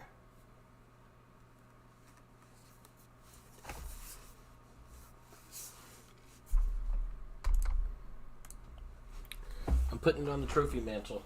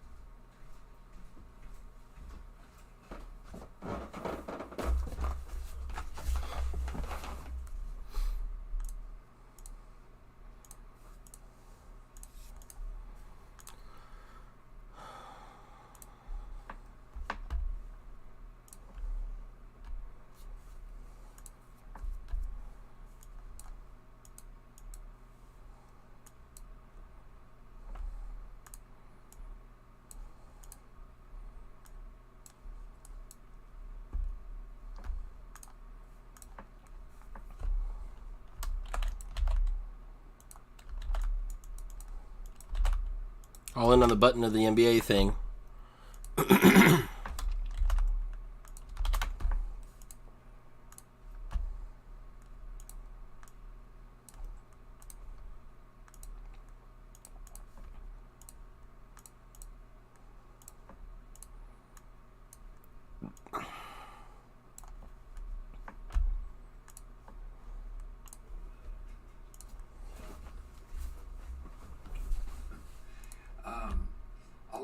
And they're fullback.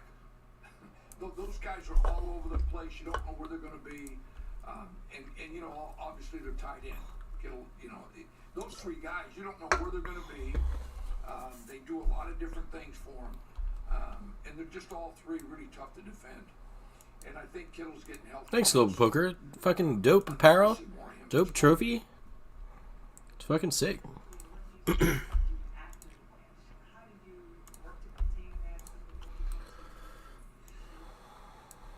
Well, I think you have to tackle well, and then you have to angle, you know, really leverage him well, run good angles, and then we have to play hard, so a lot of people show up to tackle him. You know, I think he has 250 yards and 197 are after the catch. So he's dynamic with the ball in his hands. So, and they get it to him a number of different ways. Kyle does a great job of getting him the ball from a lot of different positions in a lot of different ways.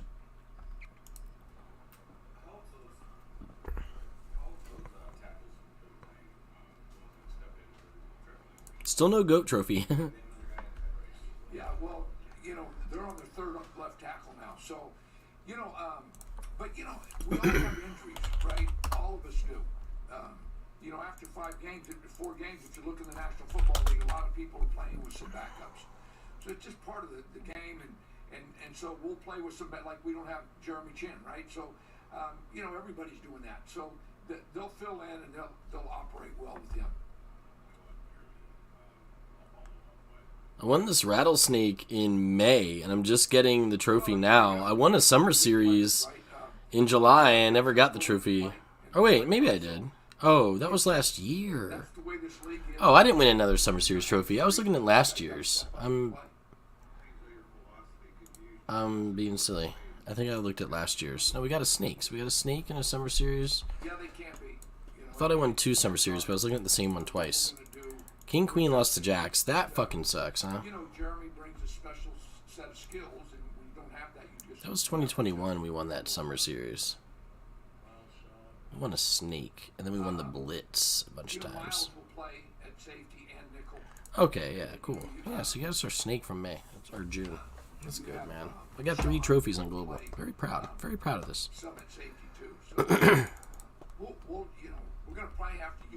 King Queen sucks. We busted that one, man. It would have been nice to scoop that hand.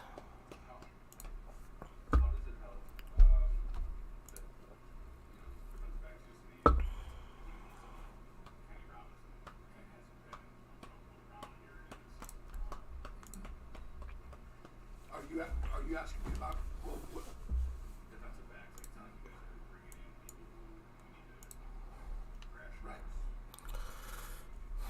Yeah, we've been fortunate. We have some guys that have left that know the system that we bring back. So, that really helps when you can do that. I think a lot of teams are doing that now.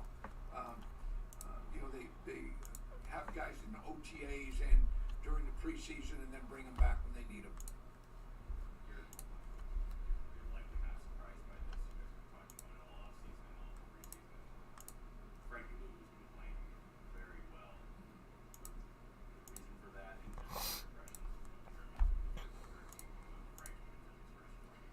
Yeah, well, Frankie, really, we've scored 2 weeks in a row, and he's been a part of that in both of them. So, but, Frankie, that's why we signed him back. We thought we could really take him to the next level and become a complete linebacker, and he's starting to do that. So, yeah, Frankie is fun to be around. It's fun to be around. Does he taught you to see the talent, the chance they do? I'm not smart enough to do all that stuff. But no, it's fun. It's fun when those guys do that. I think our players really enjoy that. Yep. What's up, Killer Bird? Yeah, it's ab paterno. It's Latin, bro. You don't know Latin? Well, I'll give you an example. You're not fluent in Latin? The last 2 weeks have batted the ball down, 1 for interception, and really the one he batted down last week could have been intercepted. It popped up, we just didn't see it. He has a knack of rushing and not leave his feet, but knock the ball down. So there is a knack. Hope you're doing good, Killer Bird. When you're really rushing hard, you're not, you're doing other things with your hands. So some guys don't rush real hard and jump up and block passes because they're not pushing the pocket, right? So it depends on philosophically what you do up front. And we're really pushing the pocket. So there's times that I wish that we'd get our hands up. We're not, but we're doing other things with our hands. And so that can happen.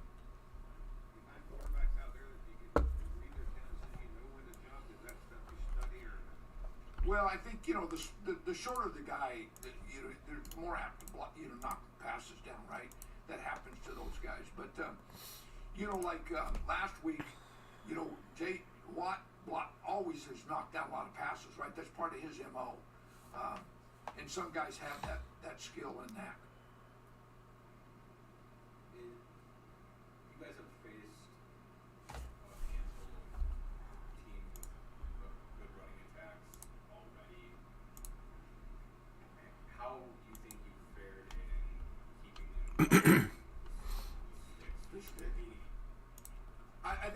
we have the Cleveland game would be the one that at times we did not.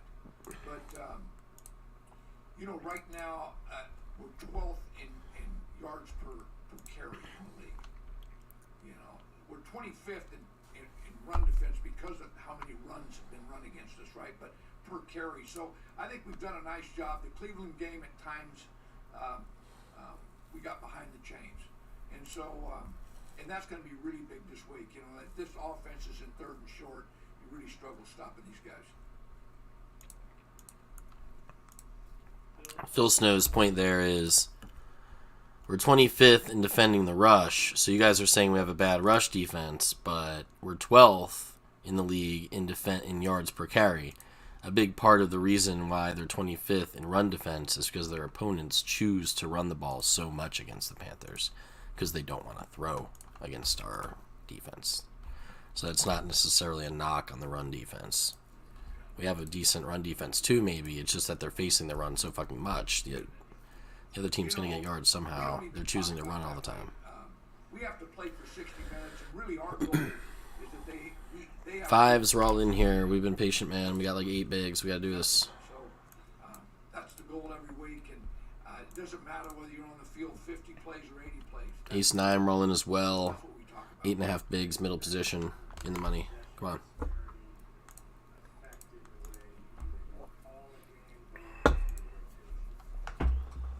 You know, it hasn't with our rotation. Pretty much, we have guys that play certain packages. I've been really happy with the rotation of our players. But no, I mean, when I call the game, it depends on the down and distance and what they do out of that group and all that. So I'm not really looking into time of possession when I call it. Come on, Fives. Flipping. Oh. We don't think that way. That's 2 questions. He said we don't think that way. I gotta hear this again. 60 minutes, and really our goal is that they have fewer points than we have. That's what defensively. So that's the goal every week, and it doesn't matter whether you're on the Ace Queen and the crazy 8s. That's the goal. So that's what we talk about.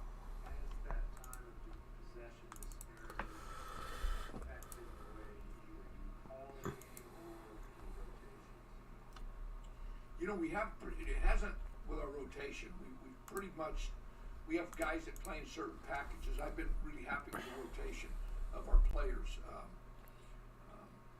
But no, I mean, when I call the game, it depends on the down and distance and what they do out of that group and all that. So I'm not really looking into time of possession when I call it. And we were just out on the field for a 9-play, 89-yard drive. We don't think that way. What's a negative line of thinking? Yeah, exactly.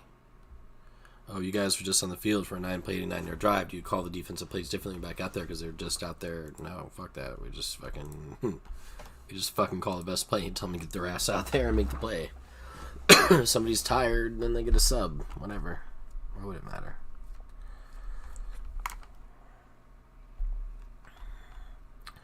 We have an ace here. Covered. 20 off the money. Ah, man.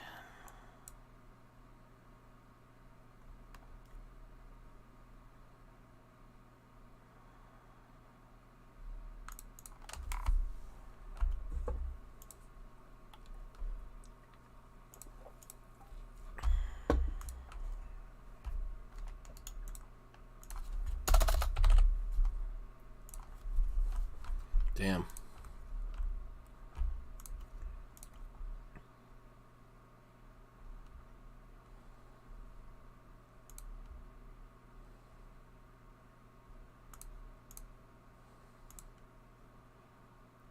Hopefully he's got fucking Queen Jack, bro. We're fucked.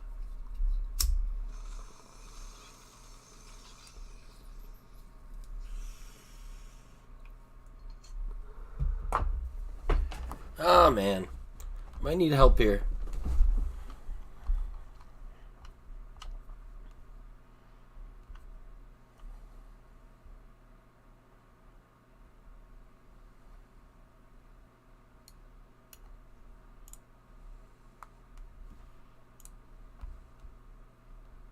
2 ball.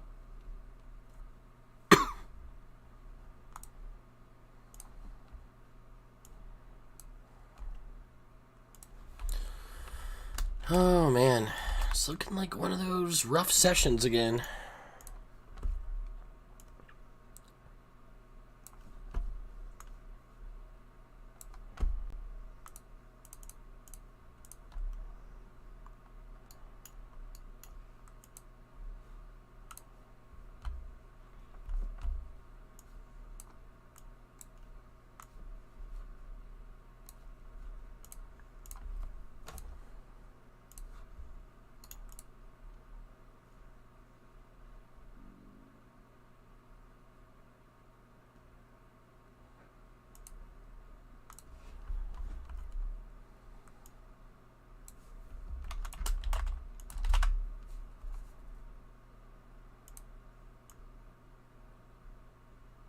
Yeah, first place in this gets 3,000.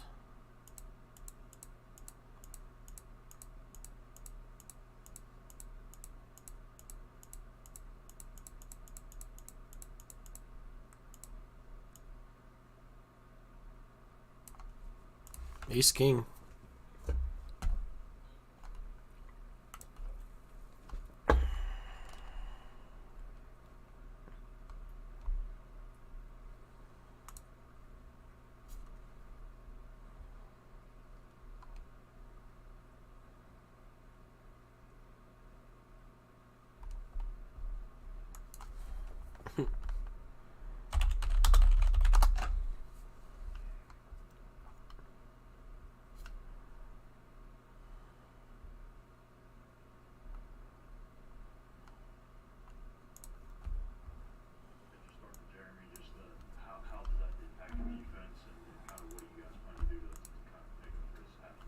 Yeah, early in the beginning of the season, you know, we made the decision to keep Justin Burris in the practice squad, knowing that he was a guy once healthy, because he was a little banged up during training. Once healthy, could play at a really high level in this league. So we have Marquise Blair, who we elevated last week, who's played in the league. We have Justin Burris.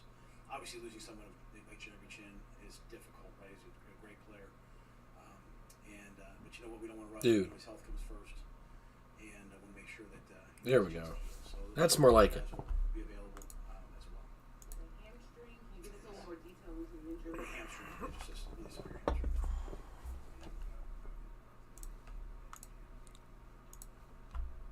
Those guys playing good football. You know, in Hartsfield, most of his reps in practice come at the safety. At the nickel position. So having to transition, he's trained as a safety, but having to transition and go back and play safety. I thought those guys played well. And Jeremy just has, obviously, the big physical guy that he is as a racer. He can race plays and make impact plays. But we have a lot of confidence in Miles and Sean, and again, kept Justin for this very reason. He's a tremendous pro in person, and when healthy, can be a really good player. Communication back there with Jeremy and Xavier, and how have you seen that come along with a different set of guys? Yeah, I think the communication really starts with Xavier. I think him being here, he's brought a lot to our defense in terms of his ability to communicate. I think you've seen everyone else on the defense really start to communicate at a higher level because of Xavier. So him playing would be big for us this week. Communication style. What's different about the way you communicate? A lot of guys speak, and they don't speak with a lot of confidence. They speak like suggest the calls. He does it until people communicate. He does it. He's definitive. He gets everybody on the same page. There's a play early in the game where someone else was wrong, he was right, but he made sure we played the wrong call because he knew, if all 11 of us play the right call, play a call, we'll have a chance. And so he's just confident. He's thought through a lot of things back. He's played a lot of football, thought through a lot of things back there, and not afraid to make the call, make sure everyone hears the call. He'll keep saying it until they hear it. Yeah, he'll be day to day. We're not sure if he'll play or not. Derek Brown's the guy that got benched last year away. With big strides. What have you seen from him, his play?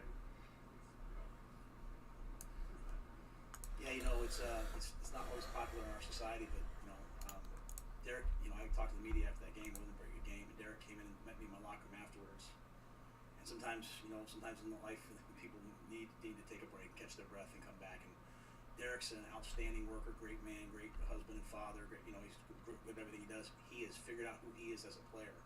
He's not trying to be somebody else. He understands he's a big, powerful, physical, push the pocket, get off the days, big gap player. So he's found pass rush moves that suit his style because he's unique. Sometimes you try to be somebody else, but you know what? You're unique, and so he's playing great football. Like he's played 3 games in a row now at a really high level. But what he's added is, I thought our defensive line, on Sunday was as well as I've ever seen them play. Kyler was going to be. I thought they crushed the pocket, and he was a big part of that.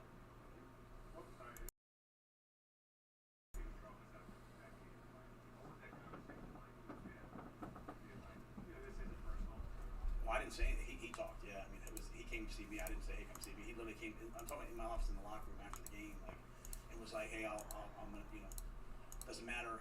These other things don't matter. I'm gonna get this. I'm gonna get myself going in the right direction." I think that's why he's so successful. Because he was, he played for Coach Gardner at Auburn, so he's been coached by one of the best D-line coaches in terms of accountability. He's got a great family, and sometimes guys are doing well, but you want more for them, so you're pushing them to get to this level, not to stay at this level. And now he's seeing where he's at.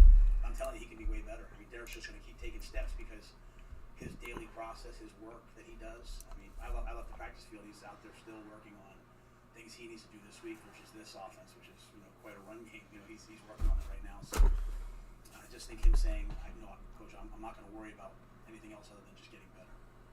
Niners are top 20 defense in yards allowed per game. The Panthers, you guys are 32nd in yards game per game.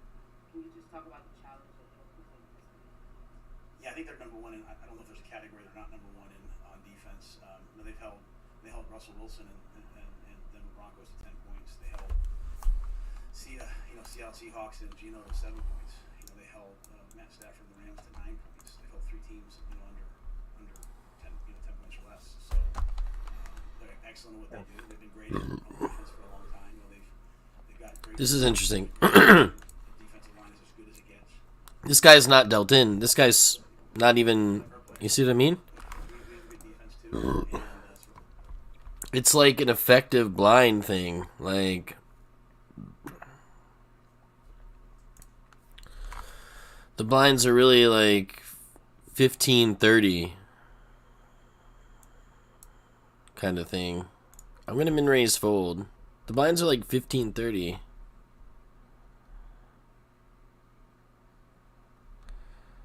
I don't know. That's how I'm thinking about it. I don't think about it as this guy having 10 bigs.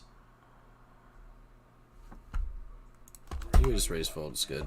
If I was suited, I'd jam, obviously. We're going to try to build off things that we do well. These guys, they stop the run, they rush the passer, they play coverage, they have a good blitz package. Yikes. Hits the 5. So, for me, it's just about, we have an offensive line that we like. We're going to. I want to win these hands. It just feels good to rake the pot, no matter how big or small it is. I want the chips to be funneling this way. God, it's so frustrating, man, when you're just losing every pot. It's a great opportunity to play against, really the best. So it's an opportunity for our guys to play against the best.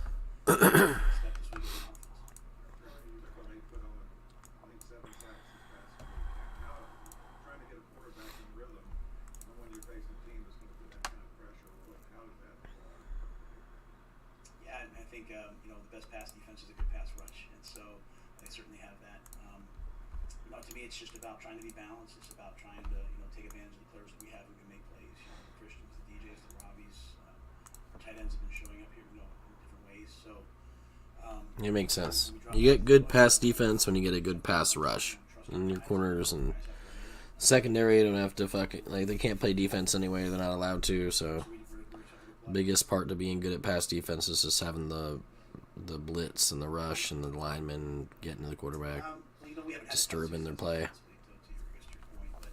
think Christian's played well. We've got Christian the ball. We've had some explosive passes.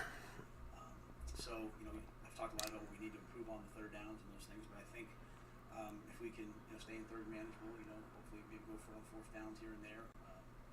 But I think getting the ball in Christian's hands, getting the ball in DJ's hands, trying to run the football. again, versus this defense, you have to pick your spots, you know. So I'm not going to give away too much what we're going to do, but you know, I think finding the plays that have worked for us, and the guys who can make plays for us, and the guys who can make plays. Yeah, I'm not gonna you know, speak too much on kind of our game plan and all that. I do think, you know, for us to be successful, we have to win the ball more than we did this past game, and I think there's a lot of things to that. Like I said, I think, you know, if we don't convert third downs, you know, the situational football will always go first. Wow, we have queens. Like what we did at the end of Wow. the really, you know, Now what do we do?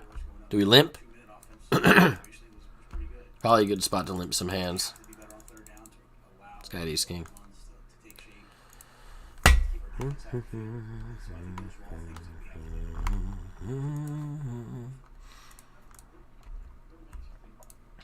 Seems like a good limp spot.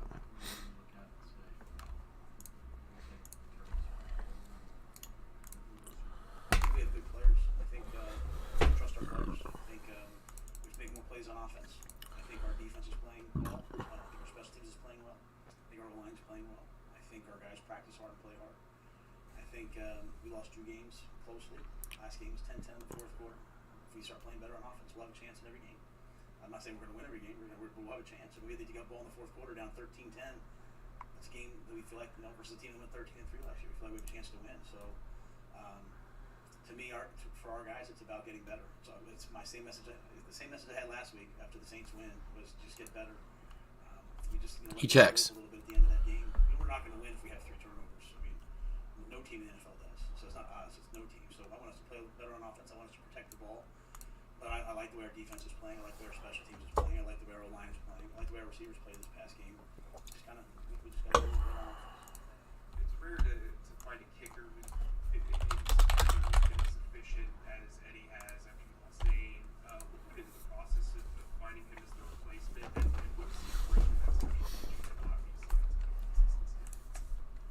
Yeah, you know, I actually made this point to a couple of guys on the team about improvement. Like, if you could have been at the first practice that he was here to see how far he's come to knock a 54-yarder for me, he is as improved a player as there is. I mean, he was pretty rusty. Coming off an injury, so we went through the process of looking at guys. Obviously, Chris Hudson, you know, Tabor had some history with him. Worked him out. You know, played kick with the Jets. But early on, he was rusty. He was really, really rusty. And so, even in that first game, I think we talked about, you know, we kicked the first ball out of bounds, the field goal at the end. Now he's becoming a weapon. He's getting better every week. And so, but that's who Eddie is. You know, if you get to know him, he's an awesome guy. He's a confident guy. He just hadn't kicked in a while. He's coming off an injury, and we're just being very consistent with him. And you know, he went out there. It was windy on Sunday, and he nailed that kick. So I just think he's gotten better every week, and the kickoffs are getting better. You know, we like to kick him in bounds. We don't try to kick him through the end zone. We like to cover. Our guys are pretty good at tackling him down inside the 20, and Eddie's doing a nice job of that.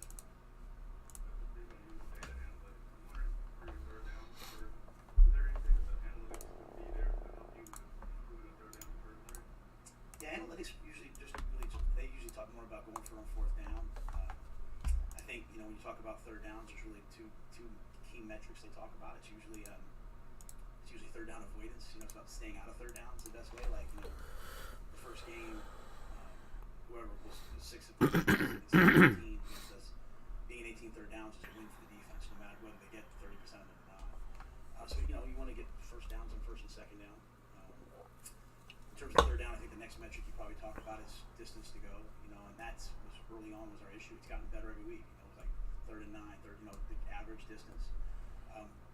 And then from there, it's just about executing them. So our analytics guys, they after that, they really just talk more about, hey, when to go for it on fourth down, and the analytics guys are usually pretty aggressive about going for it on fourth down. Sounds like a very competitive guy. I know he came in here with a lot of expectations, working so, but he hasn't lived up to those right now. And, you know, he said he hasn't played as well as he likes to play. As a coach, how do you? Matt Rule said he has analytics guys, so there you go. That answers the fucking. I mean, maybe it wasn't a mystery, maybe just to me, but there are there are analytics guys. Even if the head coach might not be an analytics guy, they're gonna have an analytics guy, and they're at least gonna factor that into their decision somewhat. But man, this Broncos coach, I feel like needs a lot of help. This Broncos coach is fucking up.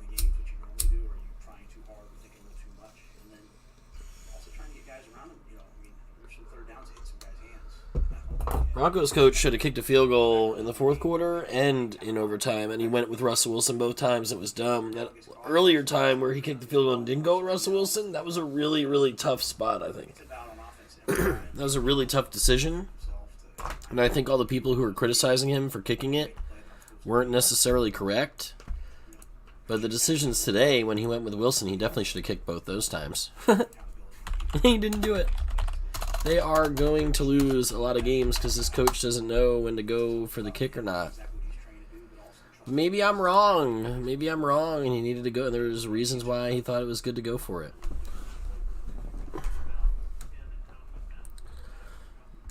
If they would have saved their timeouts, just kicked the field goal, they would have had 3 timeouts. They could have just kicked the field goal, tied it, kicked off, stopped the Colts, used their 3 timeouts, gotten the ball back, and had a chance to get in field goal position to win the game.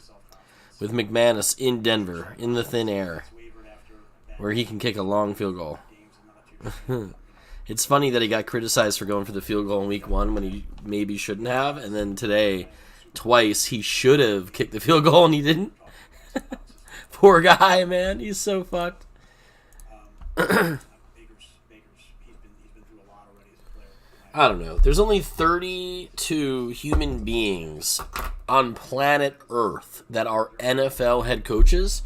So I guess, I feel like since they're making as much money as they are, and it's as prestigious as a position as it is, and it's so important, and the owner's billions of dollars on the line and stuff, I guess I figure that these coaches would all know football and know the analytics and the math, or they wouldn't even be qualified for the job, you know? Like, how hard is it to just decide you want to do something and then do it? I don't know.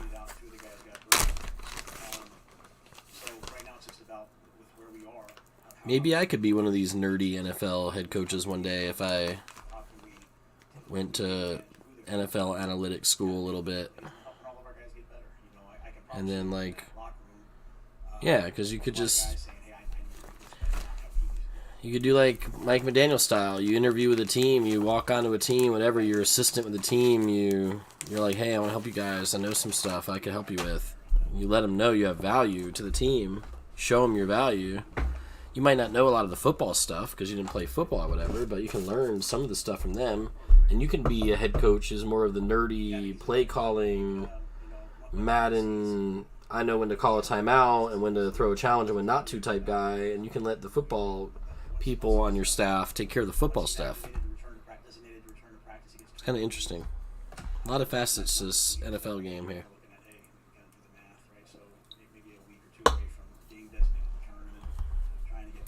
Queen 8 suited 16 bigs button. Wow. Okay, I'm definitely folding versus limp. Okay, we're definitely folding now.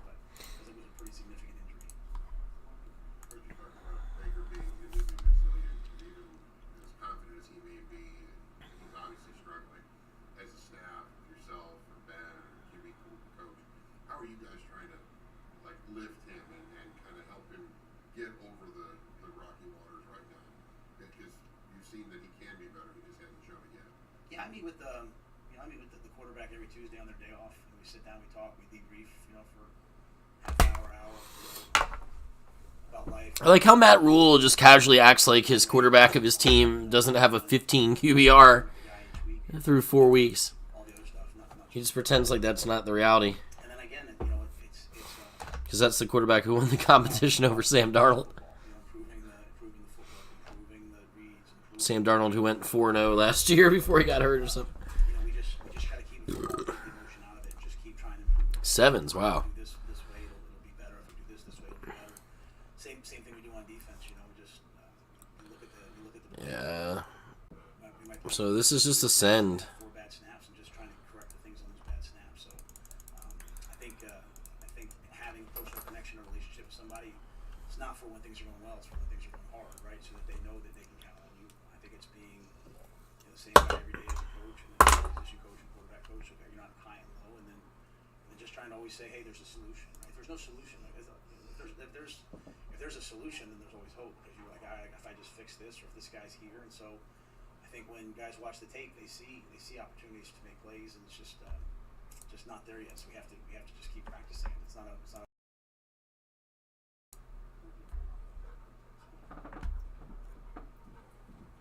Wow. 7s here in the crazy 8s. Yeah,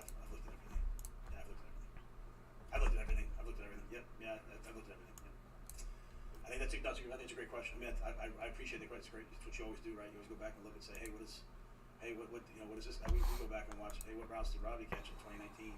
2020. Excuse me. What we try to do that for everybody. Christian, what did he do against the 49ers? 7s against 10s. Yeah, we look at all that. That's why we're here a lot. It's apparently not our night, dudes.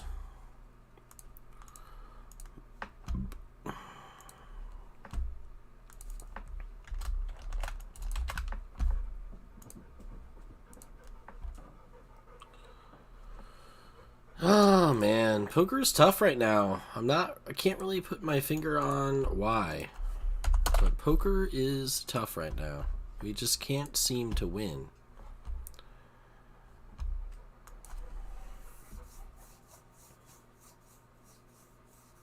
We'll keep digging. We lose 1,000 tonight. Alright, y'all, it was fun. Like the stream, subscribe to the stream. We'll see you next time. Maybe tomorrow, we'll see. Peace out, homies.